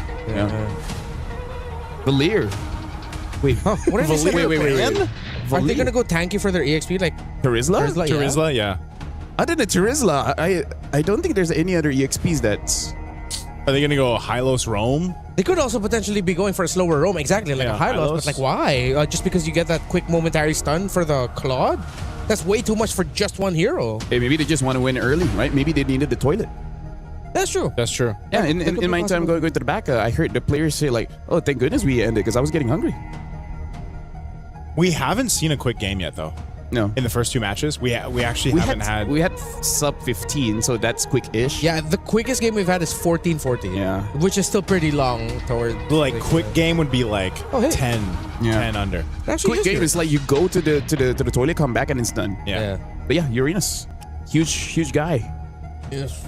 In terms of the roam, again, I feel like it's not a bad time for the Cho because, let's face it, what's a bad time for the Cho? Never really. It's rare to find a bad time. Oh well, I'm always the guy that would say, don't pick it into Marcel. I'm the don't pick Cho into Marcel. But the thing is, Cho players has this ego. That's true. Am I wrong? I'm a Cho roam main. Yeah. I don't have an ego. No, meaning like, dude, that picks counter you, and I'm like, I don't know. Let me show them. I don't think so, dude. Either ways, right now the glue has been picked up, and for now the mid is still available if they want to get cheeky and pick up a Faramis just to counter the glue. Yeah. You think the Faramis? But do you want to go that far? You know? Yeah. I still feel like the Eve is fine. If you do have the Faramis here, that's a stacked lineup from Galaxy Phoenix though. They might just go Lunox. They need a little bit more shred. I don't like the lack of reach, but we saw Lunox and Sora earlier. Oh yeah, still the Eve, yeah. Eve or I don't know about the Gordon. Well, yeah, with the carry there. Actually, no, there's something about the composition of Navi that makes Eve for Galaxy look so difficult. Farsa. Yeah. One of the picks I call the Farsa because it's good against the Lilia as well as the carry, but other than that, it's like it's a toss up in the air. Yeah. Well, Navi got what they were looking for, which was a little bit more big control AoE-wise through the glue. Every time I see a Uranus game, it's always just the X factor of like either it goes really bad or really great. Yeah. I completely agree with you. So thank you very much, Renmar.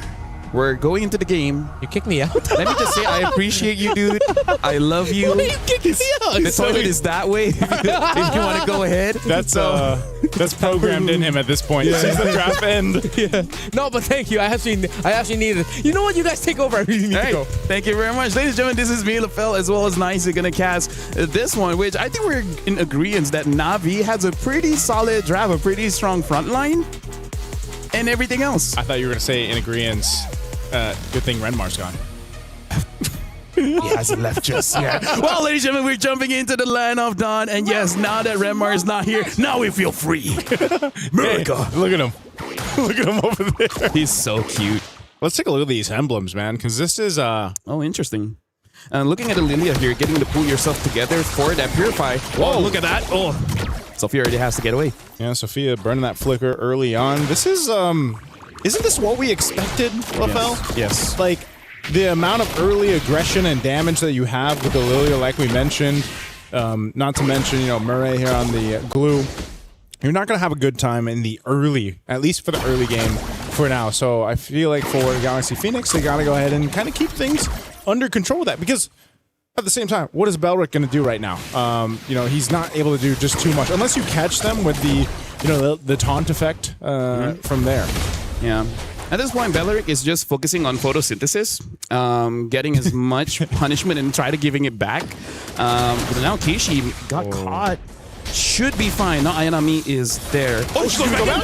What? First blood going to hands of Ling. And I think she wanted to go ahead and try to utilize the iframe there, but she got punished instead. Yeah.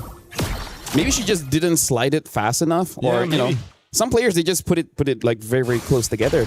And now, I don't think that's super punishing, because she's still gonna come back. And let's face it, Hirara is one of those heroes that doesn't necessarily need level 4. It's just a nice to have. But I'm pretty sure she will still get level 4 though. Yeah, she should. They got 10 seconds for that turtle to come up anyway. So she'll go ahead and grab one of the camps off there. You can already see the positioning being set up. Fought just there on that Guinevere, just holding it down. Turtle, right as it comes up, we'll go ahead and lean into this with Lima. Yeah. The rest of the team's going to have to respond, though. The thing is, I feel like looking at the levels here, Sophia isn't level 4 yet. I feel like they can let go of the turtle. Oh, hold on, Fox. Yep, spatial migration into the Requiem right there, right on target. Low enough. Murray's going to have to burn the flicker, and Ling will push back Keishi. They're just working a fight for this first turtle. Now Rain taking the damage, the airtime from Ling. So a kill secured, not Ayanami, leaving that front side on this Uranus. Keishi just looking for an angle potentially to steal the turtle away. It's a quarter of the health here. She goes in, wings in, but not enough. A feathered airstrike dropped down too, but it's not Ayanami, and she'll survive. Galaxy Phoenix fought for the turtle, and they got it. Nice, dude. This is what I like about games like this, where we're looking at a draft of Galaxy Phoenix, and they know that it's all about fights. It's not about securing those objectives. You have a Farsa, wait for the Farsa to get level 4 and try to get kills. But if you don't have the Farsa, you still get kills? Hey, that's amazing, right? Right now, we got to talk about Ling 2-0-0, 100% kill participation. Really made it so that Rain couldn't do much, because as strong as Lilia is in game, she has one of the lowest HP in the game as well. So it doesn't take much to take down a Lilia. I feel like it's valid, though, because she's got black shoes, It's just like... She's a schoolgirl. You know how much health? Yeah. You're too busy giving your life to school. It's like your HP goes up as you age, but then at a certain age, the HP goes back down. It goes back down. She hasn't hit her peak just yet. Wait till she gets to college. Eventually. In the Land of Dawn, the time works different. By the way, have you heard of the time is relative? Where? Here? So in time is relative. So here? in or Land of Dawn. In physics, time is called a time dilation. It affects by your speed as well as gravity. That's great to know. Hey, shout out Interstellar. Either ways, the more you know. The more you know. Hey, dude, I learned philosophy as well as physics in like 3 to 4 hours. Yeah, I'm okay to rip it. Okay, you can rip it all day today, man, and tomorrow. Right now for Galaxy Phoenix, what they're really waiting for is for Fa and Sophia, because they're going to be the combo, but Lima on this Bellic is the extender to the combo. You saw a jump in from the Gwen, wait for the opportunity to taunt, and then you can chain CC someone. Even Murray as a tank, she almost got taken out. If they got Keishi, in fact, maybe that's how they're planning to take down this Aurora, because you can't hold her down. Right now they're putting pressure on the buff, but Keishi will be able to secure that. Turtle's up. It's already being worked on by Font. Galaxy Phoenix getting in position. It looks like Winnie's going to try to join here too. They're rotating quickly. Feathered Airstrike dropped down. Murray just deleted. Quickly worked on, and Turtle secured. Second one going Galaxy Phoenix. Looking for more in the mid lane. And they'll just kind of back off and disengage here. They're doing a little push up top to continue on, and they built up a nice lead here. LaFell, 2.5k nearly up. Intended or not, Galaxy Phoenix is using the strength of the draft and the weakness of Navi's draft, which is Navi. They don't have a lot of crowd control. Yeah. Right? It's all damage. No one can really stop Sophia from the back from using her Feather Airstrike. For Galaxy Phoenix, you have to use your timing to make sure that everyone has their skills available, and then you go all in. But it has been looking pretty well. We're looking at the items here. Concentrated energy from Fa on this Gwen to make it so that if there is eventually a 1v1 on the side lanes, maybe against Rihanna or Keishi, she has a way to fight. Yeah, right now. Oh, man. Look, I don't even know if they want to fight, though. They just, the way they're playing at LaFell is they're just pushing them off. Yeah. Hey, everyone's afraid of the Farsa. Right? You think you're not afraid of a bird, but the moment the bird drops something on your shoulder, you start to respect it. Yeah. That's how I would respect it too. Right? You know, Feathered Airstrike, deadly enough from the skies. Not to mention Ling using the skies as well in the Sora. This is probably one of the better Sora games we've seen so far too today. A little attempt there from Fa, but Murray will be fine. They're really putting a lot of tension here on this bottom side of the map, that tier 1, but they got to deal with the push happening from Ling, and so for Galaxy Phoenix, LaFell, they got full control right now. You know what? Respect to them. Galaxy Phoenix picking out the Farsa on his kin. She had to burn the flicker. And now, this is the thing. As we've seen previously, you can just replicate that time and time again if you're Galaxy Phoenix. Right now, Rian is kind of stuck between a hard spot here. Oh, they're going full force for this. They're going to get sandwiched in. A Wrath of the Dryad set up from Lima, and they'll unleash with a Blazing Duet too. Taking down 2. Fa picks up a kill, and now they have a clear sign for this turtle here. Let me just say, Naisu, that play was kind of unnecessary, but it gave them a big dopamine spike. Yeah. So I feel like it's completely okay, because again, there was no minions there, so it's not super necessary, but you know, either way, right now, it gave space for Keishi to get some farm. And we all know Keishi needs the farm. Keishi needs the farm. That was Lima utilizing that photosynthesis that she's had the entire game.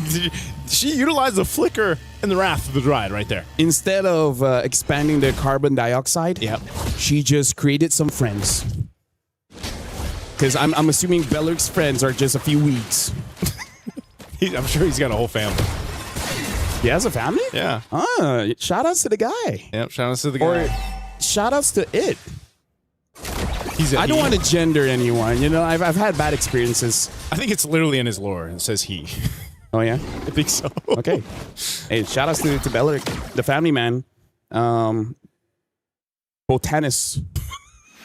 He's a Botanist? Well, that's probably his owner. Feathered Airstrike on Murray. I don't know. She's not going to have a good time, man. I feel like every single time her flicker's been up, she's had to burn it to be defensive, you know? Yeah. At this point, it kind of feels like a hate crime, right? So I feel like it's something that we have to ask, like, is it part of the plan just to make sure that Mireille doesn't get to play the game? Because I still remember during wildcards, we were talking about punchable faces, and Patrick is one of them. He's definitely on the top of the list. He's on that list. Yep. You got to watch out for that. And right now, it just seems like Na'Vi doesn't have an answer for anything right now. They're just kind of at the whims of, you know, Winnie pushing down this bottom side, Foz jumping in. There's the feathered airstrike paired up with it again, and Murray, because she doesn't have the ability to withstand that burst, she gets bursted down. Actually, now that I look at it more, if you take down Murray, where's the crowd control? Yeah. How do you win fights without crowd control, right? If you can just, if you have like, I don't know, 1.5K lead, you can force it, but now they're down by almost 5,000. Yeah, that's a great question, man, because... Thank you. You know, every single time that Galaxy Phoenix has just... I think that's what they've been doing. They've just been picking on Murray. Take her out of the picture. You've got no crowd control. I gotta say, I play rank a lot. Yeah. A lot of people use that against me. Do you play roam? Yeah. Oh, you do? Yeah. Yeah, we're both roamers. Yeah. Just kill the roamer as much as you can. And then even if you lose, you feel good. Yeah. Right now, Lord, going to be the easy take for Galaxy Phoenix, unless somehow, some way, Na'Vi can do anything. But no one's in position as a Lord goes over to Galaxy Phoenix. There is a push down bot from Rianne as she took down the tier 1 turret. Looks like she wants to... Okay, she's going to go back because they got the call. Looks like she might have wanted to push down tier 2. Oh, she canceled it. They actually want to make a play. Oh, they're going to go for Sophia. She tries to get away, but they're going to collapse down anyway. And now, with the Hirara in the hands of Keishi, she's able to pop off the kill. Lima could be next. They made a play down bot, and that's one step in many steps that Na'Vi needs. Hey, that's a very good step. You got to take down Sophia, man, because even though this stat line doesn't look like it, that Farsa is a problem. Although with that being said, 10 minutes in now, Winnie is going to be the problem. They can't stop this. Where's the knockup? No one can stop the Blazing Duet. Oh, yeah. They try to get this tier 2 in mid. It's not going to happen. That Lord still has to be dealt with by Na'Vi. I'm just going to go ahead and charge in, getting the shield down, that holy defense. And I think Galaxy Phoenix is going to be entirely happy with the way this first Lord went. They will most likely get another turret here. And so for Na'Vi on the defense, I think you have to start looking, do they actually have potential to extend this game another maybe 6 to 8 minutes at this point?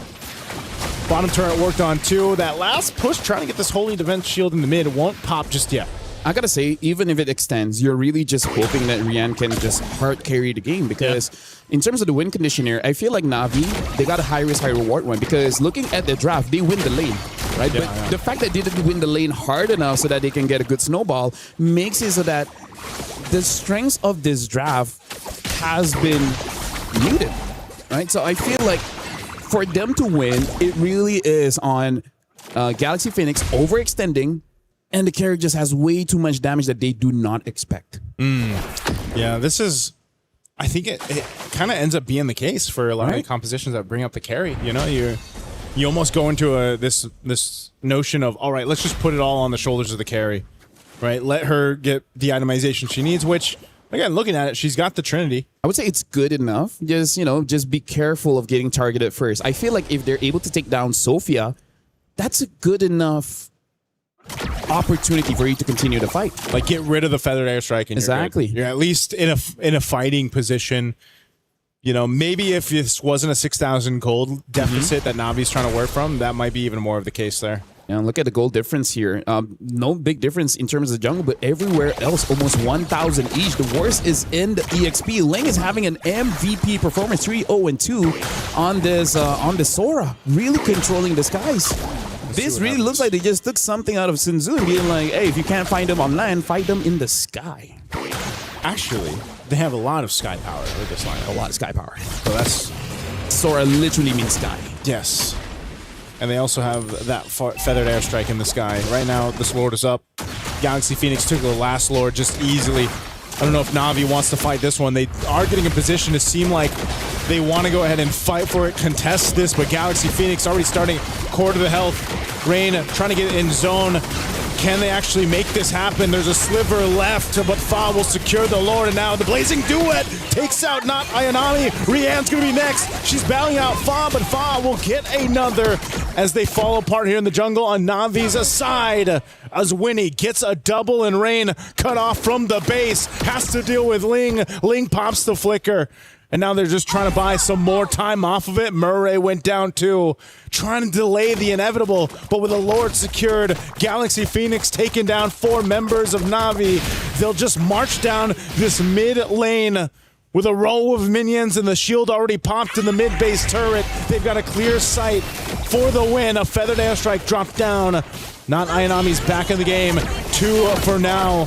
With Na'Vi, they got to clear out the minions and prep for the Lord push. Yeah, right now the Lord is here, and Ling is on the way. Ling can take down a big chunk out of Na'Vi, but looks like they're not gonna force it just yet. The minion waves aren't in the right spot. Oh, wait. Unless they try to make it the right spot. They're going to set it up here in the base anyway. A feathered airstrike comes down as well. The follow through from Winnie. Not able to capitalize the kill, but they'll just lock on the base with the Lord up. And they've got enough firepower to do it as Galaxy Phoenix take game 1. Yeah, honestly, right now, Galaxy Phoenix, I would say they're winning based on the draft, but more about drafting for themselves. They like to fight. So just fight. I like it when they understand themselves the most, you know? Like, we like to play late, so let's just get a draft that can play late. We like to fight. We have a lot of suppressed aggression, and then this is the healthiest way for us to express ourselves. Remar, do you have a lot of suppressed aggression? Yes. All right, good to know. I have a number for anger management. Thank you, Ashley. Actually, I don't. All right. Sorry to bring your hopes up. Now it's about to be very visual aggression. But no, it's okay. That isn't a threat. Well, congratulations, by the way, Galaxy Phoenix. That was dominating. And we were saying that they were going to be the team that wants to fight, coming from Cambodia, which is why I said what I said about the Uranus, man. Yeah. It's either really bad or really great. Unfortunately, I think when you're up against a team that just wants to fight, you're going to need to match that aggression, and Uranus just isn't it. Can I just say, we don't play Claude, but that seems like a very good Claude game where it's like, who's going to stop the guy? Yeah. Right? There's virtually no crowd control. They like really hard crowd control to make it easy to stop it. It's been quite a while where we see a draft that's virtually no crowd control, no, Naisu? Yeah, it was, and that's why they just bullied Murray, man. I mean, Murray had to either burn the flicker or she was dead, and it just wasn't a fun time for her. That's the most American pronunciation I've heard of Murray's IGN. Murray, I do it all the time. We call tan. We can call Murray. Yeah, what was she saying? Tan? Yeah, like supposed to be like tan. Yeah, usually it's like tan because she's Indonesian. But it's tan. Yeah, but we call it tan. Tan. So now she's Murray. Murray. Murray. I think even when I saw Murray in the airport, I was like, "What's up, Murray?" Murray. How did she react? She just accepted smiled. it. Oh, okay. She said, "Hi, so nice you." But yeah, look at the highlights here. All the chain CC that goes on and the immediate burst damage from the Farsight. That's one of the best things when you have a Farsight on your team. There, you don't need a build up. Yeah. You just need someone to stop for a while. Yeah. And then that person's gone. Yeah, this is why we also saw that Na'Vi was just stuck with picking the glue there at the end because they needed some crowd control. Yeah, the glue is great, but then when you're up against a lineup that just layers everything so well, we saw there at the end the beautiful combo of the Sora and the Guinevere together. You get spun around, the Guinevere's there, nothing you can do. Yeah, this is. I'm also wondering, are we seeing that effect of spending a season in the MPL over there in Cambodia and like how they're playing here? Because I feel like this looks like when you're watching them play, man, the execution is on point here. Well, one of the greatest powers in the world is knowledge. Yes. And you will not be able to get knowledge without pushing yourself, without going to uncharted territories. That's true. Which was the MPL. Without going against rivals that you wouldn't have the access to anyways. Yeah, that's how we found out things about the world when we were kids. Yeah. Like, don't touch that, we touch it, and then we learned when we get hurt, ow, we'd never touch that That's again. knowledge. Yeah. That's knowledge. That's the storyline of AOT. That's growth. That's growth. Do you guys want to grow? Be uncomfortable. Hey, look at this guy. He was uncomfortable his entire life. Look how tall he is. Was I uncomfortable my whole life? What happened? Was I uncomfortable my So whole what does life? that say You about... had a pretty tough childhood, man. What does that say about me? As a kid, he was bullied because of his ears. Actually, we never see your ears because you're always wearing a headset. What's wrong with my ears, LaFell? I think it's an ear reveal time, Nacho. My ears are fine, man. Okay, so that wanna one, see it? I think it's for your own personal comment. His ears are okay. Let's talk about this one. I really feel like for Na'Vi, they just put all their eggs in one basket of winning the lane. Yeah. Right? It's just like, we just win so much in mid and EXP that it wouldn't matter. They put it in the carry too. Yeah. Yeah. They need more crowd control. And we've always said this a lot. No matter how it looks like in the separate matchup, if you're lacking crowd control as a team, you're just not going to have a good time. Especially if you're up against a Gwyn. Yeah. Even if you take out the Sora, just the Guinevere alone. Yeah. Oh boy. Not a good time. That game start for Ling. It's so funny saying Ling for the Sora, but like for Ling to have that kind of start on the Sora was already not a great place to be in if you're Na'Vi, because you saw how many times Ling just was like, you know what, I'm gonna even when we didn't think they'd push at the end there. Yeah. It was Ling that's like, nope, I'll make my own space. Here we go. I'm gonna jump in, shifting skies, set things up for the team, and that's what she was able to do. It's kind of like one of the mindsets of the players. It's like, we're already far ahead. We can afford to try this out. If it doesn't work out, I trust my team. They can just back me up. This is why it's so weird that we're saying this about a Filipino team, wherein it seems like they forgot to look at the big picture of it all, of like, okay, how do you blend together as five? And on the other side, a team that's known for their aggression, they were able to build a beautiful picture together as a team. Let's see if they'll be able to keep that up and sweep Na'Vi for a surprising result, or will Na'Vi force a game number 3 after this break?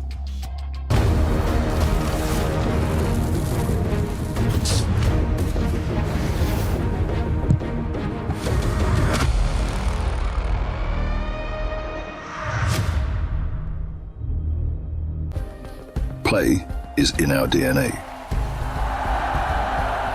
Whenever we let it out, it becomes our superpower. Now imagine an entire city being built to supercharge it. Kadir City, powered by play.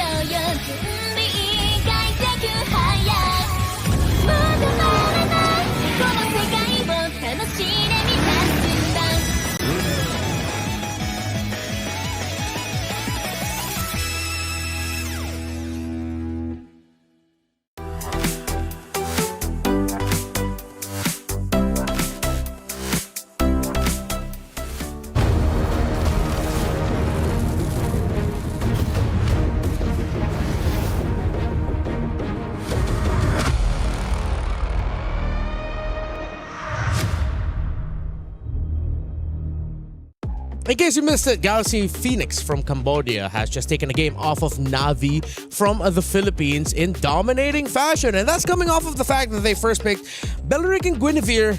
Na'Vi had all the time in the world to adjust, and they just lacked a little bit of crowd control. We already talked about it earlier on. I think we're all in agreement, the lack of crowd control. But do you think they could have made that work, or was it just too tall a task to make that lineup work in the end? I feel like if the first two minion waves in mid, they got first blood, I think they could have made it work. Right? They almost did. They almost did, yeah. They almost did. Like they had enough pressure with the Lilia combination that they almost got the first blood. And I think it would have been very different if they did. Because let's just put it into perspective, right? You get first blood in mid, they're already down, and then you invade the jungle with the Herrera, and which I actually think that's the turnaround. The Herrera was right? killed early. Yeah, Herrera was killed up top. If she was not killed, maybe the game would have been much different. So is that how punishing assassin junglers are right now? Well, if you die early on like that.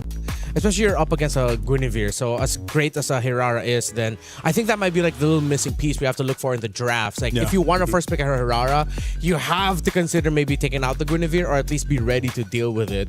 Because if not, then you'll just get what we saw in game number 1. Because, gentlemen, I really feel like because of the changes of the jungle, two things. Number one, the amount of gold in the jungle, but more importantly, the retribution scaling just got much bigger in this patch, makes the first 2 minutes like one of the most vital pieces of the game. Like talking to multiple players, they all agree like you cannot mess up the first 2 minutes. We're okay with not winning as long as we're not losing. Yeah. Right?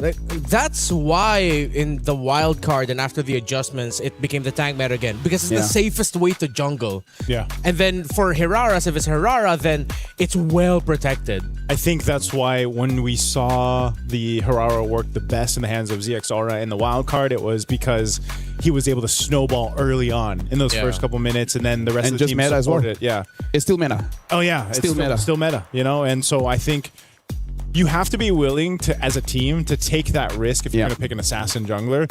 And why in some of the high pressure situations, it's just a little bit easier if you're going to go ahead and pick a more sturdy hero and put him in the jungle. And it kind of secures yourself a more probable chance of getting to that first hurdle without being behind. I remember what we were talking about in the draft when you decided to bring out the Farsa, and then Farsa did get picked up here by Sophia, who is known for the burst style single target heroes, but this time it's a little bit more AoE focused. You get to rotate around the map fast. I think we just have to give it to Galaxy Phoenix. Instead of looking at it as a bit of a mishap on the side of Na'Vi, what if Galaxy Phoenix were just read the rotations really well, read the draft so well that they set it up perfectly for themselves? We have to give them their credits. The fact that they caught the Hirara in mid-rotation, I think that kind of clears it, right? The only change that I feel like they could have done with the draft, instead of Uranus, probably a Terizla. At least that's one source of crowd control. Yeah, that's one thing we thought would come into play when the Valir was banned out. Yeah.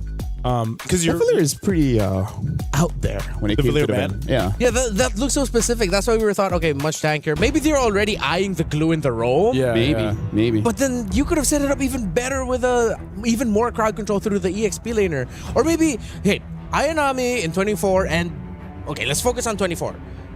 They excelled when Ayanami can set up, can play make, can be independent of her teammates being in the lane with her, where she can just clear minion wave fast, join in. With the Uranus, you don't really get that. Yeah, you can cut waves, play the macro, but you're losing the impact in the fights. I feel like this is one of those situations where they're just caught off guard, right? And I feel like that's gonna be the story of MWI after all the games are done, because who would have thought that Falcon's ID dropped 2 games back to back in very dominant fashion as well. So I really feel like here in the MWI with the patch, it resets quite a lot of team. And it comes to the question, who can discover themselves faster? You gotta remember, whoever does that, then they win. Yeah, because like on our, I mean, I'm not entirely sure now of the current update over on Stream A, but that matchup was quite a surprise. I think everybody probably reacted that way, but that's also the case of MWI. We had certain teams that were obviously contenders who have a bunch of this experience, and then you have this shift where these newer teams and these newer players and newer regions, I feel like, are catching up to that standard, right? The standard of what we've seen so far competitively for MWI. They're getting there, and so I hope whatever the result is, by the time we get to the last day, whoever ends up in the grand finals, we don't even know. Maybe it won't be Team Vitality that has that sure spot up there. Who knows, right? But if they do, whoever's going to be matching against them, I think will give them, I hope we get a full series. It's a best of 7, right? For the MWI series. So, because yes, the meta and the patch has been ever changing, and also you have to sprinkle in the fact that MWI is different itself. Oh yeah, for sure. Which I think I'm really going to have to agree with what you guys mentioned, where self-discovery is important. I'm not talking about life, I'm talking about MLBB. Growth. But MLBB is life. Growth. But it's you willing to take... Stream B is growing Stream. We are. We are. This is where you learn. Yeah. Well, that didn't really apply to me. I'm stuck at like 5'4". No, you're still growing. Centimeters. Tomorrow you will be taller. Don't give me hope and take it away from me when I wake up in the morning. We'll get the box. Well, I guess. Okay. Yeah. Also, I feel like something that we just have to address if we just want to keep it simple. Yeah. I really feel like fighting is so rewarding now. Yes. Right? It's like we were talking violence. about violence is so good. Like people say violence doesn't solve problems. They're just not using enough violence. In MLBB. In MLBB. I like that disclaimer from Renmar each time. In MLBB. Yeah. Because really, I really feel like micro in the first 12 minutes is super important right now. In MLBB. Micro. Okay. Yeah. Micro and macro, man. You want to save me here, Emar? Yeah. Like what we saw earlier, when you miss your skills and you're not able to get the kill that you want to go for, and you committed so much, you're not going to be able to get the start that you want. Drafts. Akai gets banned. Glue, Hirara as well. Paquito and Marcel. Freya should be banned here because I think Freya is still dangerous. Yeah, Freya definitely. No, but with the Phoveus open, if ever Na'Vi rush the Freya, then the Phoveus can just get picked up. Oh, they opened both. It's interesting too that Navi is just like, yeah, we're gonna ban the Harara. We're also not gonna play it. Let's just scrim for a few more games, and then we see how it goes. Okay, that's a good choice. It's them telling Casey, no. No, I mispressed it. Oh no, sorry, Casey. But yeah, I really feel like Hirara is just one of those heroes. Like in theory, like you can get the whole kit like understood in a few minutes, but in application, it takes a while. It's so contextual, like the way that you're going to use the combos, Exactly. and kind of weave in and out. And I don't know, it requires an artistic mind. There's got to be some more time. Phoveus though, first pick blue side. It's going to be the first in a while. Yeah, I mean, with the Freya still open, super punishable by almost everything. Yeah, the Alice, the Valiers. The Valir that they banned earlier might actually end up showing up here now. The Guinevere gets picked up. I think, just for Navi, just make sure you have crowd control and really good amounts of it. And I think they shouldn't. I'd want to see them have like another carry, not just put it all onto the hands of Rain. Since their names are so similar, I forget. Rianne? Like for the gold lane? Gold laner, yes, Rianne. Thank you. Especially with them rushing Beleric. You know what? I'd want to see them consider something like a Granger, man. Something that's just like skill-based and not basic attack-based. And then just get your damage elsewhere. I think taking the Claude wouldn't be that bad as well. Yeah. Into Beleric? But into Beleric, though, this might be a... Okay, it's not a sure thing that the Claude will struggle. We have seen games where the Claude will be fine against the Beleric. They still want to go for the carry. Wow. It's probably just because it's also supplemented differently now. Yeah. Like you've got the carry, but even the Phoveus, and let's see what ends up being in the Roam. I think Navi wants to go ahead and just kind of give it another go on this one. But knowing that you're up against this Guinevere Beleric pick, okay, Jushin. Now you've got the amount of crowd control you wish you had in game one. But now Keishi definitely needs a hard carry that can deal with anything in the first, I would say, 9 minutes of the game. Yeah. Right, you got to give time for this carry. So, a Suyo? Yeah. Right? Yeah. Something like a Suyo? Yeah. Damage, crowd control, can pretty much do a lot of everything. Not really the tankiest in the world, but difficult to take down. Yeah. Suyo would be great. But when you mentioned the Jushin earlier, you also brought up something like Kimi being really good against it. I think Lilia would be good also here for Galaxy. Which would mean that is the Jushin too early? Could they have considered other options instead of picking it right away? Even the Gord is good. Yeah, even the Gord, as you mentioned earlier. So it seems like Galaxy Phoenix, they are a step ahead, man. I think they're a step ahead because, again, they just know what they want to do. They want to fight at any time, right? So it's like, okay, whatever you pick, can you fight the moment a Gwyn gets a pick off? Can you fight the moment Bellery gets a taunt off? And it's like, yeah I can. So, all right, pick it up. Yeah, I think this is... That's why, They need a draft that has no hesitation. Yeah, you can't hesitate, like the draft, but also your decision making sometimes in some of these cases, like some teams thrive on the let's just go for it. Yep. And some teams, I feel like, shoot themselves in the foot when they're like they're too hesitant on executing the draft that they brought, executing that game plan. And so maybe that's going to be the change of course for here. Yeah, have the mentality of like, what's the worst that can happen? Yeah. That's my mentality. Yeah, generally that's a good approach to life overall. Yeah. These are life lessons, sir. Yeah. Hey, you came here for the games, and you just get life lessons. We're showing our age. Knowledge. We're showing our experience. Our knowledge. And our knowledge. Yep. The stream is just memes and trends. 6-7. Stream A, man. They're a different level. They're different. Let's put it that way. Stream A is...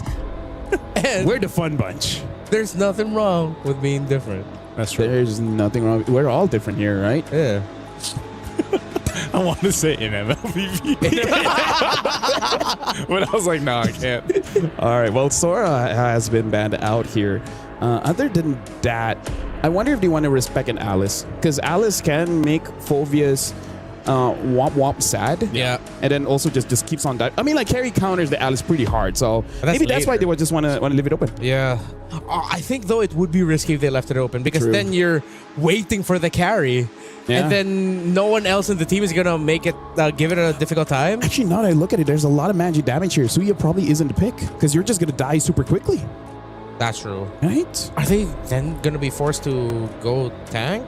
They can't go Fredrin anymore with the Gord and the Belleric around. What else could they go? The Kai's gone. Baksha's gone. We've seen Falcon's ID try to use the Hanzo. Didn't work out that well. In fact, I feel like Hanzo has basically not won a single game ever since the wild cards. Hanzo's been on my like wish list for it to work. Just because the Ghost Ninja. Yeah.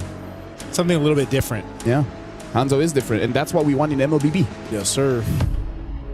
Oh, what does Gata Kacha say? Unity and diversity.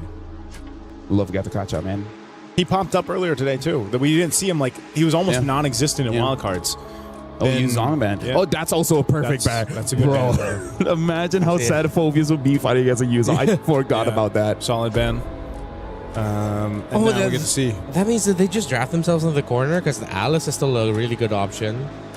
They're pretty much stuck. Yeah. They pick up the Claude first just to see how great an Alice or whatever is going to be in this game.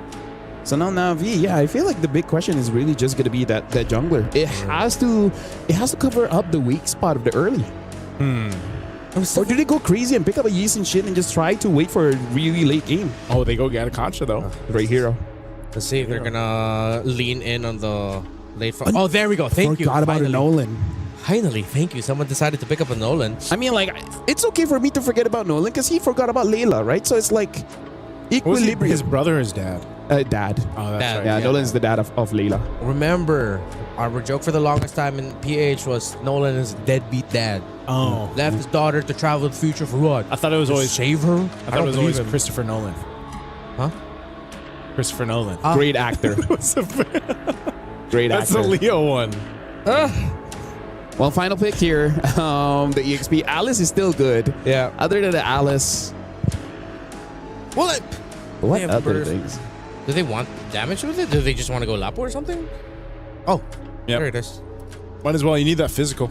Yeah, they spread out their damage profile. It just since it worked out so well for Galaxy Phoenix, again, since because of some early trades didn't go in the favor of Na'Vi, I'm leaning a bit more towards them, but I have been looking for Nolan since the start of this day, and I'm finally seeing it. Hey, No, just Layla's because I been like looking Nolan, for Nolan. her entire life. Her entire life, yeah. He was a baby when he left. I'm leaning towards Na'Vi for this one. For me, it really is the first 4 minutes of the game. If Na'Vi is somehow able to get a lot of creeps in the jungle, it might be their game. Do you want to kick him out? No, that's your job. Hey, you know what? Thank you very much, Remar. Thank You you. have been an amazing host. Thanks so much. We wouldn't want anyone else. Aw, No one else. appreciate it. I'll stick to that. My name is Afel. Alongside with me is Nicey. We're going to cast the second game here, which, hey, this time it looks a bit more balanced for both teams. I would say it definitely is balanced. It's a 50-50 for me. I know you guys gave... Did you say Na'Vi? Is that who you went with? If Na'Vi wins the first 4 minutes. First 4 minutes. So you're It's on the them. first It's 4 them. minutes. Yep. Okay. I'm going to lean towards Na'Vi on this one, too. I think their composition's a much better overall. Covers the grounds. And the weak points that they had in the last game, man. Look at this. Interesting. Looks like Rain is going for an Inspire in her emblem set, covering the shortage of the mana. Oh, hold on. Whoa, that mid-lane lockdown already happening. Sophia, this looks a lot like Game 1's initial fight off in the mid. So as long as Keishi doesn't die in the opposing jungle, then they should be good, right? Because I really feel like if you can't win, just don't lose. That's good enough, right? That's a simple way to look at it, man. Yeah. Oh, there's the setup once again. Utilizing that Guinevere Fa. They have a Revitalize, though, so they are going to be fine, but that was popped out already from Murray. This is the thing I want to see from Na'Vi adjust from Game 1, where, you know, Purify used, too. The whole lot of battle spells being taken out. What I was going to say is playing around this kind of defensively against the Guinevere setup that seemed to be such a problem for Na'Vi in Game 1. I gotta say, like, Gwen is such a Fa hero. Because the moment she jumps off the song, it's like, Fa! Yeah, that's great. You know, it's one of those things where you have to say it when you do it. Yeah, not having Purify in the first turtle is going to be devastating. Because again, with the Guinevere, you don't have to win the turtle. Yeah. You just kill 2 people, and then you're happy in MLBB. Yeah, this is one of those cases where if you get overloaded with the crowd control options that Galaxy Phoenix has, it's going to be really difficult to approach the objectives. Yeah. Because right now, I feel like for Na'Vi, they just have to remember what happened in game number 1, where basically they get picked off. It's even the same bush. Look at that. They're just waiting in that left bush in the mid, trying to wait for someone to go through. Oh, but this time, Keishi on a different hero will be able to try to go for Ling. Not going to happen, though. Ling also, she's got her Bravest Fighter, so she's fine. A little projectile into the Gush. They're going to look for this pick off here with the Requiem, not Ayanami. First to go down, first blood over to Galaxy Phoenix, and now Turtle for the taking here. A jump in from Ling just to zone out the rest of Na'Vi. Bravest Fighter bringing Keishi low, but the Lantern under the turret as Ling gets punished. But Turtle secured for Galaxy Phoenix. Yeah, still a positive for Galaxy Phoenix because they're able to get a kill as well as the Turtle. I'm sure they would prefer if Ling doesn't die there, but I feel like it's still okay because you're going up against Phoveus. Phoveus isn't going to punish a Laput that much. Yeah. So Ling should still be able to get a farm. She's got to be the brave one, right? So that's what she went for. You got to remember, too, there's a Jushin across from you for Rain right now from Na'Vi. But I think off of that, if you see a lot of those little minor exchanges in terms of what Galaxy Phoenix can get, they compound throughout the game. Speaking of, Ling, it's actually having an advantage in terms of the gold. So it looks like Ling was able to deny not Ayanami in some minions. So even though she did die, it really didn't punish her that much because it doesn't look like she really missed any minion waves. So now for Galaxy Phoenix, Na'Vi has to understand their whole idea is Fa is going to pick off someone. Yeah. And then Sophia is just going to follow up, right? It's rinse and repeat, rinse and repeat. At this point, they're like, who's going to be the sacrificial lamb? Someone has to die, and then the rest of the team has to get an advantage somewhere. That's why you pointed this out previously, though, Fa, that concentrated energy early item for Fa is just so valuable, man, for any of the Guinevere's that are picked up here. Na'Vi, at least, in a sense, you know, Keishi got an early kill. She's able to go ahead and scale up on the Nolan. I'm just wondering, is the Nolan scale going to be enough to contest what Galaxy Phoenix has? I feel like the skill is going to be good if you can get Sophia, right? Because I really feel like it's not what you have, it's about how you use it. Yeah. You got the damage. Yep. But if you can't kill Sophia, if you can't kill Winnie, then there's really no point to your hero. Yeah. Sophia's the key for Na'Vi to get to game 3, man. At this point.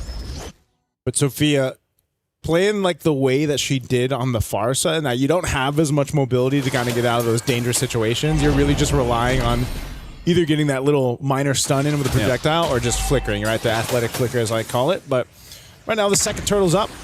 Galaxy Phoenix, very minor lead. Nothing too crazy. This is something that Na'Vi can still take and bring in their favor. Fighting for this turtle. This is going to be a full-on fight, too. 5v5 for this one as everyone's around this. No setup there with spatial migration. This might be not Ayanami going for this. Dark Wave is already used, too. Here's the engagement, though, and Revitalized used. She's trying to get away. Winnie once again with the Blazing Dude on the backside will be able to take her out. They go for the trade right now, ignoring the turtle. Rihanna joining the fight on Winnie. She's going to be pushed backward here in the mid lane. A Lantern will take out Lima, bringing her back to the turret. And now Murray could be the one in trouble as she's going to be the trade again. It's a 2-for-1 as Galaxy Phoenix can now take the turtle. I gotta say, Nangsu, this is very unfortunate because Na'Vi, they're missing quite a lot of abilities. The most obvious one is the Avatar of the Guardian. Yeah. Because here's the thing, they gotta figure out how to take down Fa. And Fa has been perfect so far. Rian in trouble. Projectile already got stunned too. She's going to pop the ultimate. Tries to get away and she dodges and weaves, but Ling won't let it happen. Catches her under the turret. And Sophia there dropping down the ultimate. That Mystic Gush just to keep her safe. I gotta say, Na'Vi is trying to fight fire with fire, but the Phoenix just has too much fire at this point. Fire. And Fa, looking for more. Fa found another. Not Ayanami trying to survive with the Infernal Pursuit, but Galaxy Phoenix picks up another. I feel like Fa was talking to her coach and be like, oh no, Frederick got nerfed, Akai got nerfed, Foxia got nerfed. We still got Gwyn though. Still got Gwyn. Oh. Hey. I think we're going to see a whole lot of Guinevere, man. Oh, yeah. If not just in MWI, but just a lot of bans. Because that's oppressive. Anytime Fa just sees a target, she goes for it. And again, never punish. Never punish. I think that's the big problem here, Naisu. Right? Na'Vi hasn't punished anything from Galaxy Phoenix. From game 1 to game 2, now Na'Vi trying to figure out how do we deal with this crowd control steamroll that Galaxy Phoenix's lineup has given them. And you're almost wondering, you know, what is that? What is that going to be? Is it eventually just going to fall into that same position where it's like, all right, is Rian online? Does she have the Trinity? Are we ready to fight here? Once again up top, they're going to drop it down. Rian is gone out of the picture, and now Murray, after the Avatar of the Guardian, she's going to be going for more. Finally, Fawn's going to go down too. Not Ayanami, pops the Sophia's flicker. They still going to look for more. Sophia has a stun, gets her with a projectile. They lose Fa, but it's a trade though. You're gold laner for the jungler. Yeah, at this point, it's kind of like good news, bad news. Good news, we're able to take Fa. Bad news, Fa does not have a shutdown. She only had 1 kill. And now Ayanami is here finding Ling. Ling should be able to get out of here, but now with Rian. Oh, can they get Ling? Okay, Bravest Fighter. Flying Clouds, though. Again, that is going to be something to consider. How fast they can bring themselves back to a base defense or into a defense of the fight if they have to with the Flying Clouds. This last turtle is going to be up. 2 already went over to Galaxy Phoenix, and now they're in position here with nearly a 3,000 gold lead to take 3 for 3. A Mystic Gush would drop down from Sophia. There's an Avatar of the Guardian. They're going to try to cut Sophia off as she's trying to get away. She's still alive. Good Wrath of the Dryad to cover the fire, plus the Blazing Duet on the backside under the turret. Winnie will get back with the BMI and 2 down for Na'Vi. We understand the idea, but again, the execution just wasn't clean enough, and this is one of the reasons why Beleric is so prio, because it's a very good anti-dive comp, right? It's just like, whoever comes in, I alone can basically disperse everyone. He's enough of a deterrent to stop things from happening. Half the time you see her just use the flicker, Wrath of the Dryad combo, and it stops things from even pursuing any further. It's just one of those things that just prevents any kind of action, because damn if you do, damn if you don't. If you don't attack me at all, we're just gonna take things for free. Yeah. But then if you come and attack us, you have a toll to pay, right? You're not gonna get out scot-free. Yep. And this is interesting too. Looking at the items, you see Sophia has the Genius Wand herself on the gourd. Yeah. And then that's actually what allows them, whether it's her, whether it's, you know, utilizing this Guinevere from Fa, they work in conjunction with each other. Look at this. Rain also looks like is going to go for the Sky Piercer. I think even she understands that they need some kind of miracle here. Yeah, they need something to happen. Again, Na'Vi, they've got to find themselves in this kind of space of surviving. Again, a spatial migration, even with the Revitalize just gone in an instant. Murray, she's dealt with this now from game 1 to game 2, and it just seems like Galaxy Phoenix has her number. Lord's going to go ahead and charge in on that top turret, taking out the Holy Defense. Right now, Galaxy Phoenix is just, hey, we have one combo, right? Gwyn jumps in, and then the Gourd ult. Yeah. It's so simple. They've been executing it time and time again. As great as Sophia is, Fa has been relentless on this Guinevere. Like, the stat line is like 117. It seems like whatever, man. But look at this game. She's gonna make a name here in MWI, especially against Na'Vi. Yeah, that's the thing, man. That's why I was asking. You know, that experience, that veterancy they got from competing in an MPL. Even if they didn't get the results that they wanted, I think that was enough to go ahead and give them this kind of confidence, this kind of synergy that we're seeing them execute just even here in this first series for Galaxy Phoenix. Like, they're playing as a team. They have that synergy. They have that call. And it's just who's going to be able to go ahead and stop that momentum they built up in this portion. Whereas in Na'Vi, on the other hand, like you said, where are they going to be able to answer? Whether it's Fa, whether it's Lima, whether it's Sophia setting things up for them. There is like Galaxy Phoenix be like, all of those guys did this to us. Yeah. They keep using Gwyn, Gourd, Farsa, and now we're going to give it over to you. Which honestly, it might also be a different advantage where, you know, MPL Cambodia is like, you know what? We want to help you out. Yeah. Like, we're not competitors in the sense of, you know, in MWI, so we're going to give you all the information. Imagine 9 MPL teams. Yeah. Are like, we're going to go all in on you. And this is the result. They look absolutely amazing. They look clean. They look composed.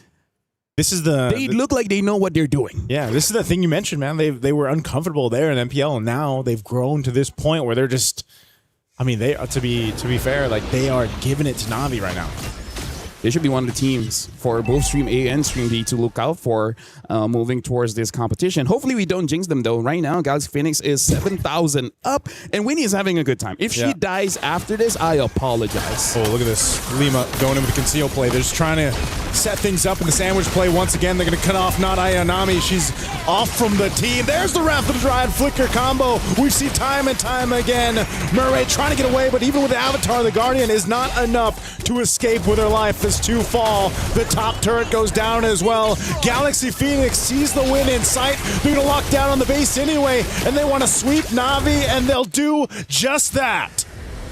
We already have 2 upsets in day 1 of MWI. But I gotta say, that's a very happy win for Galaxy Phoenix. And they deserve it because, again, it's all about just fight, and everything went well. I gotta say, I would be so surprised, Naisu, if somehow, some way, Fa gets that good again. I think it should be a permaban at this point. You know, you remember, since we shared the desk in the wild card and Renmar did it before he puts his headphones on, you know, we saw this in day 1 of the wild cards where teams were surprising, you know, what we were seeing. And it was, again, this kind of adjustment period for the other competitors to be like, oh, they are using these heroes. These are some of their go-to heroes that are making them work. And I think, yes, 100% Faz Guinevere is going to be one of them. Hell, even the Belric. Oh, yeah, Belric too, is crazy that they made it work so well here for Galaxy Phoenix. Back-to-back Belric and Guinevere picks to open up their draft on the red side. Take a deep breath and exhale. For everyone out there, because Cambodia has done it again against a team from the Philippines. Galaxy Phoenix take a bow.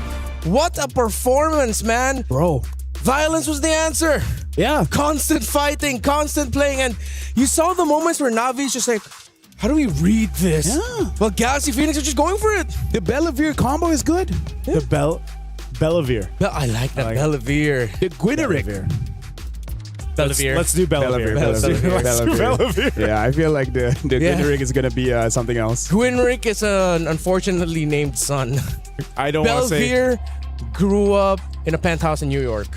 Bellavere is from... Yes, he's from... He's European. He's European. He's European. Yep. But yeah, the combo is nasty, and this is why we see Bellery gets banned. Yeah. That's why he was banned earlier on today, actually. Yeah. Maybe you can deal with the Quinn. You just can't deal with the tree. Yeah. No, but there's no synthesis. Like, I agree with you that if there was like MVP for series, it would definitely be Fa. Yeah. Not a lot of Guineveres can play like how Fa played today. It's calculated, but at the same time, it felt like you didn't feel any hesitation. Fa! Every single time she said, Fa! Because she knows she's not going to get punished. Yeah. She's Guinevere. She's beautiful, elegant, and slippery. And all she needed was a concentrated energy and brute force. Yeah. Be like, my punch gives me more HP than any damage control to me. Yeah. It really felt like we saw a team in the VPA just wanting to find their timing and overthink things, you know, take things into consideration, calculate. Well, Galaxy Phoenix has already done the math. Yep. During the time where Na'Vi are still trying to calculate. It was beautiful, honestly, to witness how Galaxy Phoenix played this game. Yeah. Free-flowing, it felt natural every time. Look at Lima just walking through on this Belric, utilizing the flicker at the right time, too. Mm-hmm. There was just such good timing. I think the main thing that standed out for me for Galaxy Phoenix was just, again, how in sync they were as a team. You see that a lot of the times, even in the highlights, the follow-throughs. Like, for example, if a kill can't be converted, well, there's someone to follow up, whether it's Ling, whether it's Lima, whether it's whoever, Sophia. They're just really good at covering each other's, sixes and everything else, keeping things in pace. Even when you had to disengage in the early game, game 1 and game 2, where Sophia almost died, they protected her. And so I think they just played really well as a team. See, that's why I'm glad you guys are the experts, because the only thing I have here in my notes is out-executing and playing faster. That's literally all I have to say about Galaxy Phoenix. They played better, they played faster than Na'Vi PH did. No, something that we can say is that our intro was accurate, Remar. We got the good games. We got it. Is that what you guys said? I wasn't here. Yeah. I wasn't here. It's okay. That's why we're here, is to let you know. You know, our intro is like, hey, we got the better games, and we definitely do. And why does it feel like we're fighting with the new bear? No, we're not fighting. For friendship. No, we're not. It's not fighting. You guys can share me. All right. Photosynthesis. Yeah. Stoicism. Stoicism. Yeah. Okay. No, I'm just trying to be stoic right now. Yeah, I really, if this is the meta that Moontown really wanted, which is just is this what they all wanted? brawl, all fight. To be fair, I think they've been trying it for 2 years. I was gonna say, is this what they wanted? To an extent. Are you not entertained? Is that what they wanted? No, I mean like MLBB has always been like the most fun to like cast and watch if it's like fast paced. Like if there's not like a lot of slow moments. And I think the way that they were able to do it here was just really good overall. It was fast. It was a lot of fights, but you could see that they weren't just like throwing stuff into the whiteboard to see if like what will stick. No, it's like you could see the thought process. Yeah, but now I really feel like Navi, after suffering this loss, they gotta lock in because we gotta talk about the format as well. This is double elimination. You lose one, it's fine. It's okay. Yeah. Losing twice. Look at that. The key crusher is just there. Yeah. Yeah, and a few feet away. And they are big feet he's in a difficult group. So right now, waiting for them is, I don't know, who won in the previous ones? We'll just name out the teams in the group of Navi. Gen G, Foot, Vitality, Made in Brazil lost, Falcon Daisies, and Falcons Mena. Bro, that is tough competition. Just Vitality is enough. I mean, like, it's almost like we have a huge thingy in front of us that reminds us of Vitality. Yeah. That's actually true. I was like, the Vitality booth is right beside right in front of us. I may or may not have instantly bought a Vitality jacket earlier. Before we were even live today, this is how big of a fan he is. I think you could just show it and it's fine. No. Oh, no. Okay. I'm not allowed to get it. All right. But one day you'll see him wearing it. One day? Yeah. All right. Before we even live. Hey, it goes from one day to day one, am I right? Day one or one day? Day one or one day? or day one? There you go. Yeah. You One just day or switch. day one? You just switch things around. You switch things Depends around. on the context. In my years of casting MLBB, it's surprising enough, it's through LaFell that I have learned the most life lessons. Yeah? You drop a lot of wisdom, man. I think a lot of our viewers too for MLBB have learned a lot of life lessons from you. I know they've shared their sentiments online. Yeah. Right? What is one life lesson you could share now to us? What is one life lesson that... Okay, you know what? Yeah. Since things are going to happen anyways, embrace mistake. So, in the context of this last game, embrace it. You're like, yeah, you lost, but why? Navi needs to embrace some mistakes. It's like, yeah, we lost, but why? And what can we do to make this someone else's problem? Whose mistake? Whose mistake? I feel like the mistake is really just not being prepared against that Belleric as well as the Gwyn combo. Oh, mistake. Okay, yeah, okay. I was thinking mistake. So I'm asking you, like, who is mistake? Oh, like that's not me. That's not me. That was my mistake. But no, I agree. Have you eaten yet? I have. I haven't. No, but yeah, I'm agree. Although the thing is, it feels like it was just like the Matilda and Barretts from the Twisted Minds game. Yeah. Where it's like, try to react to it as much as you want. If there's a team that like has a very clear idea of what they want to do, it's like there's not much you can do to adjust to it in a best of 3. Oh yeah. Right? I guess it's all about the roam jungle combo now. Yeah. Is it just roam jungle? Like all the matches we've had today, roam jungle. Yeah, it was Ever Matilda since- Barretts. Yeah, Matilda Barretts. Even ever since wildcards, actually. Yeah, Belleric Gwyn. Wait, was it also the same during the MSC wildcards? Yeah, I mean, so we always had a mid trio kind of thing, right? Yeah. Now it's gotten to the point where even just the duo, right? Yeah. Like the mid, you can just switch out with anything. We used to say that mid. That's true, yeah. We used to say mid trio all the time. I don't even think it matters. Yeah. I think it's just the duo. I think the mid's been cut out. All right, so that's like another thing to add in our list of ideas. Or mid jungle and then roam doesn't matter. It's kind of like you just need 2 out of 3 and 2 then out you're of good 3. enough. You don't need all 3.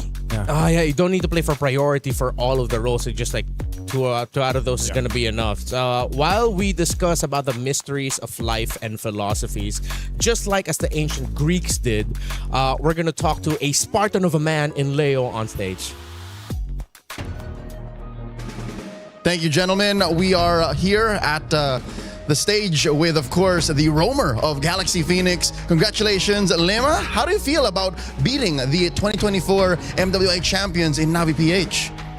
Of course, we're so happy right now. Feel so happy because we didn't expect the result, but we just try our best. Yeah. You did very well on your Belleric, and the Thank rest you. of your team looked flawless. I'd like to ask, how did you prepare as a team for MWI 2026 for Paris? For the preparation, maybe we just keep on trainings and try to spend our time together so the what we call the chemistry will go well. That's all. You have great chemistry, we can tell. Watching the games, you were rotating around the map very well. You swept Navi PH. Your next opponents in the next round of the group stage could be Falcons Mena or Falcon Daisies from MENA or for Myanmar. Who do you want to face?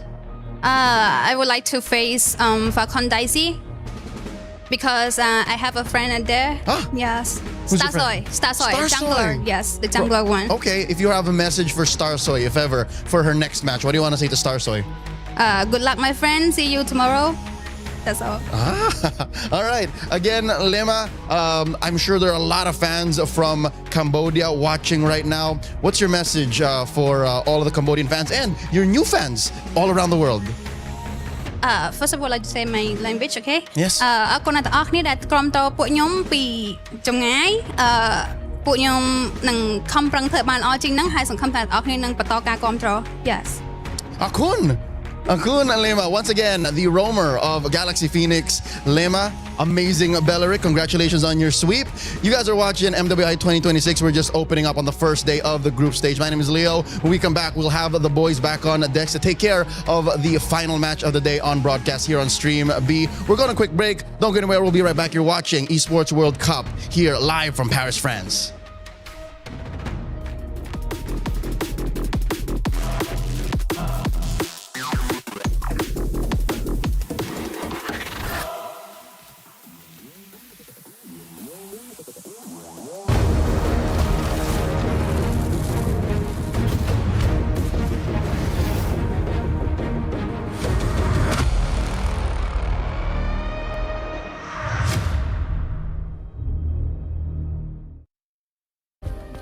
Play is in our DNA.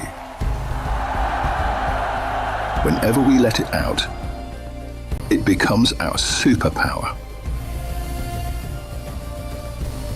Now imagine an entire city being built to supercharge it. Kadir City, powered by play.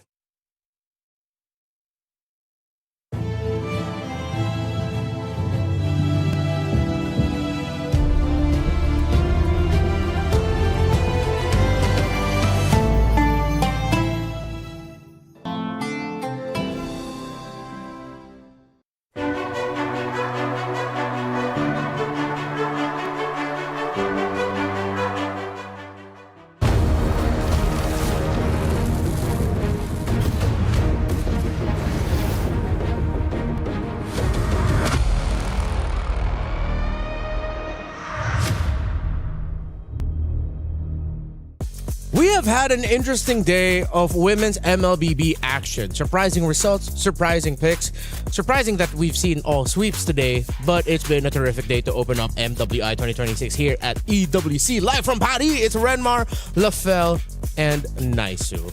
And I have a question for all of you. Yes. Wait, for us or the audience? I forgot what I wanted to say. I was in anticipation, man. Yeah. Suspense. My question is, are you happy with what you're witnessing today? Let us know in the comments, because I'm pretty sure that the women of MLBB has surprised all of you, and I'm sure that there's going to be a lot more surprises for this one. It's a Falcon fight. Yeah. Except that it's a different Falcon. It's okay. The distinction is there's a red Falcon without an S, so that's Falcon. Okay. There's a green Falcons, and this one's from MENA because we also have another one from ID. And yeah, it's a Falcon fight. A lot of Falcons. I guess the fun fact that we can say is our entire time here in Paris, France, we've seen birds first, then cats. We have not seen a single cat here. Oh, we've seen a lot of dogs. We've seen pigeons, but we have not seen a single cat. That's actually a valid point. I walk almost every morning outside. Yeah. And I don't think I've ever recalled seeing a cat. Oh. You know what? We're going to have to get at the bottom of why that is the case. Yeah. But right now on your screens are the members of Team Falcons, Mena, Nocturne, Nana, Searings, Noichi and Names, I think, are the two more familiar names for most of our viewers who have followed women's MLBB. Nocturne from Turkey, joining an Egyptian squad of Nana, Sirings, Names, and Noichi. Some of these members are from the Egyptian national team, and of course, they qualified through the Africa qualifier.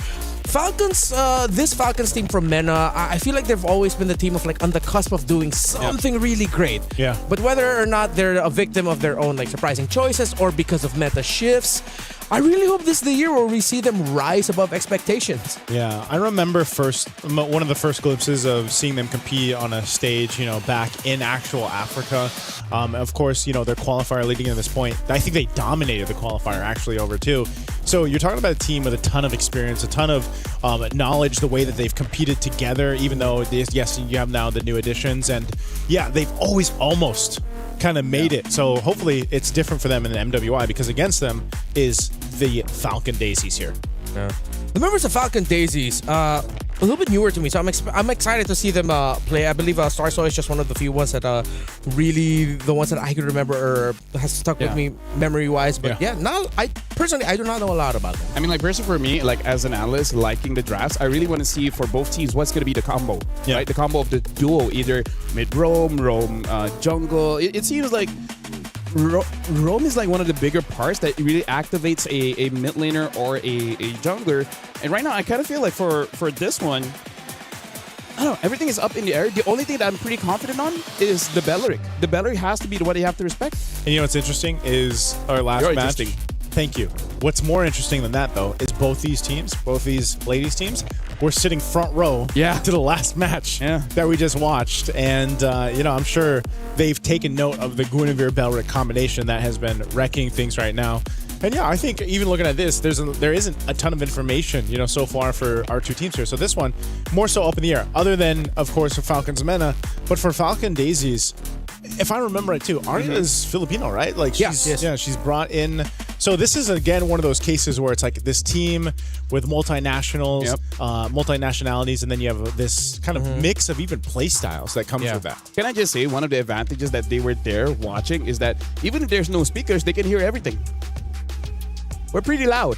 Yes, it is. Really? I'm pretty sure the other games can hear us talk. They should be able to. Tell them watch MLBB. We're at the Spirit game. It's only day one. We've got plenty of days.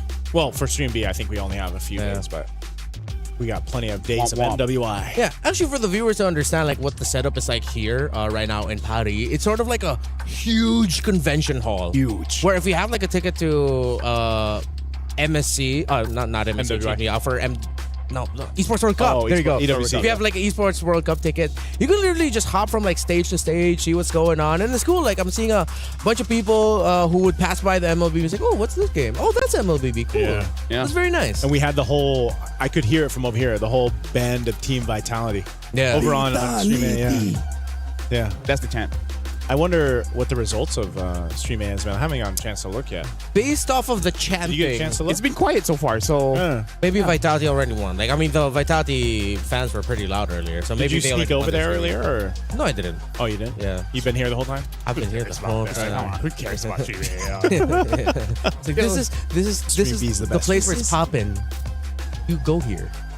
This is where you get a chance to win. What is it? 50,000 diamonds? Yes. Maybe it's there too. No, you know what? That should be our.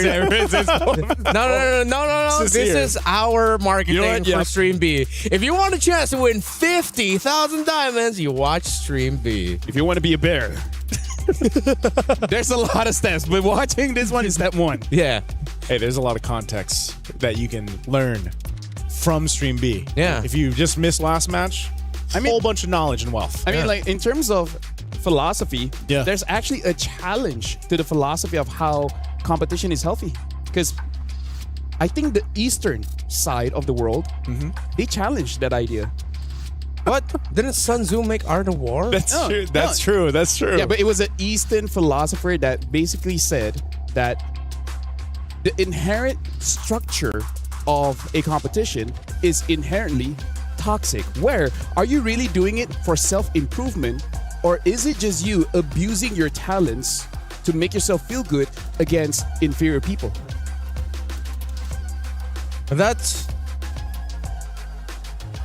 It's the reality of the world, you know, like philosophers. It's been such a long time since the 1200s where. So I want you to wrap that and tie it to this matchup that we're about to watch. So between two falcons, right? Why are you fighting?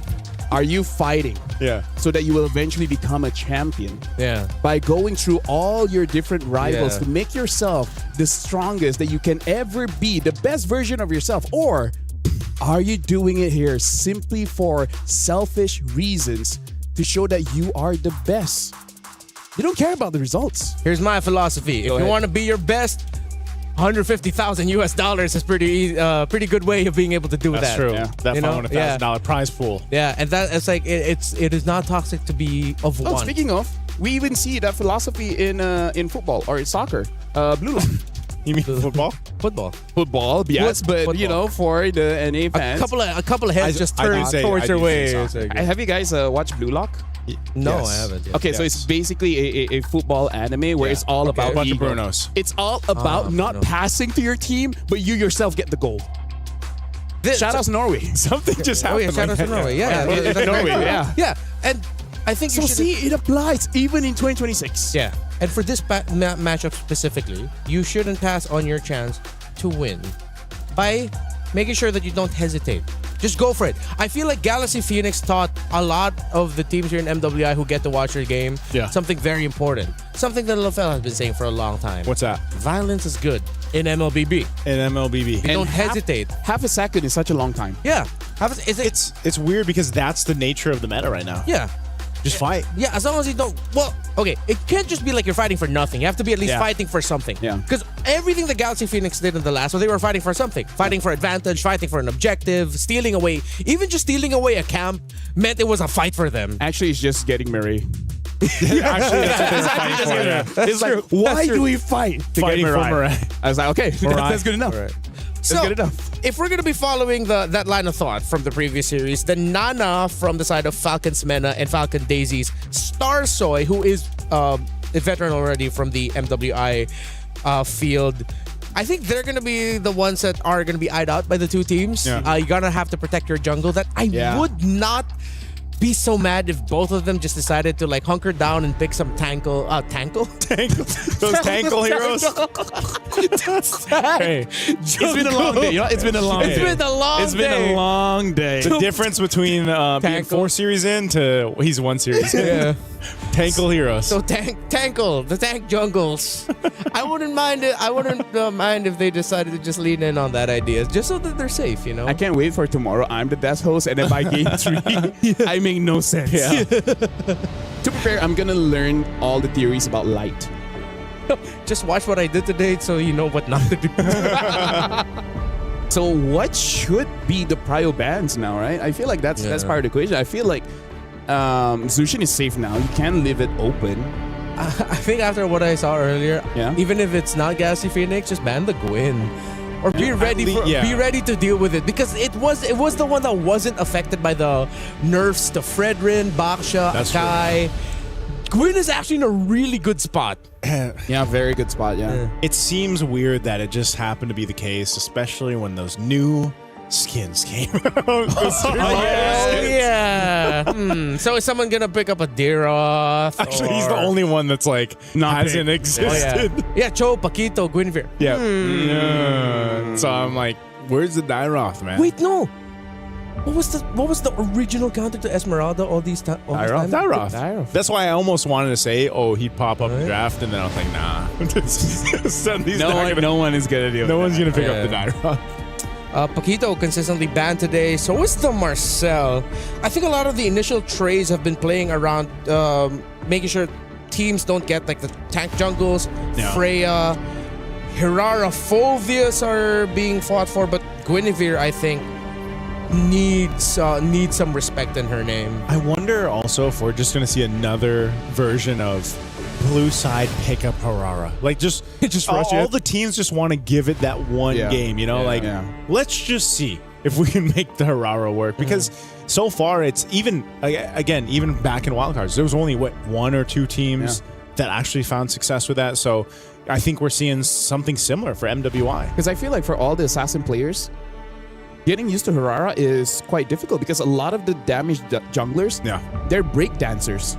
They That's go true. in and then they pop off. Hirara, she tangos, right? That's true. That's true. She takes time and she needs a good partner.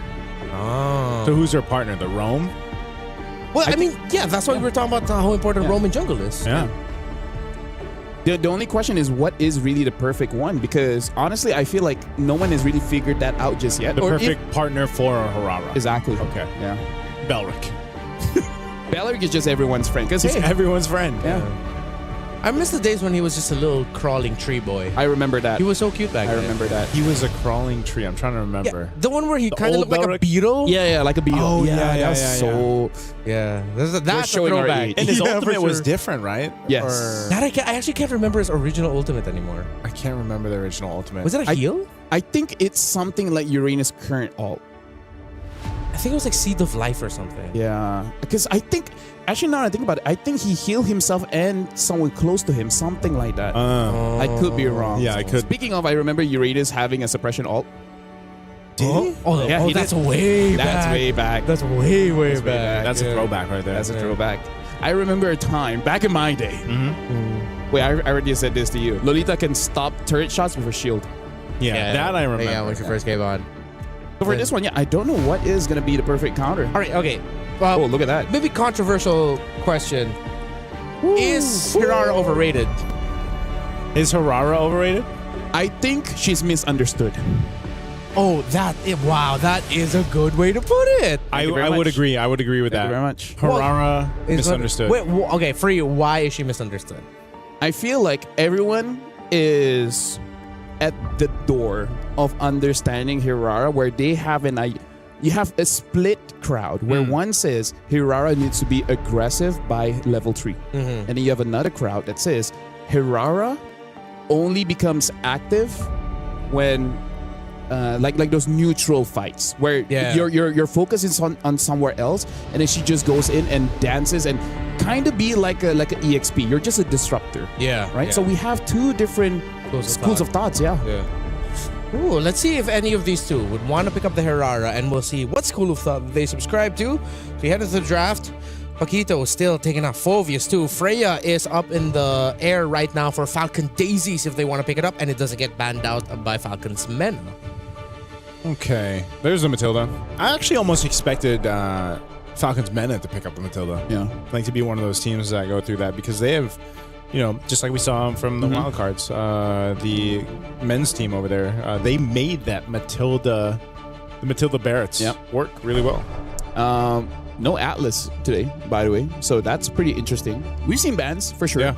But we haven't really seen picks so far. I think Atlas picked up one and it just did not work. Yeah. Which, by the way, I talked about with Remar. Something that teams are trying out in scrims is actually fight the Atlas with the Rafaela, where your speed up can run away from the engage, and then you have your first ability to slow him down. And if he conceals, you got the first ability to cancel that. Because then once he's like caught, then it's like he's like pretty much dead. Like he's like you're just standing there waiting for your perfect match while you're taking free hits. And after you use that second skill, it's not like you can get away unless you burn the flicker. Yeah. Right? So as we expected, it's the Freya rushed. The Phovius and Akai really just felt like it was an obvious pick that they were just gonna go for the Freya to make sure it's safe.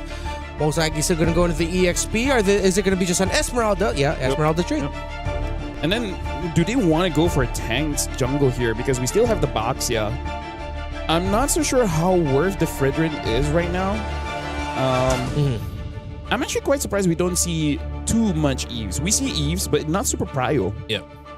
Maybe just because they have the idea that Eve is perfect against tank jungle, so don't show it up too early, and there goes the Hirara. Okay, so my theory of teams wanting to go ahead and give it a test, give it a whirl, is staying true, at least from series to series so far. This time we'll see it in the hands of Team Falcon's Mena, trying to make it work, and also the Esmeralda over here. So I'm wondering, again, what do you pair up with it so that you have the best chance of success for the Hirara to work? Because, yeah, right there, it's open. Belric and the Kimmy goes to Falcon Daisies. I'm kind of glad that we are at a point where we're kind of scared of Belric. Yeah. Right? Yeah. Because he's never truly been a part of the meta. Yeah, he's never been a threat. At most, a niche counter. Yeah. niche counter or just very select teams who's like, okay, we're willing to play. And the last time I remembered that was the day when he was still a little beetle boy. Yeah. Before he grew up into the tree. So it's good to see. Oh, the high loss pickup. This is very interesting. Interesting in the sense that I think there are other picks that you can prio, but you pick up the high loss. Very interesting, no? It is. What are they trying to supplement? It seems like it's more they're trying to set up for something. Because if you're thinking that the stun is just to delay the Freya just a little bit, it's too much for one hero.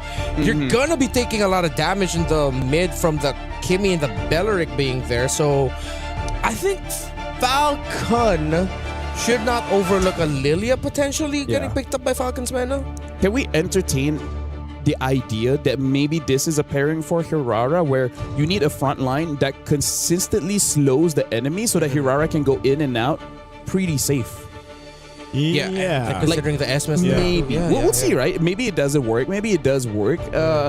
At this point, I'm here as a fan. Yeah, but I think that's why it's so correct when you said, I feel like she's just kind of misunderstood because even teams, they're trying to get the reps in and trying to see what is the best way to make Hirara. Because I think once teams figure that out, and maybe we even see this more so once we get to also to MSC here at EWC, once that's figured out, it's going to be kind of crazy what you're actually the potential for Hirara is. Or maybe teams just kind of eventually just say, you know what, no more. We don't want to deal with it anymore. But there it is, Red 4, Lilia comes through. Yeah, and now adding your thought to the slows. Even the Lilia, once that picks up Ice Queen, that's good setup for the Hirara. There's a lot of slows here. Yeah. Even for Esme, right? Because Esme, she just really wants to stick onto someone, but some people are just too fast. Yeah. So does that mean that you want to... finally get to see a Link today. Okay. Oh, we can't even hear the cheers. Yeah, we like the Link too. Yes. Oh, it's nice to have an audience. Yeah. Oh, wait. And our audience are all experts. A CC. Haven't seen the CC for a while. So, Chotomate. Yeah, I'm trying to think. Because of the Belleric, it makes... Which one is the gold? Is it the CC or the Freya? I think it... Well, that's the question, right? I think it's going to be. Unless they end up switching. Yeah, they both can be. I think in lane, Freya does a little bit better against Esmeralda. CC, sometimes you're just like stuck there like, oh, okay, you're shielded. I'll use my blitz. Oh, it's like you're just hitting her shields over and over again. While the Freya can constantly damage. I'm trying to think like, what can they pick in gold? And this is always a tough part of Moskov? With the Ling, the knockback, that would be good. Yeah. That's a good pickup. And against the Freya as well. Yeah. Right? Unless they go for something really funny like an Obsidian, but no, with the Belleric. Or Bruno. Just go Moskov. Clint. Huh. I see the idea, but it's not without its risks. Yeah. Right? You try to kill them first. Yeah. But if you don't kill them first, they're gonna kill you. That's the philosophy in life. Kill them first, if not in MLBB. In MLBB. In MLBB. Yeah. Sometimes the best defense is amazing offense. Quick reminder for all y'all. Get checked for paranoia. Nice too, LaFell. Let's go. So, thank you very much, Remar. Yes, my name is LaFell. Alongside with Nice. I think the biggest question mark is really going to be on this Ling. The Ling. I feel like Ling, 2 items is going to be pretty strong. The only question is, what is that second item, right? I feel like Berserker will be the first. Yeah. And it's either the Windtalker or the Haas Claw. I've seen some people experiment with the Sky Piercer, but I think teams will try to stay off that. Like, was his buff good enough? I've gone up against some Lings when we flew back to our own countries. Yeah. It looked kind of nasty. But now, ladies and gentlemen, we are jumping into the game in the Land of Dawn. We got to see Starsoy on this Ling. Can she make it work against the Hirara being used by Nana? And then we go for a pause. All right. We're going to have to wait a little bit longer. You know? But yeah, I think, looking at the emblems too. Fatal for the Ling just to have more crits. A little more, the crit. Which honestly, it's less about the Ling buff and more about the Berserker Fury buff. Now that's nasty. Yeah. You have physical damage, you have crit chance, you have crit damage increase, and then you have true damage whenever you crit.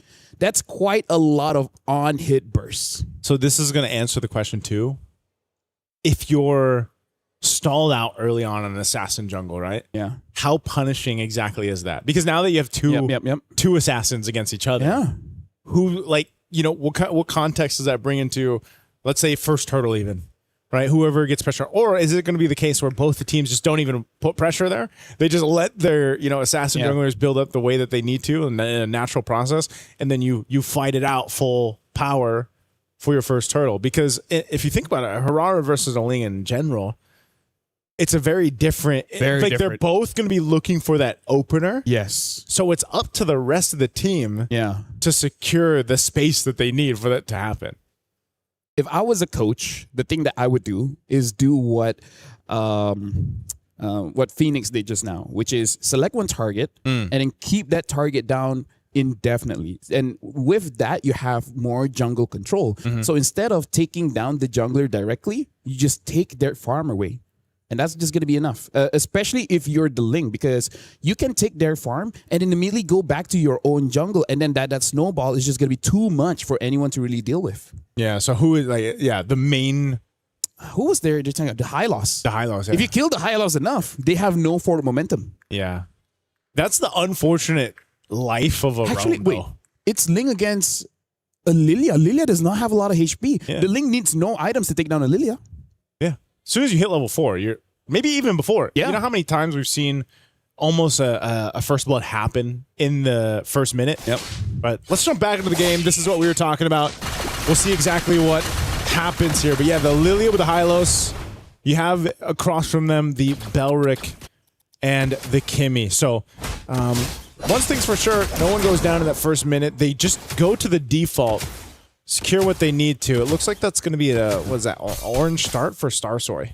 Yeah, let me just say, Naisu, as roamers, we can kind of tell how the team is going to play based on the boots that they buy. Because after the buff of Conceal, basically everyone went Conceal, right? Yeah. But look at the Hylos. He actually went for Encourage. So I feel like Falcon's Mena, they're going to be more reactive and kiting back instead of being super proactive in their fights. That's a very interesting choice. We haven't seen Encourage for a while. It's basically been all Conceal. It's funny because I just, I actually prefer Encourage. Yeah. But I just know Conceal is the way to go. Yeah. Especially because, at this level of play, that's exactly what you need to be able to do. You need to pop that Conceal, kind of surprise the enemy or opposing team with it. But yeah, this could be a change of pace anyway to go ahead and start into this game one. You can see exactly what we were talking about too, where both junglers are pretty much unbothered in the early minutes of the game. So this leads into that first turtle, right? First objective. They both got the level 4s that they needed. This is pretty much as easy as it gets for jungler pathing into your first objective take. Looks like it's a ladies' tree where they're just like, you don't bother me, I don't bother you. We'll just get whatever's free. Ladies' agreement. So, gentlemen's agreement, ladies' treaty. Ladies' treaty. I like that. Yeah. First turtle, fight for the space here. Nucci holding up that front side. She's still got the Revitalize, so they've got plenty of time to go ahead and deal with this. Half health on the turtle right now. Kiko joining the fight too. I think they just want to fight it out. Valkyrie's set going to be used. She jumps on in. They're crouching down. Nucci going to be first. Double for Kiko. Name's now joining the fight. She's going to go for it too, but she gets catered down on here right under the turtle. And Names goes down. 3 kills for Falcon Daisies here, plus the turtle. It's unfortunate because Names had her flicker. Yeah. And I really don't think Names should have been there in the first place. Maybe just stayed in the gold lane. Exactly. You're a Clint. And it's against a Freya. So I really feel like Falcon's Mena, they dropped the ball there. Like they try to fight fire with fire. But your fire is like a... It's not there yet. It's an ember at this point. It's from a lighter. Yeah, it's an ember. It's just this. Exactly. It's not a flame yet. Not a full force flame. It's a Charmander against a Charizard. Oh, that's what it feels like. At this point too, in this kind of composition that Team Falcons Mena has, it's one of those ones, like I said, if you are to delay this Harara, you might be in a bad position, and you can see them. They're staying bunched up together. I think they just want to try to get a kill and convert. Wrath of the Dragon going to be used. Oh, Attraction Pulse too in there. Starsoy joining the fight.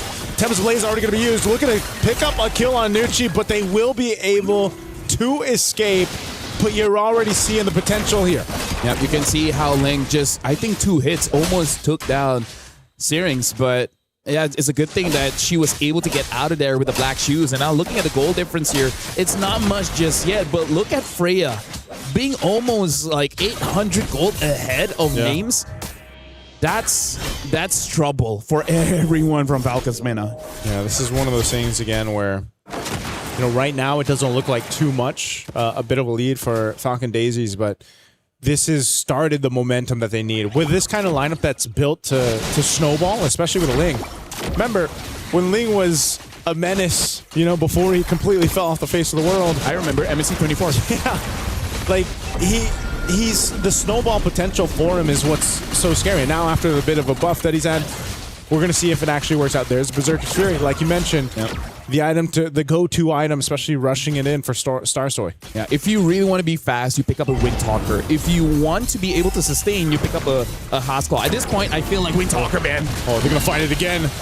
Wrath of the Dryad going to be able to lock down Syrinx. She can't even get away. Nucci could potentially be next. A jump in from Nocturne. They're going to go for it. Afu gone. They're fighting back here. Team Falcons in the mid lane. Nucci falls.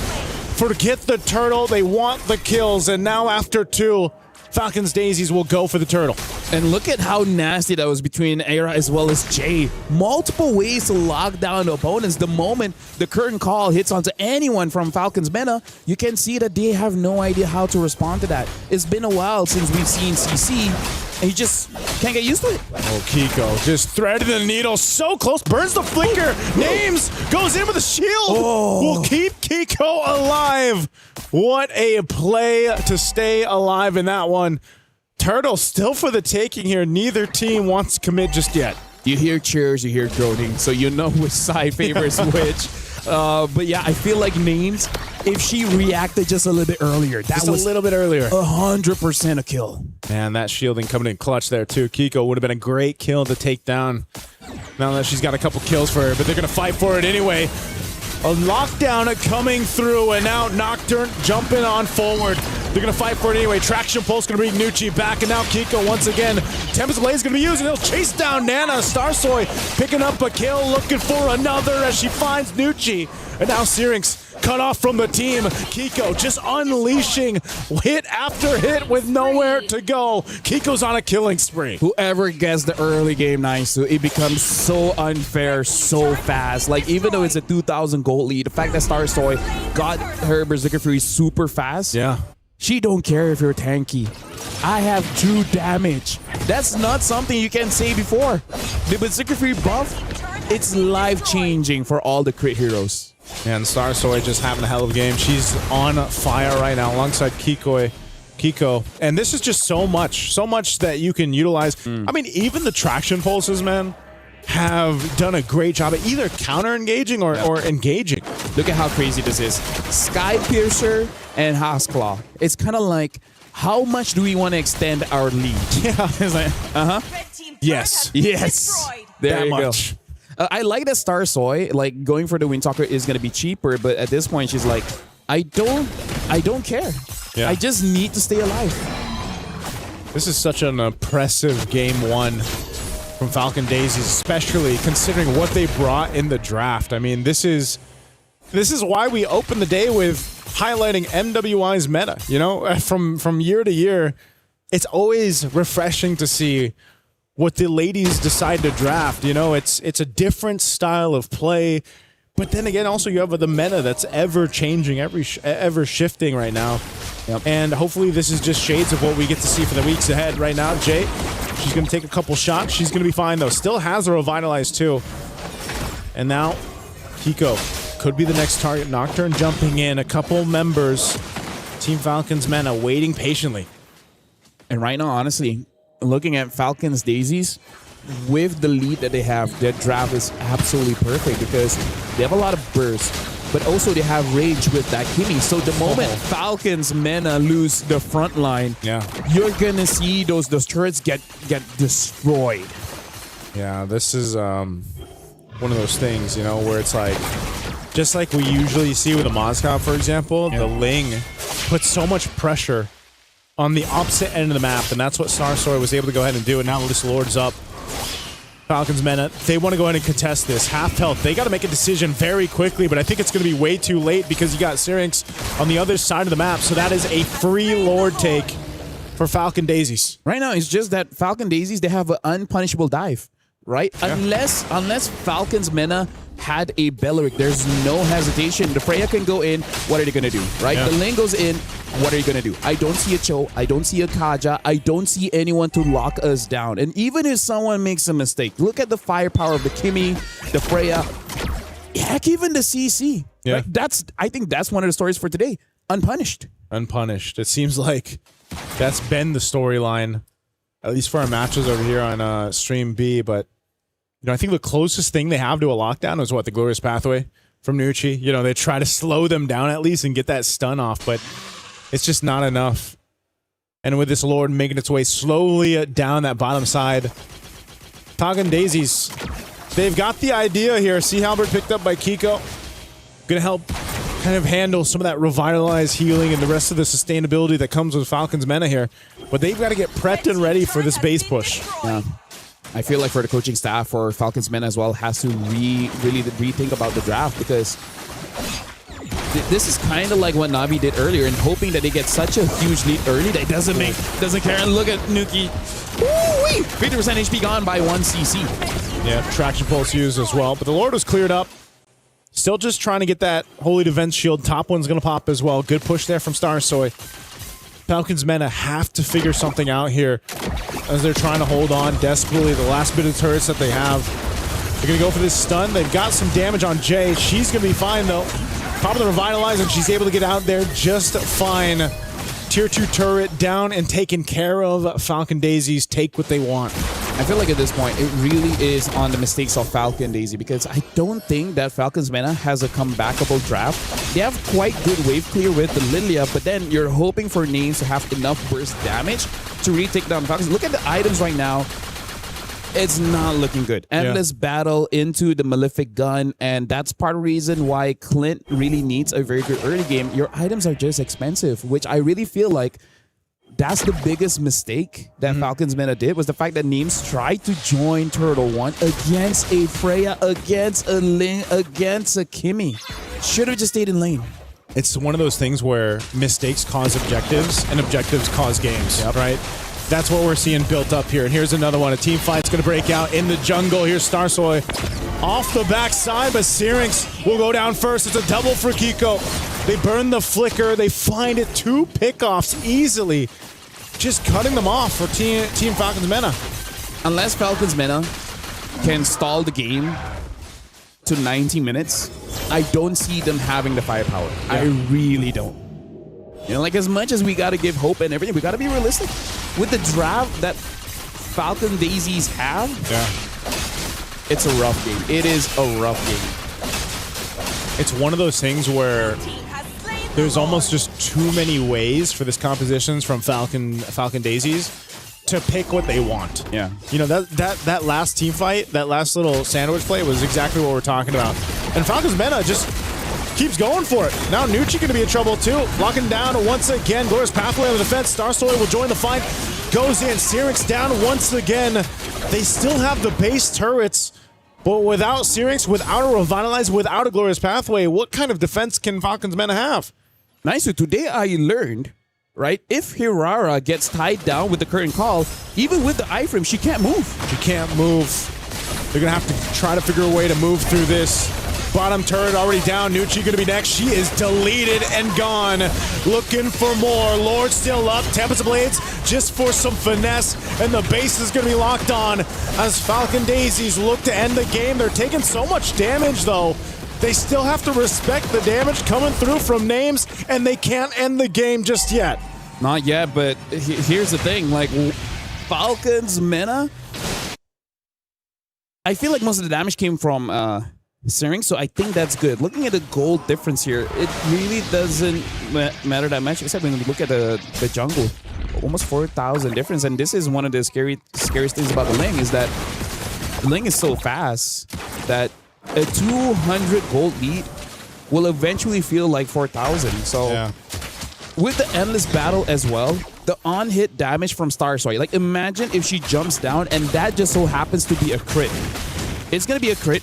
There's going to be true damage, and then there's going to be true damage on the Endless Battle as well. Endless Battle, as well as Hasclaw, as well as the Berserker Fury, has so much physical items there. So the scaling on Ling's first hit is going to be enough for it to be like, yeah, you don't want this smoke. You don't want this. You don't want anything to do with this, and that's kind of been the nature. That's why I'm so surprised that we continue to see Falcons Meta just be like, yeah, we do want something to do with this. Like, they've been showing up in the jungle every time, like, hey, you know, and imagine like they go in and say, that's all you got? That's all you got? That's how it's felt. But some of us are still up. LaFell, I think at this point too, they might be just looking for that kind of Hail Mary, just trying to make something where they either get a massive shutdown, a ton of gold in the right target here, but at this point, it's almost a wish up into the air. You got 20 seconds for this Lord to come up. You already lost one of your base turrets. The shields are down. This is where that decision making comes into play for Falcons Meta as well. Do we contest? Do we fight? Do we just hold on in our base? What do they do here? I'm going to bring a counter argument and just say Falcons Daisies. Yeah.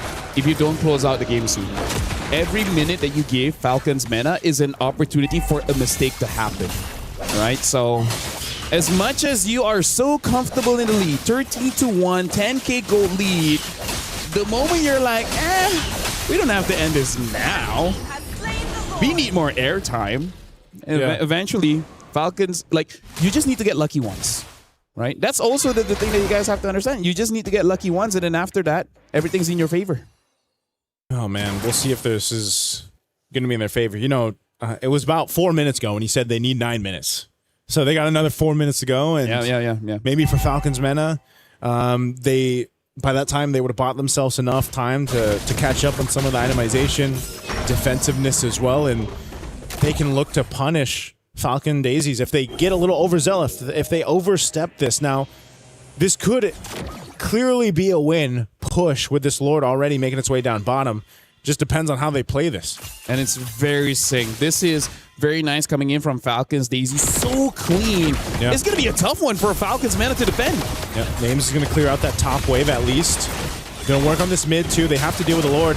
Trying to buy some time here, Kiko. But still, this is a great defense so far from Falcons Meta. Lord's got to be worked on unless they push this a little bit further. Gore's pathway to slow things down. But so far, so good for Falcons Meta. Clearing out the waves. They've bought themselves more time. Let's talk about what will happen if this game goes long enough. Nana on this Herrera will have very low cooldowns, making it so that she can fight. Oh, hold on, someone got caught. They're going to go for Nucci, Wrath of Dry, and everything else. The team has to show up for her, and they will be enough, but Starsoy will take out Syrinx. So Nucci will survive, but the trade for the mid lane for Falcons Meta. That's the advantage when you have a crit hero. Yeah.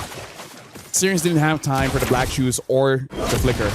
Like, the burst is just too much. She couldn't expect it. Oh, traction pulse again. Starsoy waiting on the wings here. They just want to clear out the waves. That's all they have to do. But I'll tell you what, man, Falcons Meta doing a phenomenal job at defending. Again, they're down thousands and thousands of gold, but they've essentially brought them up to this point in about 7 minutes from the last time that Falcon Daisies were knocking on the base turrets. Eventually, Nana will be so good in a long team fight, and Names will be so good in a short team fight. Look at it, even with the BOD, right? Look at Names. Names is just one item away. Either you go for a win of nature just to make sure you don't die instantly to Starsoy, or actually, I think that is going to be the item. The other item I would consider is perhaps a rose gold. Yeah. But it looks like it's going to be the win of nature route. Looking at Herrera as well. Cooldown reduction. I think at this point, there's going to be enough cooldown for Herrera to actually have a good tango in a fight around the Lord. So even though the goal lead for Falcons Daisies is 12,000, it's becoming less and less important. Yeah. At that point, it's almost just the ability to go ahead and switch out defensive items. You know, it's like now we're in the territory where it's item juggling. You know, Immortal Winter. Going for that.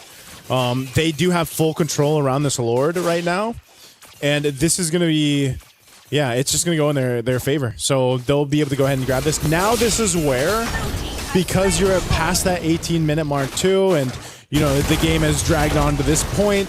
Now you got to deal with defending against an Evolved Lord. Now you got to be able to go ahead and jungle this out better. Now I will say Falcons Mena has bought themselves the time where they're actually capable of making that happen. I think they had a short discussion where they said they're the strongest inside their own base. Yeah. Right? There's just no way where Falcons Daisies can go in without taking damage. So I think they took a calculated risk and say that this is going to be a tough Lord to defend against. But if we can defend it, we win. Force Pathway drop down in mid lane. They want to hold out as long as they can. That's a lot of damage on Jay. She's going to be careful here too. Nana goes back to heal up. Mid turret finally goes down. Lord's at half health. They're going to be able to clear this out. Jay, though, isn't a part of the fight. She already popped the Revitalize too. So once again, Falcons Mena will successfully defend against an Evolved Lord nearing that 20-minute mark. If you can defend that Lord, you can win. You can win. You can. I feel like they can now because even Nocturne has scaled up to the point where she's becoming nigh unkillable. Yeah. So Falcons Daisies, this could be one of the biggest upsets of being like 13,000 ahead and then still losing. Yeah, there's a potential for this to completely flip on the heads of Falcon Daisies here if they're not careful enough. Even taking out 2 base turrets. Again, we're talking about the threat of now the late game composition and itemization from Falcons Mena. You can see that Wind of Nature was picked up there. 4 names. Harara as well. Nearly there. You know, just sometimes enough damage, but it's the Nocturne, there's the BOD. And even for Syrinx has died multiple times, but her damage throughput on the Lilia is stopping Falcon Daisies in their tracks half the time. She's taking a lot of damage here. Jay's going to go for it. Goes in with the Wrath Dryad off the conceal. Kiko looking for an angle on the backside too alongside Starsoy. She's going to jump in. Tempest Blade is going to be used. Crash Chin down. Looking to pick up a kill. They find a names. That's a big pickup.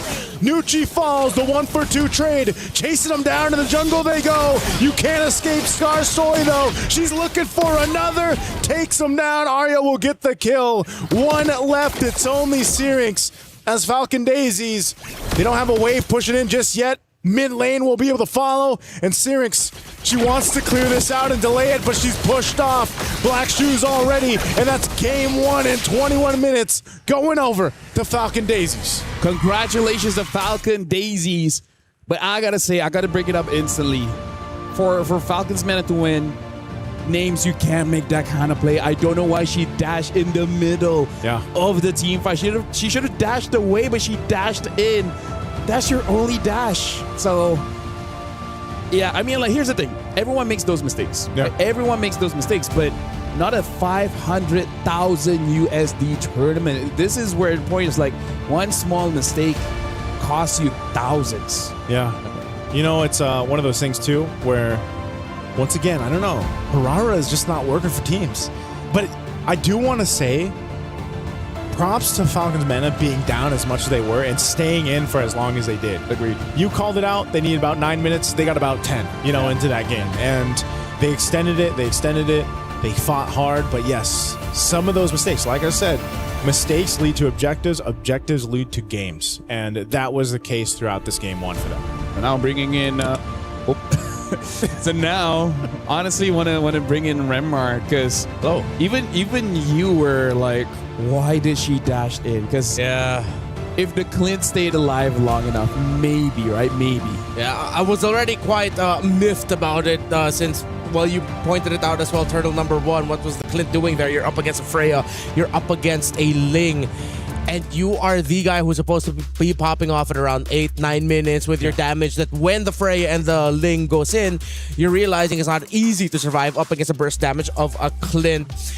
It seems like for a moment, just for the very first Turtle, Falcons Mena forgot what kind of composition they were up against, what heroes they were up against. They fought into it, then they were harshly reminded the heroes that you're up against early game, they love that. Oh, yeah. And that's what set them so far back early on. I mean, as we take a look at the highlights here, this is that fight. This is that first fight for the Turtle. And you can just see that just as names, like LaFell mentioned, traveled all the way down here and then just got targeted on. Like, when they see the Clint, and she couldn't even flicker, So that is just a big setback overall as a team off that first Turtle fight. I do got to say, though, Shout out to all the Belleric fans. Because at this point, I think they're going to make a petition and be like, hey, another skin. We need a Belleric skin. Some kind of a MWI skin exclusive. Because Belleric has been popping as much as Hirara hasn't been able to work. Belleric is having the time of his life today. But yeah, I just feel like we don't want to target any of the players, but Names really got to make sure that she plays Clint perfectly because the team needed that. Honestly, it's times like these where I'm really starting to miss Cho, man. Are you? I'm really starting to miss Cho. You know, those fast rotating, has the damage, the constant vision. Should open things up a little bit more. I think it was warranted that we hyped up the potential combo that they had to help set up for the Hirara. Yep. But at the end, it was like when you're up against an actual wrecking ball of a composition. It's like, what can a poor lowly high loss do against a Freya and the Ling, who's just gonna tear through everything? And even not just those two, CC did their job. We mentioned the Ling, Kimmy. It seems like it was just perfect out the draw for Falcon Daisies. Yeah. You know what I would call this draft? What would you call this draft? The debt collector. The debt? Debt collector, yeah. Debt collector? They're relentless. They keep on chasing it, and it's like, what are you going to do about it, right? Yeah. The Freya and the Ling, that's it. And it's just like, there's no way for you to run. It's nice to see the Ling work. Yeah, in the way that Star Soy was able to make it work, because she just did a great job. But yeah, Kiko, I mean, all of them. I think, again, as a team, Falcon Daisies made this work, and it was great to see in game one. And I'm very happy, of course, for the members of Falcon Daisies. Specifically, well, Ira, Afo, Jay, and Kiko, specifically the members from Myanmar, because they have been grinding out, trying to make it into MWI for the past two installments, but they always just fell short. They were either stuck at 5th to 8th or 3rd to 4th. This is them finally making it to the stage, and it's so good to see that they started off their campaign this year with a dominant win against an experienced team, against a team like Falcons Mena, who has danced in this hall for multiple years. Hasn't that been the case today so far? Yeah, that's and true. then day one, where it's like, you know, you have these teams with this amount of experience, this veterancy, and then you have some surprises too of where teams are taking them down. Can I just say, experience can be your biggest enemy. That's true. When you have to unlearn and learn new things. Yeah. Right? And every year or every season, we always have to unlearn and learn new things when we enter Rhino Day. And if you want, there are exclusive brand new interactive effects for our Rhino Day now available. Check it out and join the celebration. You have these unique emotes that you can use. Go ahead, do that. Happy Rhino. Well, Rhino Day has passed, but I am very happy that they have finally started calling it Rhino Day. When did that happen? Like, when did people start calling it Rhino Day? I don't know. I've always just said Happy Rhino Day. Really? Yeah. Can we go to a short break? Sure. Let's go to a short break. We'll be right back in just a bit.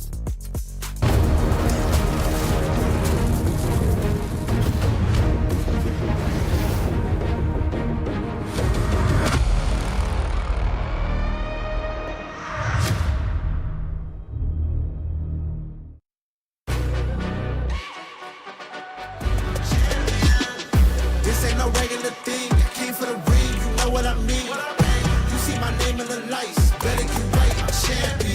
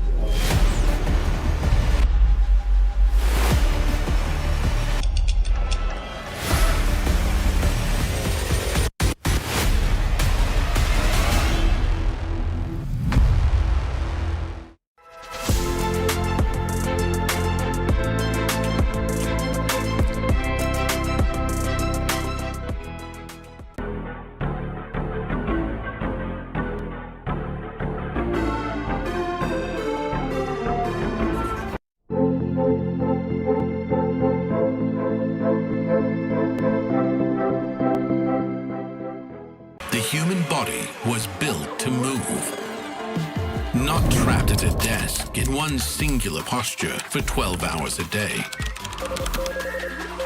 It's time your chair evolved. This is Secret Lab Titan Evo. Ergonomically engineered for you, gamers, hybrid workers, artists, backing your every move.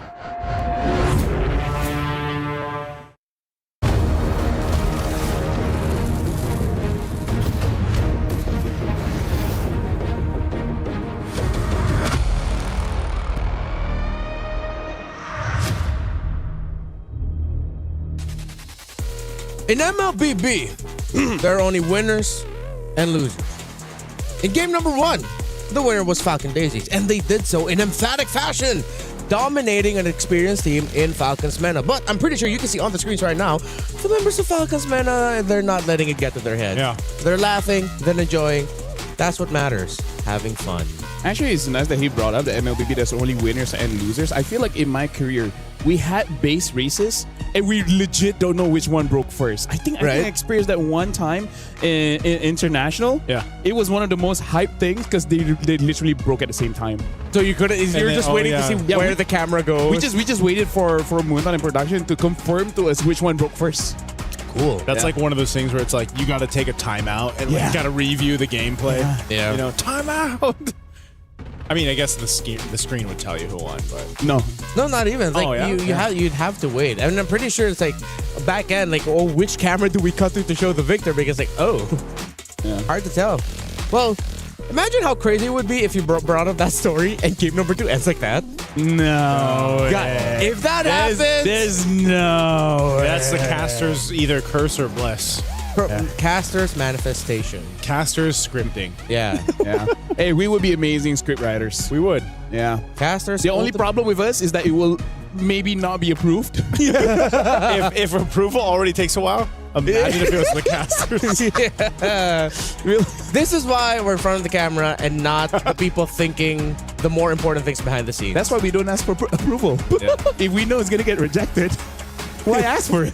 What's that saying? It's better to ask for forgiveness than permission. There you go. There it is. Another life lesson. Hey, you guys are learning quite a lot. You guys want to send some gifts over? But I feel like the life lessons I'm sharing are not that great. Yeah, I don't know. I mean, it depends. Depends on how you look at it. I learned a lot from you watching MLBH. Really? Yeah. Oh, I appreciate that, man. Thank you. I learned a lot from you when you're on the BM broadcast and MPLM. You know what's funny? I'm not on the BM broadcast. Wait, no, don't you show up at the BM broadcast sometimes? Not anymore, no. For this season, I've been there once or twice. Yeah, exactly. That one or two times. I've never watched that. Hey, you know what? I appreciate the honesty, man. Damn it up. I'm like, I'm going to see him eventually. Well, Falcons Mena is going to be the first pick, as well as Falcon Daisy will be the second one. Bellry gets banned. The respect, well deserved. Respect. I think we've set a precedence now of like, Belleric, no thank you. Maybe Belleric's a counter to Hirara. Did we ever consider that? He could be. Because it helps with the, like, even if she iframes, technically, I think she's still in the Wrath of the Dryad, depending on where she goes through. Or when she comes out, she's like immediately taunted. Yeah. And it might be just a blue side ban now, man. Oh, this is such a 2021 pick. Esmeralda Rush blue side first pick. Where you just know, okay, that's going to be a Uranus in the XP lane. Yeah. It's one of those things. Crazy the thing, not a lot of the players have been here since 2021. One of the only ones here is Jin Chao. Yeah. Yeah. She started her career in 2021. She's still here in 2026. Good for her. Actually, majority of like not all of the Vitality players. Yeah. A lot of them are very experienced, but like not going back as far back as that. Look whose turn it is to run the Hirara. Hey, no Belleric, am I right? Yeah. Oh, yeah. If they lose. If they win, the theory is solved. That Belleric is the counter. Belleric is the counter. Yeah. Wait, but are they really going to pick Hirara with Guinevere still open? Oh, that's right. Well, what if they just don't pick it up? Yeah, that could be Because maybe Gwyn is just, like it depends on the player. You like it or you don't. I think Dive would be good. I wouldn't mind the Claude, seeing that Gordon the other side. You don't have to worry about the Belleric. I kind of wish we see more early Yuzongs. Yeah. Because there's not too much counter to him. And even if there is, you can just find a way to play right. I did not expect this, Remar. I gotta say, I did not expect an early Hylos and a Moskov. What are they? It's like, what are they trying to solve here? Early Hylos and Moskov. Yeah, this is very different than the patterns that we've seen. Are they gonna open up the map, or what are they fighting for? This could be the Hylos could be a supplement to. Well, maybe. Oh wait, no, yeah, they can't pick up the Claude anymore. Is it a supplement to whatever they're picking in the jungle? Man. I haven't seen that in a while. Yeah. Fanny Man. Totally forgot about that one. So, yeah, I really... We were talking about how there was a team, was it Twisted Mind, that draft very honestly? Yeah. So now we have the opposite of that. Yeah. This is a very deceiving draft. For Falcons meta? Yeah. It's funny that you're being... It's a very deceptive draft with very honest picks. Yep. Actually, It's like, it's like now you're overthinking, and I can't help but overthink. For me, like if I was a coach, I'm like, you're setting something up, aren't you? Like there's something here. There must be something I'm not seeing here. Like what? Somehow Hylos EXP and then Esme jungle? This is like a trust issues thing, like a trust issues draft, where you're not 100% sure. That's another theme for today. Trust issues. Trust issues. That Suyo ban, so really honing in on the jungle options here. Yeah. Why? What's up? Are they just gonna front to back? Is it just then gonna be a Fred Kimmy here for mana? But then they're up against a Gordon. You don't see the gold, and carry is still open. I'm just gonna say with this kind of opener, I don't know how to finish the draft. Yeah. Actually, now with the carry ban out, I'm leaning towards the Fred Kimmy. The Fred Kimmy? Yeah. Yeah, I can see the Fred Kimmy working. But then you're really relying on either just your durability in the team fights and then playing for the Moskov. Yeah. Actually, maybe it's better to go for Boxia Kimmy so that you don't have to rush the glowing one and go straight for Sky Piercer. Or what about the juice? Actually, yeah. I think the Boxia's utility is still something that we should respect. The clear is still very slow, but you know the anti-heal is very nice to have. Yeah. To be fair to Falcon Daisies, they're reading into the potential of a utility jungle with a CC pick. Yeah. What about Juice and Fred? I'm worried not enough damage. Yeah. Unless they somehow miraculously rush Sky Piercer on that Juice after you get the gem. Yeah. But that's like that's such a demanding. Yeah, that's very demanding. Yeah, I'm with you on that one. You're just telling Cyrix, hey Cyrix, can you get like 3-4 kills early on? Yeah. Could you like do everything? Yeah, could do everything for us. Crowd control, damage, and looking good while doing it. Yeah. I like the discussion that we saw there, a glimpse of it from Team Falcons Meta, because I think the last two picks are so. Wait, hold on. This is Akai Rome, right? Yeah. It registered in my head. It does a Harara. Okay, Yisishing is picked up as well. Kadena. Dude, that's a flavor, Naisu. I thought they'd go like. And Hanabi. Then the Hanabi? So we saw Hanabi 1 earlier today. Yeah. I've never thought I would ever hear someone say Hanabi 1 with a split push. Yeah. Yep. With the back door. Quinn with the moves. Yeah. That is only something that would happen to us in our ranked games. But hey, I'm glad that we got to see something as crazy as that. Okay, one thing last thing I'll say here, Kadita, funnily enough, when she has items, can completely negate all of the shields of the Hanabi, leaving her wide open. Even if you don't land your combo to crowd control her, you can just burn through her shields. That's it. I'm gonna pass it back to you guys. Thank you very much, Remar. This is LaFell as well as Naisu. He just dropped his pen. I'm pretty sure you guys can hear that. He's been dropping a lot of things today, by the way, man. I mean, not just today. Remember the ride here?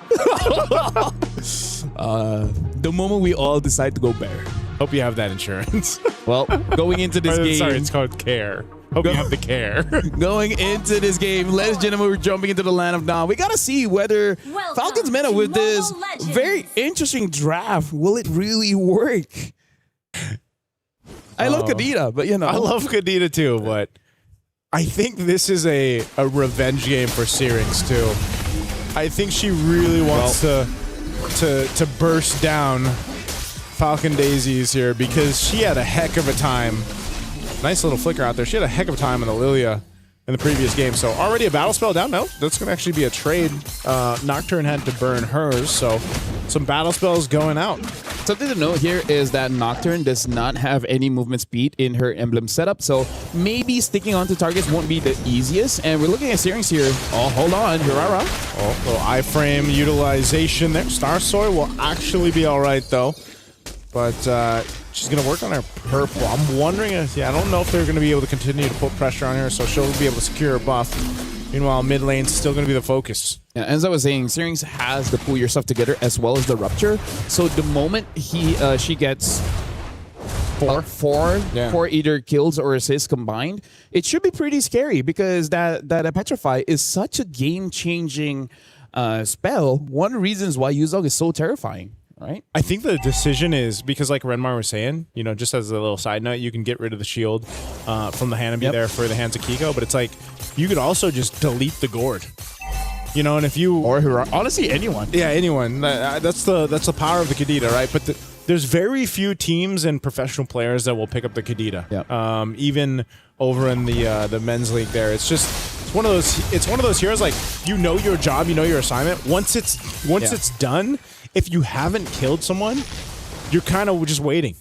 Because the window is quite small. Yeah. Right? If you're able to do it perfect, then you're all good. But the moment you keep missing your opportunities, you're kind of a sitting duck, especially because her wave clear isn't really the best. Yeah. So once you lose, you're kind of not helping your team out that much.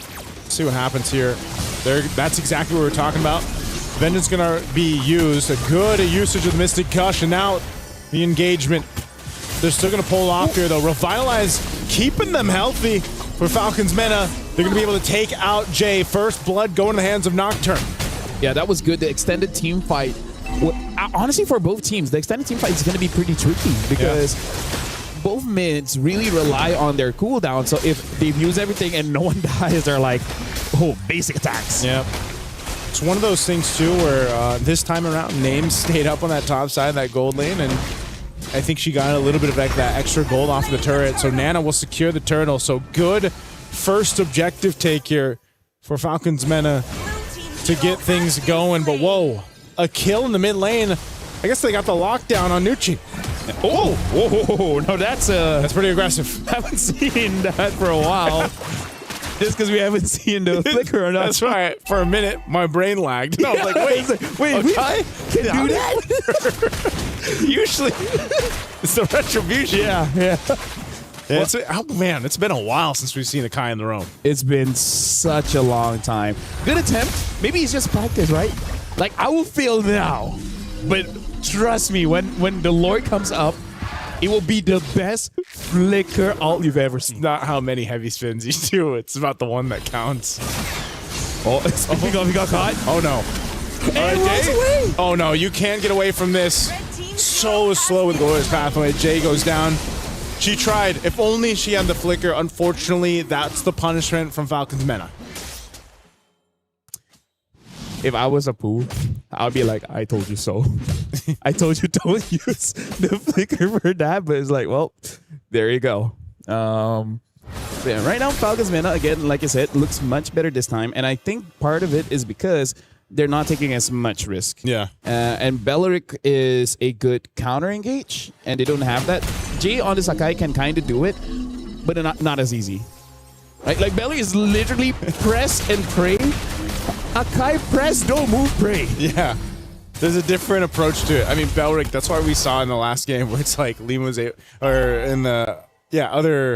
previous game where you were able to just walk up. And also with the way Lima played it, it's just like you just walk up, rather try and flicker if you can. And so Jay is going to have to go into this kind of phase 2 where depending on how she builds the Akai roam, just because, again, we haven't seen too much of it, is something that can be said. Oh, Mystic Gush are going to be used. Gets the rough waves through, so a lot of ultimates already thrown out. Turtle's going to be up here. That's what they're going to fight for, though. Now Arya, she's half health. She's being focused down. Mount Shock are going to be used. They're going to go for the mid lane, too. Jay getting knocked into the air. There's a Starhelm. Goes in. Wow, he had to burn the flicker. She's going to be fine, though. Sliver of health. Nucci goes down once again after burning the Revitalizer. Now still fighting in the mid lane. They're just duking it out, but Falcons Mena, hey, they won that fight. They'll get themselves the objective, it looks like. And if this if this is going to shape up as all the team fights moving forward, we got to highlight a lot of Star Soy as well as Nana, because these long extended fights. Oh, hold on. Oh, okay. Nocturne, tanky enough. She's going to be fine. Has all the shields in the world that we're going to work with. I don't think Falcon Daisies are willing to fight just yet against Nocturne on this Esmeralda. Honestly, like for me, my worry was actually the mana, because she was running quite low. A good thing she was still able to survive. As I was saying, it looks like it is going to be a pretty prolonged team fight. So, Naisu, are you ready for another 17-minute game? 17? I think we're going north of 20, man. Yeah. I think it's going to be one of those cases because it's just both lineups. I mean, even so, like Kiko on the Hanabi, she's going to pop off later. Yeah. She has been able to go ahead and just pretty much try to farm up, but right now Names has that lead against her. Oh, Conceal's going to be used. Where's Jay going? Starsoy's here. Looks like they want to set it up. SOD was already thrown out too. Heavy spin goes through. They burn the flicker from Names though, so I think they're happy with that. I would be happy for that, yeah, because the Conceal is only like 1 minute, so it's really not that big of a deal, especially because, you know, around the turtle, you don't need it just yet. For Falcon Daisy as well as Falcon's Mena, even though Falcon's Mena has 1,000 gold ahead, it doesn't disrupt what Falcon's Daisies really want to do, right? Because in terms of what Hanabi wants to do, like you want to have a good time in lane, and then eventually during a neutral objective, one good ult can help your team win a fight, especially when you have a Gord as well as a Hirara. Yeah, this is one of those things too where it's pretty passive, you know, passive play right now for both of them. But I will say this, that eventually that clock is going to be up right now. Oh, they're actually going to go for Kiko. They just collapsed down on her. A big choice to go up top, make a play before this turtle comes up. A projectile thrown out, Jay. And if we were up here on this top side, they might just have to give this one over. Give the rest of the team rotating to the top side. I think they might try to contest, but Team Falcon's Mena so far has been able to go ahead and control a lot of these team fights. They get a flicker out from Nocturne. The Mystic Gush was already used. A Revitalize to heal her back up. Nocturne's got the shields. She's not at a threat of dying here, so right now she'll reset. And they go up top. Heavy spin used on Names. Turret's already down. They're going to collapse down on Names. Names trying to get away, trying to get the space she needs. Glorious Pathway dropped out too, but Names will be taken out. Afu joining the fight up top. They're going to go for it. Nucci going to be next as she falls to Star Soy. They're looking for Syrinx. Nana trying to help out the team, but Syrinx can't get away either. Nice, so I gotta say, it has been a while for today, but this game, we see punishes, right? Yeah. You can't overextend. You can't get greedy. The moment you are at a position where you're gankable, you're gonna get ganked, and then you're just eventually gonna die. Right now, Falcons, Star Soy is there, so they should still be able to get this. Oh, SOD. Oh, the SOD comes goes through. in. Names is joining the fight.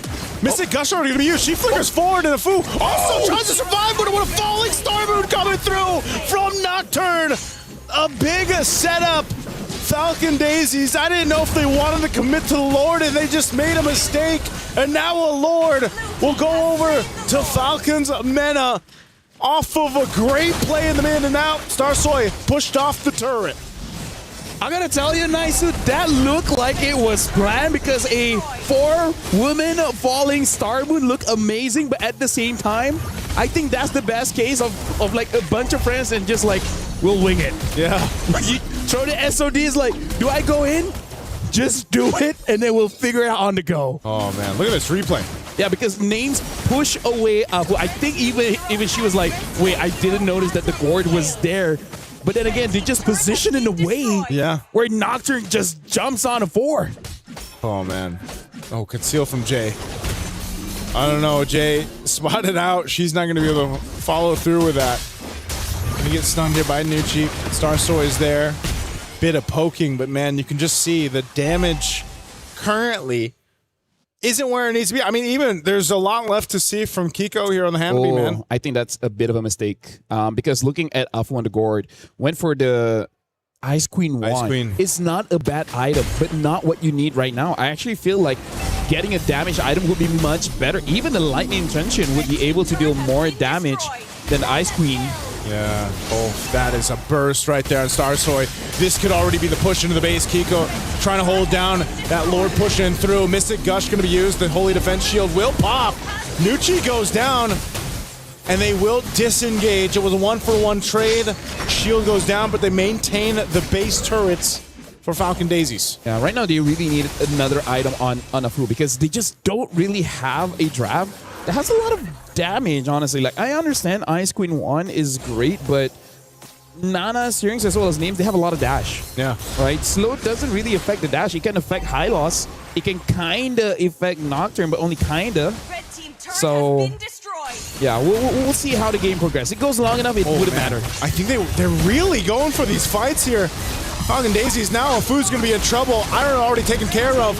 And they're trying to disengage once again. SOD's not going to land, but Nocturne has all the moves in the world to work for. And now Kiko in trouble. Double kill. 4 names. You can see the excitement there from Falcons Mena. They are feeling it in game 2. Nearing the 12-minute mark, they're looking to push down a base turret here in the mid. Yeah, and now Names has more confidence. Look at Starsoy trying to clear the waves. Could not. Couldn't clear it in time. They're going to lose that mid turret, but they will be able to clear this out. So it's not over just yet, but an 8,000 gold they lead nearly for Falcons Mena. This is such a contrast from what we saw in game 1. Yeah, look at the gold lead now. 3,000 gold difference. Nana on this Yi Sin Shin against Starsoy again with the Hirara. I think I will make this joke again, but I'm just going to say it now, Naisu. If Hirara has social media, maybe deactivate it for a day. A day or 2. It's not going good. Mystic Gush. They'll find Nucci. Oh, they might even be able to get another here. Lord already secured, though. Starsoy, half health, has to be careful on the engage. And SOD thrown out. Oh, Names is going to follow it through. Just keep them on their toes, is what she said. You sound. I'm just keeping them on the toes, guys. Like, yeah, relax. Just relax. I mean, like, what are you gonna do? Punish me, please? She doesn't even have flicker. She doesn't even have flicker. You know what? That's the best showing of self-trust I've ever seen. And how much of a lead you have. Yeah. Because that's what they have. This Lord is going to be worked on really quickly, though. Nocturne charging up. Falling Star Moon. She's going to go for Arya. Arya's going to be fine, though. She'll work on the Lord. Lord's going to be cleared out. Minions still pushing down to the bottom side. But so far, so good. Falcon Daisies on a successful defense. Now Falcons Mena, they might have just had to go ahead and reset. What this is ultimately doing, though, is buying some of that time that they needed to get the items over here to Falcon Daisies. Divine Glaive, though, for Syrinx is going to be great. If she can find the right target, burst someone down, that's a big advantage. Mount Chakra going to be used. They're going for Jay. She's trying to hold up on that front side. Falling Star Moon on the back. Kiko is gone. Jay as well. 2 down. And now Falcon Daisies looking at a full force of Falcons Mena. They don't have a wave just yet lined up. They'll wait for the mid wave. And it's going to be 5 versus 3. Falcon Daisies, they got to clear this out. They still have a Mystic Gush. They can throw it down in that mid to clear the wave. And Arya popping the Vengeance. There's the Mystic Gush. They're going to focus on the base anyway. Starsoy trying to help them out. Here's another wave. This should be it as Falcons Mena take us to our first game 3 of the day. Isn't that crazy? The final game to close out Stream B. Goes to 3 games. Like, this is an amazing day. The only way, nice, so I gotta say, for this day to be not so great is if you have like a media day after this, like some kind of interview or something. Like, imagine, right? Like, imagine if you do 4 best of 3s and then after that you just have to like do some kind of content. Yeah, that's gonna be rough for whoever goes through that. They're really, really rough. But hey, who's that? I don't know. At least we're getting some quality. Very quality MLBB action today. You know who's not getting quality? Aurora. Yeah, I think at this point I feel vindicated and very heard. Yeah. Hirara, I'm done with you. I don't want to blame you anymore. I don't want to blame you anymore, but it hasn't looked too good, Aurora. Yeah, again, if she has social media, she'd be like, you know what, guys? Yeah, I'm going through a rough patch. Yeah, please support me. I'll see you all next week. The typical what if I deactivate? Yeah. I'll see you guys later deactivating. I am seeing all your comments and I just want you all to know that you are being heard. I am understanding of all of your sentiments. But what if I deactivate? Or there's trick number 2. What? You don't deactivate. You just have a black DP. That true? Especially on WhatsApp. Yeah, that's true. All right. But you know what's sad about that? Isn't it the default one though? Like yeah, but you know what's sad? When you do that and no one still texts you. So it's just like, hey guys, I'm back from my media break. You just get a haha react. Yeah. You come back a day later, you're like, no, actually, I'm back. If anyone cared. Oh, you were gone? Latest MLBB hero, by the way. First one won. Yeah, that's true. Yeah, it did. But then I think throughout the day, I feel like we've seen teams who have now put Herrera at the top of their list of, all right, how do we make sure that we stop this hero from doing what it wants to do? Yeah. And then whether it's a specific pick, whether it's you play a specific way, I think Herrera has been shut down for at least for today. Because maybe the Herrera mains are suddenly going to come back tomorrow and say, hey, this is how to play her so that it's not so hard on you. But it's been a really tough time for Herrera. Yeah. Very tough time because, again, her playstyle is just something that might take a while to get used to, you know? Yeah. I feel like it's just one of those things where it's like, if you can't get that entry that you're looking for and then you're slowed down too much, it's almost like you can't do what you need to do as an assassin jungler. It also felt like there were some weird times and angles. That was a really funny interaction with the Flicker and the Mystic Gush, but I think Nocturne is my personal dark horse. Nana clearly is the MVP for Falcons Mena here, but Nocturne with the Falling Star moves had some really good timings. Yeah, I really feel like Esmeralda won quite a lot in this patch. You know, more HP, more shields, really make her super viable, especially because apparently some of the EXP laners here, they actually really do like using Esme. The only reason they don't is just because she's not part of the meta. Now that she is, they're having quite a good time. But also, let's talk about how Falcons Mena, the way that they just came back. Like, yeah, we had a pretty rough game 1, but now we just bring the heat. Yeah. Again, when we came back from the little break that we had after game number 1, when we saw the little nice shot of the players over there, the members of Falcons Mena, they were laughing. They were still having a good time. It didn't look like that the loss from game number 1 got to them. It seems like they already knew what they needed to fix, what they needed to adjust, and then just like, let's just apply it. Let's just have fun. And then even the way Name celebrated, that was like, her and Nucci both. I mean, you saw the celebrations on there because I think that's what's important too. You know, if you have a rough game, you go back into game 2, you kind of have to reset mentally. This is something we always talk about too on these international tournaments. You got to be able to reset really quickly, and you know, to see them have their smile on the face is good to see. Yeah, these are players that have been very uncomfortable when they lost. And now they've slowly gotten comfortable with it so that it doesn't bother them anymore. That's probably the best thing about experience, right? Because if you're inexperienced, you lose one and you feel like it's the end of the world. Yeah. But if you step away, it's like, no, it isn't. You still have chances. Yeah. That is another life lesson for you. If you fail, don't be afraid to fail again. Because if you fail 5 more times, you're not a failure. You're just a loser. But every loser eventually becomes a winner. There's a whole lot of life lessons today alone. Yeah. If you can do something about it tomorrow. What? Yeah? Oh, no, that's it. Oh. Okay. Well, I was ready for the second part. Nah, I just wanted the awkward time. With great responsibility. Yeah, with great responsibility comes unlimited power. I think that's the quote. Yeah, honestly, like if you can do something about it tomorrow, then rest today and do it tomorrow. I think if you can do it today, do it. Which, by the way, one life lesson my dad taught me very early on. Okay. If you can do it in 5 minutes, do it now. If you can do it in 5 minutes, just might as well do it now. Yeah. That's meaning actually like, pretty good. Meaning like if you can complete it. Yeah. If you can like complete for the task. example, is like the reason he asked me to do is to throw away the trash. You know, like take it out and put it at the trash. Like if you can do this in 5 minutes, you might as well do it now. Because during that time I was like, I'll do it later. It's like, and honestly, that really changed a lot of my mindset doing things. Because at that point, I'm like, actually, I can just do it now. Yeah. Makes sense. Makes you very productive. So does that mean you never procrastinate? If it takes longer than 5 minutes, then yeah, I'll procrastinate. It was like 5 minutes and like 5 seconds. Like, nah. It's like way too long. That's over the 5 minute threshold. I look at the dishes and there's like 20 plates. So you calculate each plate. 6 minutes, I'll do it tomorrow. Yeah. And then the next day is just more. Yeah. I'll do it at night. But then it keeps piling up. So now let's talk about this game right now. Falcons, man, and they're like, huh, you dealt with us at 20% of our strength. Yeah. Now we put 25. I think it was more than the 25. That was a pretty dominating That was a pretty dominating game. They looked pretty sure. Although there were some moments where you could see it was like a little bit of a coin flip when it came to the very specific fights. There were some sequences definitely where it looks like Falcon Daisies could have won it.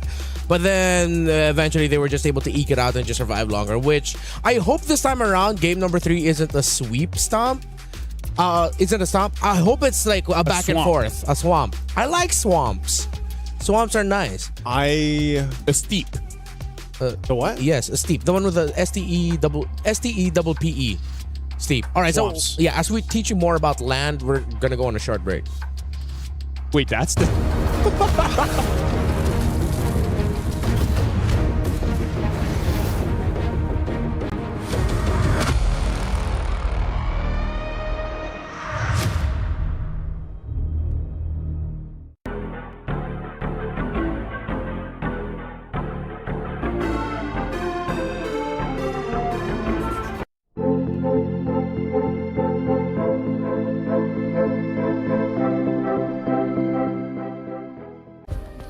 Play is in our DNA. Whenever we let it out, it becomes our superpower. Now imagine an entire city being built to supercharge it. Kadir City, powered by play.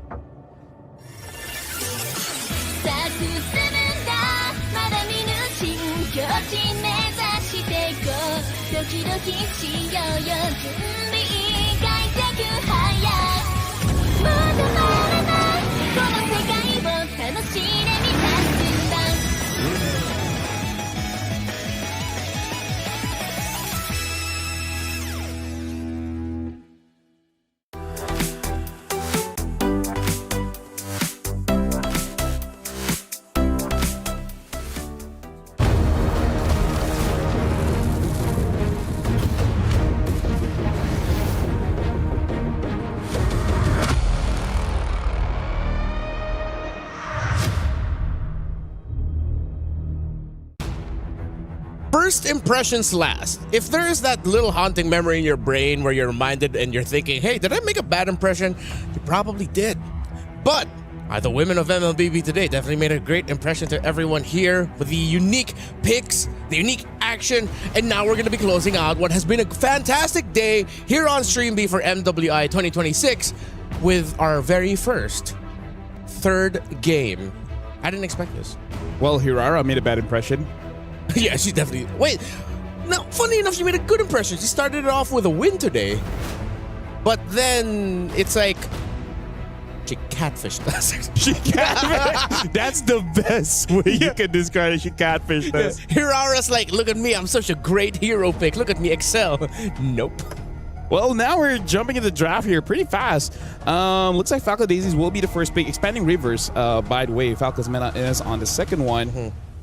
Banning out the EXPs here. Looks like Falcon Daisies just want to make sure that Aira has a good time in the EXP. And we find ourselves in a similar scenario as game number 1. Falcon Daisies on the blue side, Falcons Mena on the red side, and we're in Rivers, as you pointed out. So in that time, It was Paquito, Fovius, Akai as the bands of Falcon Daisies. It seems like they're going to be going a little bit of a different route. They'll open up the Akai and ban the Esmeralda instead, which I feel like was warranted. That was a great Esmeralda game earlier by Falcons Menace Nocturne. Belleric is open. I wonder if it's first pickable. I would. I wonder, are we in that age, in that era? Oh. Huh. I mean, Alice is a very good hero for sure. I feel like it's because it's one of those picks where they know that there's a lot you can trade out. Yeah. So they just pick a really stable one and just build around what's left. So I wonder if eventually Falcons Meta will still go for the Belleric just to make sure that if Falcon Daisies wants a dive-heavy hero, well, dive-heavy comp, then it could use Song early pay. This is what I've been asking for. Finally, like you just said it earlier. Yeah. Like, yeah, okay, good. They rewatched the series like, oh yeah. There's not a lot of heroes, honestly, that could match it. Although Alice did go back as an old classic counter to the Yu Zhong. Some Lapu-Lapu players can play it, but it's a little bit up in the air. Because for me, really, like, Yu Zhong doesn't have... Like, he has winning matchups, but he doesn't really have losing matchups. Everything else is kind of like skill-based. If you're good enough, you're definitely going to win. And if you're not good enough, then you just lose the trades. Hanabi this early, though, is it? Be honest. It's... I don't know how to feel about this. I mean, like, I'm not super against Hanabi, which, by the way, who made the joke in Moonton to be like, you know what would be funny? We create a ninja hero that can't dash. Yeah. Somehow she makes shields for herself. Oh, or is it the wrong headset? No, it's that one? All right. Belleric's here. Belleric Yu Zhong Gord. Pretty interesting Ling band. Yeah. I can see it, but at the same time, it's like, I don't know how the synergy works. What's up, Naisu? What's up? Yeah. Wait, why would they ban the Ling? Did they think the producer wanted to have a cam follow you just to make sure that you're safe? Yeah. Yeah. Good thing I'm safe. It is a good thing you're safe. We were so worried. How can you protect yourself? Yeah, but the camera didn't follow you. So if there was another dude with a camera that was following you, that wasn't us. That was not us. Good to know. Well, Haru gets banned out here. Yeah. It's crazy about that guy being like, you know what's funny? We created ninja here that can't dash. Yeah. That can't dash. Wait, why are they thinking they're gonna go Harris? You already have a Lilia, you have an Atlas. Even the Hanabi's okay. It's like, why would you ban it out? Hey. I'm thinking, looking at Falcons Meta, that they're just gonna go for a traditional marksman also to match it. They just go, what, Moskov? Yeah, I think eventually Moskov will be okay. Yeah. Moskov's alright if you want to play the front to back with a chance to go for some unique angles. Oh my god, I just think of a good line, but I think it's too late now. What is it? I feel like in game number 1 we have like Freya and Ling and everything. Yeah. I could have delivered a line where like, we came here to take names and kick ass. Yeah. And they took names. Oh. Missed opportunity. Missed opportunity. You get another chance, maybe. Yeah. In the days. You say maybe or baby? Maybe. All right, thank you very I'm much. not calling you baby. Maybe. Not on broadcast. Not on broadcast. In MLBB. In MLBB. MLBB. Well, Moscow gets picked up. I knew it. You are so smart. Yeah. I No, knew but it, were man. you suggesting the Moscow for the other team? No, they have a Hanabi. Oh, right. My bad. It's been a long day. It's a long day. In MLBB. Hey, it's a long We've day. been on the same amount of matches here, Redmar. I get it. Yeah. Thank you. You know, Moskov picked up, but yeah, and there's They picked up Herrera. Mena wins. No, we're not dogging on Falcons. We're just dogging on the Herrera. On the pick. Herrera. Wait. It's On been the a Herrera. bad day for Herrera. What if it's like you open with the win and you end with the win? Oh. So that's how you make yourself memorable. Yeah. Okay, I'm alright with It's not about winning or losing. It's the friends you made along the way. That's true. And hey, this is such a crazy lineup, by the way. Yeah. From Falcon Daisies, man. I'm like, this is the kind of draft that makes me go, this. Ooh-wee. This. And maybe there's a secret to it. What's the secret sauce? The secret sauce here. I don't know. Okay, they have a lot of AoE. Everyone has AoE. I think the one that threw me off is the sequence. If the Hanabi and Alice later at the Hirara first, Carmilla? Oh no! Yo, Speaking of AoE, Speaking of AoE, am I right? Not gonna lie, that's such a good pick, dude. We have 2 Blood Team's heroes. Carmilla. Alice and Carmilla. Are they somehow related in the lore? No, Pretty sure not. Because Alice is just evil. Carmilla's just flirting with Sicilian. They're both okay. just like undead. Yeah. And then Alice just takes Farsa's eyes and turn her husband into a bird. Wait, that's a jungle Carmilla.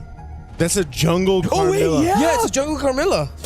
The last time I saw this was in Asia Games by Yazuki. He didn't win, by the way. But yeah. He didn't win, but... Huh. Maybe this is how Hirara can win? Because you're up against the Carmilla jungle? What do you think of Remar? What do I think of Remar? What if she's just the one solo casting? Don't do that. I think at one point we've all solo casted at some point. Yeah, that's true. All right, you guys do your job. Welcome to Hey, we get to do our jobs here in Atlanta. Don is Milafel as well as Nice One. Yes, Nana is going to be using the Carmilla in the jungle. So the Curse of Blood should help out everyone. Yeah. It's... Gosh, I don't even remember. I mean, whoa. They're going in right there. This is every single game, Every by the single way. game. Level 1, We've someone's seen going to this. be almost dying. Sup, Zorn. Shout out to Zorn. Hello. All right, well, you know what? C'est la vie.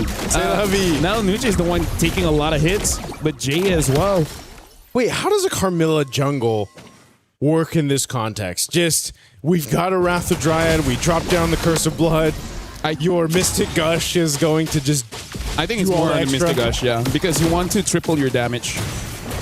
That's a fun way to use the Carmilla. Oh man, that's quite deadly. I mean, look at this. Whoa, Flicker burned already. Jay, she's gonna burn that. Oh, they're gonna hunt down Nucci though. Nucci able to scoot on away. So, no, I almost thought that was gonna be a first blood on either side, really weaving through things. But yeah, burning some battle spells. Good projectile by Syrinx to make sure that Starsoy doesn't get through. But yeah, I feel like it's good for both teams just to fight fair around the turtle and then see how it goes. And I can definitely see either team win because both teams have a lot of crowd control. So this is really like almost honest MLBB where it's all about team fighting, right? It's not about, you know, split pushing and etc. And the amount of speed that they get too between having a Belric, you know, and the Carmilla is they can kind of take some surprises here to Falcon Daisies. Is Turtle's going to be up here. See how the position favors right now. Jay, she's up there. Fighting for control. Looks like they want to make a move down here in the mid lane anyway. Syrinx, she's going to hold on. Doesn't have a flicker, so she's going to rely on the projectile. There it is. First blood going over to Nucci. They get the knock up too. Jay goes down. That's 2 kills for Falcon's Mena, and this is going to be a turtle going over to them as well. Falcon Daisy still staying around it, though. They might want to just go ahead and get out of here. They don't have a jungler to contest this, but they want to go for Syrinx. The Throne of Ruin, at least for Arya. She'll pick up one. They're trying to delay it as much as they can, but Turtle secured for Falcon's Mena. There's a SOD. Names, I don't think, follows that one. There's no one to pick up. Yeah, honestly, right now, it looks like we got to look at the EXPs here because just now, Nana made a very good play by throwing the Curse of Blood so that Nocturne was able to hit both members of Falcon Daisies. And yeah, I feel like the dive coming in from the EXP is the one that we really got to look out for. And yeah, that's kind of how a Carmilla jungle works. You just create the opportunity for other people to pop off. Oh, Nocturne, and she's actually got enough of the Shaw Essence to go ahead and heal her up, so she's fine. Will survive that. She's feeling pretty good about that too. Saw the emotes there. She's going to reset, but yeah, Falcon's Mena holding on to this bit of a lead they built up at this point. Oh no, Jay. I don't know if she's going to get spotted out. Okay, Nucci's there. Mystic Gush going to be used. We're going for a foo here. Not even Black Shoes. There's the Fatal Links, though, in the response. Flicker going to be burned by Syrinx. They're going for Jay. They're locking it down in the mid lane. Names throwing the SOD. They pick up another kill, though, for Falcon's Mena. I think Names really took to heart about not joining the fight until you get, like, maybe after 5 minutes, then you can really join the fight, right? So right now for Falcon's Mena, 1,000 gold lead. That's a substantial gold lead that they have, especially because unless Afu just joins the rotation with Starsoy, I don't think they really can get a kill because Hirara already doesn't have burst damage, but now you're dealing with heal as well. So without that anti-heal, I really don't see Falcon's Daisies getting a lot of kills. Nice. It's just going to be a lot of poking, I guess. Yeah. I don't know, man. It's one of those things again around that. Actually, both teams. Pick. Yeah, both teams But I think the threat is there. It's scarier for if you're Falcons Mena to be able to utilize the setup that they have, especially around the Mystic Gush combo that we're talking about with the Carmilla, the Wrath of the Dryad. It's scarier for Falcon Daisies to deal with, at least for now, until they're able to go ahead and compete in some of these team fights. And like we've seen from the Hanabi from the previous game, it might take a while for Kiko to hit that point, hit that point of contention. This Turtle's up, second one of the game. They're going to have to fight for it anyway, just scoping things out. Black Dragon form going to be used. The Turtle's reset, though. Falcon Mena, they let the Turtle go, so that's also a crucial ultimate that's down now. Names is going to go ahead and push down that bottom turret. Fighting for the objective. Throwing a Ruin.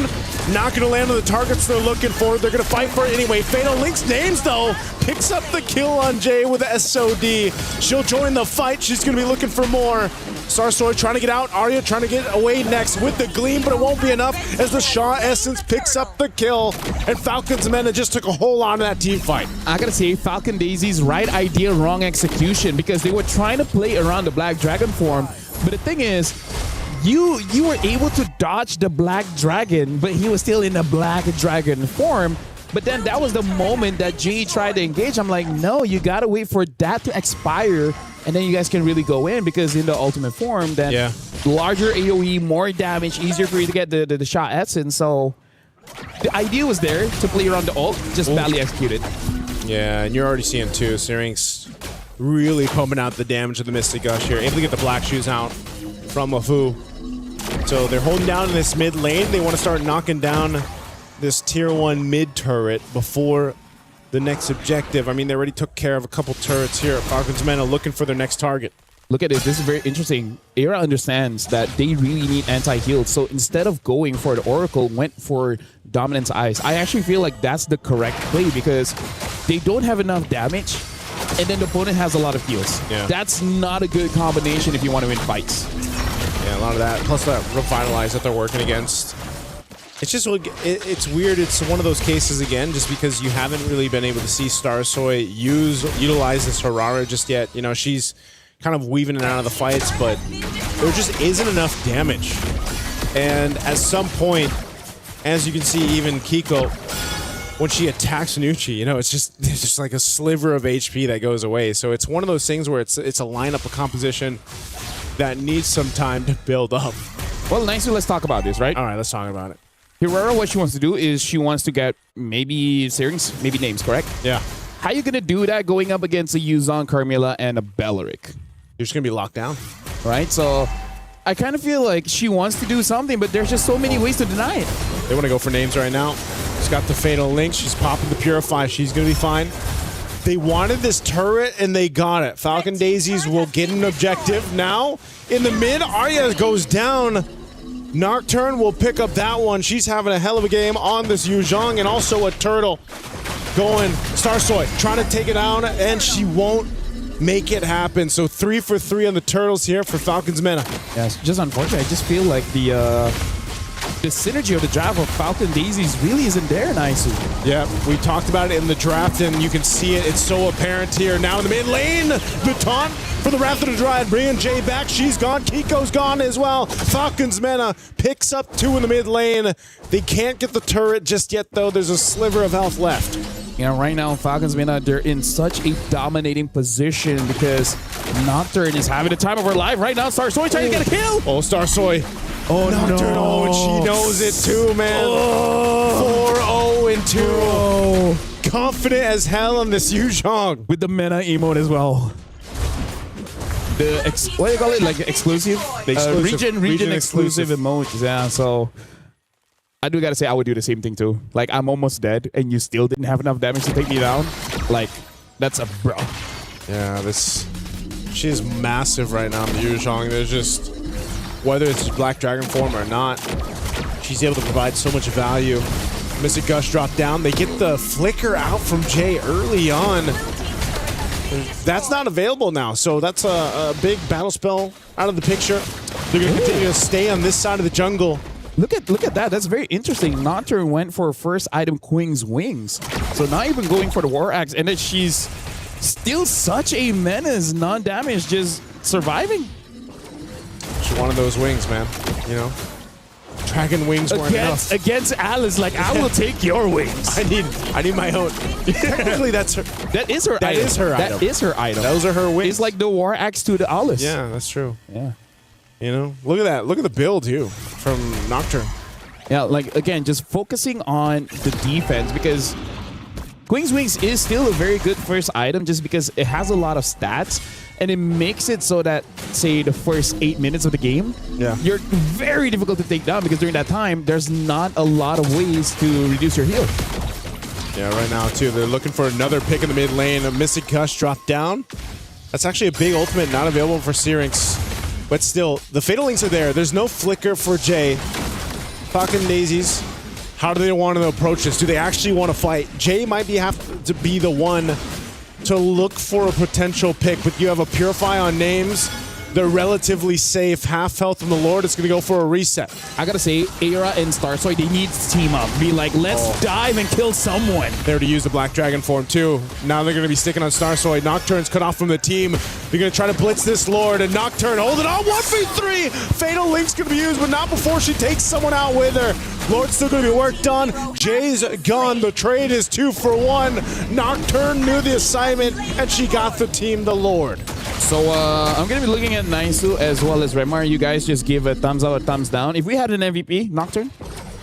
Yep, there you go. Thought so. So now, Aira does have the Oracle, but at this point, you kind of need a Chastise Pauldron. Yeah. Right? So losing by 6,000 gold at this point, looking at the items that, oh my god, that's even a Sky Piercer from Starsoy. She's really trying to create some kind of miracle, hoping that she gets one.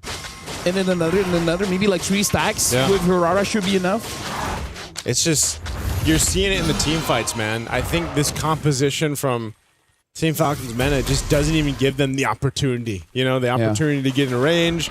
Even if they see Starsoy get in range or someone from Falcon Daisy's get in range, you have so many tools to deal with it. Wrath of the Giant alone has been devastating. Nucci is pretty much just been able to post up, drop it down, revitalize as well. Lord's going to go ahead and get this charge up on the top side. Pop in this last shield up. There it is, top turret. They still have that bottom one. It goes down as well as it's pushed down by Names. She's going to work on this turret too. She has no fear right now. Names trying to get some distance, pushing back Jay. There's the projectile. They want to fight under the turret anyway. A Mystic Gush used as well to clear out the turret. Nocturne will get away with 1 HP. And right now, Falcon's Mena will go ahead and take down 1 base turret. Yeah, Falcons right now, they're struggling to make their heroes work together, right? Yeah. Because again, that's what it means when there's no synergy. It's not that the heroes are bad, it's just that as friends, they don't cover any of the downfalls of the other heroes, or they don't even complement the advantages that other heroes really have. Like, for example, Jay can get a big setup, but then the follow-up isn't going to be that great. And then for Starsoy, you want to go in and then you want to assassinate someone, but then I don't know, there's no one there to help you, right? So the draft just not that synergistic. Yeah. That's why. Yeah. Oh, Arya's going to get dragged back. Tries to get away here. Black Dragon form 2. They're just going to force it under the turret. I mean, they don't have minion waves here to push through with. So I think they just want to go and potentially force a fight. So Falcon the Mena won't be able to get anything off of that. 30 seconds for this Lord to come up. What I was going to say is, you know, it just feels like at this point for Falcon Daisies, if they want to turn this game over, they need a whole lot to happen. A lot of that has to be Kiko too. She has the trinity of items. Yep. She needs a bit of defense, but maybe. I think she's going for the Malefic Gun. Yeah, she needs that range. That's what I'm saying. It's so difficult for them to actually get into a team fight and get through that kind of wall that's set up by Falcon's Mena. I would say in a prolonged team fight, maybe Falcon Daisies has an opportunity. Apu, I saw that she has the Enchanted Talisman. Yeah. All right, cooldown as well as, more importantly, the mana regeneration. So in an extended team fight, maybe they can do it well. I feel like they gotta force a mistake from Nocturne. If they're able to do that, they have a chance. Well, she Black Dragon formed. Malefic Gun was picked up by Kiko too. Goes in with a Petrify, trying to lock down the target. Names thrown out the SOD, but Nocturne's gone. A quarter of the health on the Lord here. It's going to be secured up by Names. Flicker forward with the Fatal Links. They want to win the team fight. Mystic Gush is going to be used. Starsoy locking down Syrinx. She's trying to hunt her down. Meanwhile, another fight, but Names is still alive. Names is going against Arya, trying to gain distance, pushing her back. Names has all the space in the world. She picks up the kills. What a move from Names. 3-0-4 on the Moskov, and that is what we wanted to look out for. Falcons Mena looking to punch in the win here. I feel like Names heard us talk about Nocturne and she took that personally. She took that a bit too personally, but yeah, that was, I feel like Falcons, they had the right idea, right? But Hirara just didn't have enough. Although I do have to say, I feel like that was a skill issue. Yep, Black Shoe's going to be used. They're going to clear it out. Mystic Gush, that's just overloading with damage. Falcons Mena with a massive lead at the 15-minute mark of this game. They'll win the series against Falcons Daisies. And again, I feel like maybe that's why they were in such a good mood, because they immediately understand after game number 1, it's like, yes, we lost, but it was our fault. We made one mistake and never again.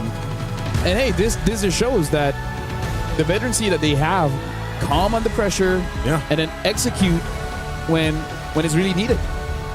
That was a really good series to go through. From game 1 to game 2, and then that last one, that game 3, where, you know, it just seemed like they had made the adjustments they needed. Now for Falcon Daisies, they'll have another opportunity. Again, they are, you know, they lose this match, they get another chance down there.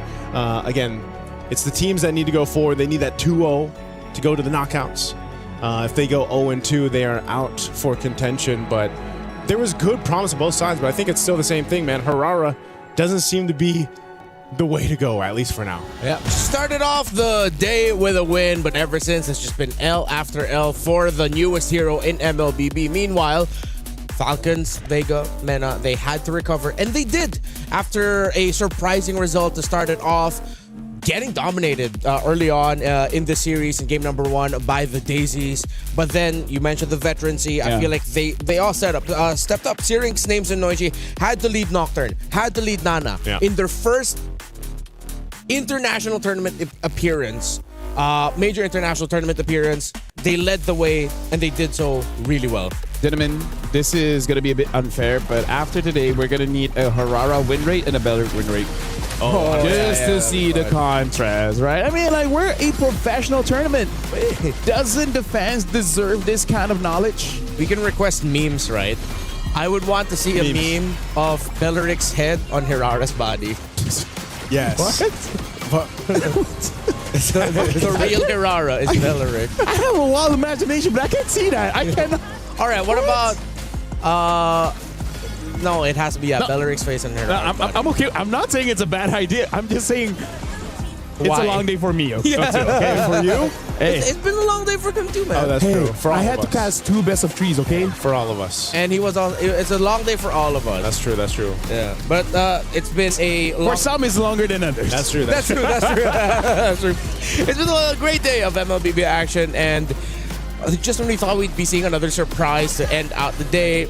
Sometimes you just gotta go with like what's the usual results that we're used to, and it's Falcons Mena being able to get the win over a relatively younger team, and I want to say inexperienced, but a team that is, of course, here on their very first. They're going through growing pains right now. Yeah, growing pains. Yeah, both of them. Yeah, for sure. But it seems like Falcons Mena got to recover a little bit faster. While for the Daisies, at least it's happened. Yeah. At least you got to get a win. So you could at least go into the lower bracket portion and at least have a lot of things to be proud of because you were able to get that win. You know that you can play really well with a dominating lineup that likes to bully. So why consider Hirara? No more Hirara. I'm good with Hirara. I want to see them with like snowball, aggression, fast pace. So like, right now it's like good news, bad news. Good news, you're not eliminated. Yeah. Bad news, you can never lose again. Yeah. That's true. That's true. That's the way to look at it. And maybe, you know, I think maybe, I don't know, bring out the Ling, bring out something else. Yeah, their Ling was great. Ling was great. The Ling was great. Well, to be fair, Falcons Mena started taking away the Freya after. That's true. That's true. Yeah. Because I feel like now that was back-to-back games losses for Hanabi, for Kiko. Yes, it was. You know, yes, it was. And I just feel like Hanabi, even when it was played by Quinn earlier today, it's like it was doing okay, but they won because it was a split push, right? And it was a decision for a team fight that happened before that. But Hanabi just hasn't been working in terms of like how long it takes for the Hanami to build up to that power spike to actually be utilized in some of the team fights. And also, yes, Belric just seems to be the little thorn in the side of a lot of these heroes right now that have been tested in MWI so far. Because I feel like Hanabi wins, but they didn't win because of Hanabi. Yeah, right. that's It just so happened to be there. Yeah, it just so happened to be there, and I really feel like Hanabi's strength isn't actually the late game. Her strength is really just the laning phase because you just get good trades, and then maybe in pushing. But again, that's the kind of gimmick that will eventually phase out. And the thing is, other heroes can do the same, but sometimes better. Yeah, you really have to build around the Hanabi, and then you make sure that it has a strong front line, which is what Team Rayong was able to do earlier. They paired it up with the glue in the roam, and they were able to hold down a strong front for it so that the Hanabi can just freely hit, which is why Quinn ended up with a really good KDA. I think close to 10 kills, less than 3 or 4 deaths, and a great handful of assists for her also. Because that's what we were saying in the draft. Like, in order for the Hanabi to most likely work, like, you need that certain condition, and which is like everyone's gonna protect her and give her the space where she can shine. And it just felt like, you know, in these matchups, this case from game 2 and 3, we didn't see that for Kiko. And it was a very different game for Kiko when she had the Freya in game 1. Well, we didn't. It's because I think I'm sorry to really keep pinning it on the Hirara. But poor Hirara. It feels like playing 4 against 5. Hey man, when Team Rayong won with a Hanabi earlier, their jungler wasn't Hirara, it was a Lancelot. Their roam was a glue. So that's a lot of space creation. And then Lancelot can be independent. While Hirara, sometimes again, you mentioned about the 2 different schools of thought of like when to play Hirara. I feel like that's like sometimes that can be a little bit of a decision overload. Yeah, like, I agree. Do I wait? Do I go now? While Lancelot can just go. Yeah, he gets the dash resets anyway. Yeah, it's like he can be self-sufficient. Yeah. It really does seem like Hirara right now is like when you pick it up, it's like a missed opportunity. Like it's a slot that could have been something else. Yeah. That whatever you wanted to do with Hirara could be achieved with a different hero, and either it's easier or just straight out better. Yeah. I wonder what we're missing though. Like why are or maybe it's a day one thing. Like why are teams, because we saw this in Wildcard too. Yeah. Why are teams really trying to make the Hirara work? Like is there something that just isn't clicking? I have an answer. What's the answer? It looks good in scrims, but somehow in stage it doesn't. Yeah, that's what I was saying. Like, is it just a scrim happen. thing? Yeah. There has been a lot of moments in MLBB history where in scrims it's good. Yeah, scrim results great. Whether it's a team, whether it's a hero, and then once you get onto the stage, for some reason something doesn't add up. I feel like it just needs something a little bit more. I agree, putting more damage on Hirara might push her too far ahead. Yeah. But something else has to change, because I've even seen some charitable, live streams of scrims where you win with the Hirara, but even your teammate is like, bro, could you get off that hero? Could you not play it? Could you carry this time? Yeah. Huh, maybe it's just too demanding a pick. Maybe it's just such a I different think factor. it's fun. I think it's fun.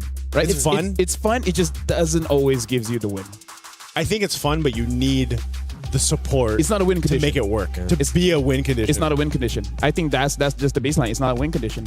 Okay. It goes in as a distraction. This is going to be such a meta point discussion, like throughout not just MWI, but eventually MSC. We sound very smart, huh? Talking about this. Yes, sir. Yeah. Hopefully we get to talk to Stream A later on about how the Rara performed there. But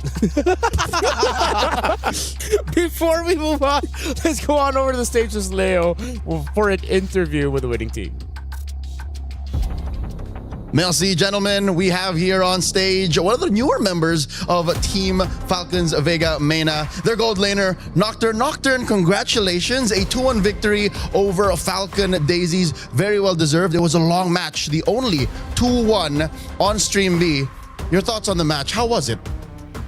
I think the game wasn't hard. It was easy for me. But I need to say something about first match. Of course. We didn't expect it, by the way. So we lost, but we know we will come back stronger. So we won. You reverse swept it. 1 game 2, 1 game 3. Yes, you mentioned we didn't lose our hope, Yep. You mentioned something to me. This is your very first offline tournament. Yes. Playing on stage with your new team. What was it like? Were you nervous when you first played?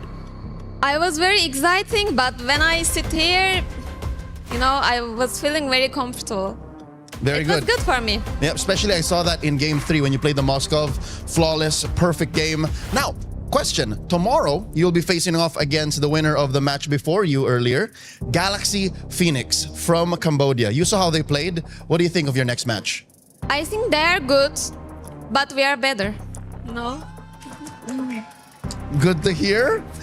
Your teammates are very excited. You got Yes. fans. Yes. Speaking of, would you like to say something to fans of Nocturne watching from home in Turkey, or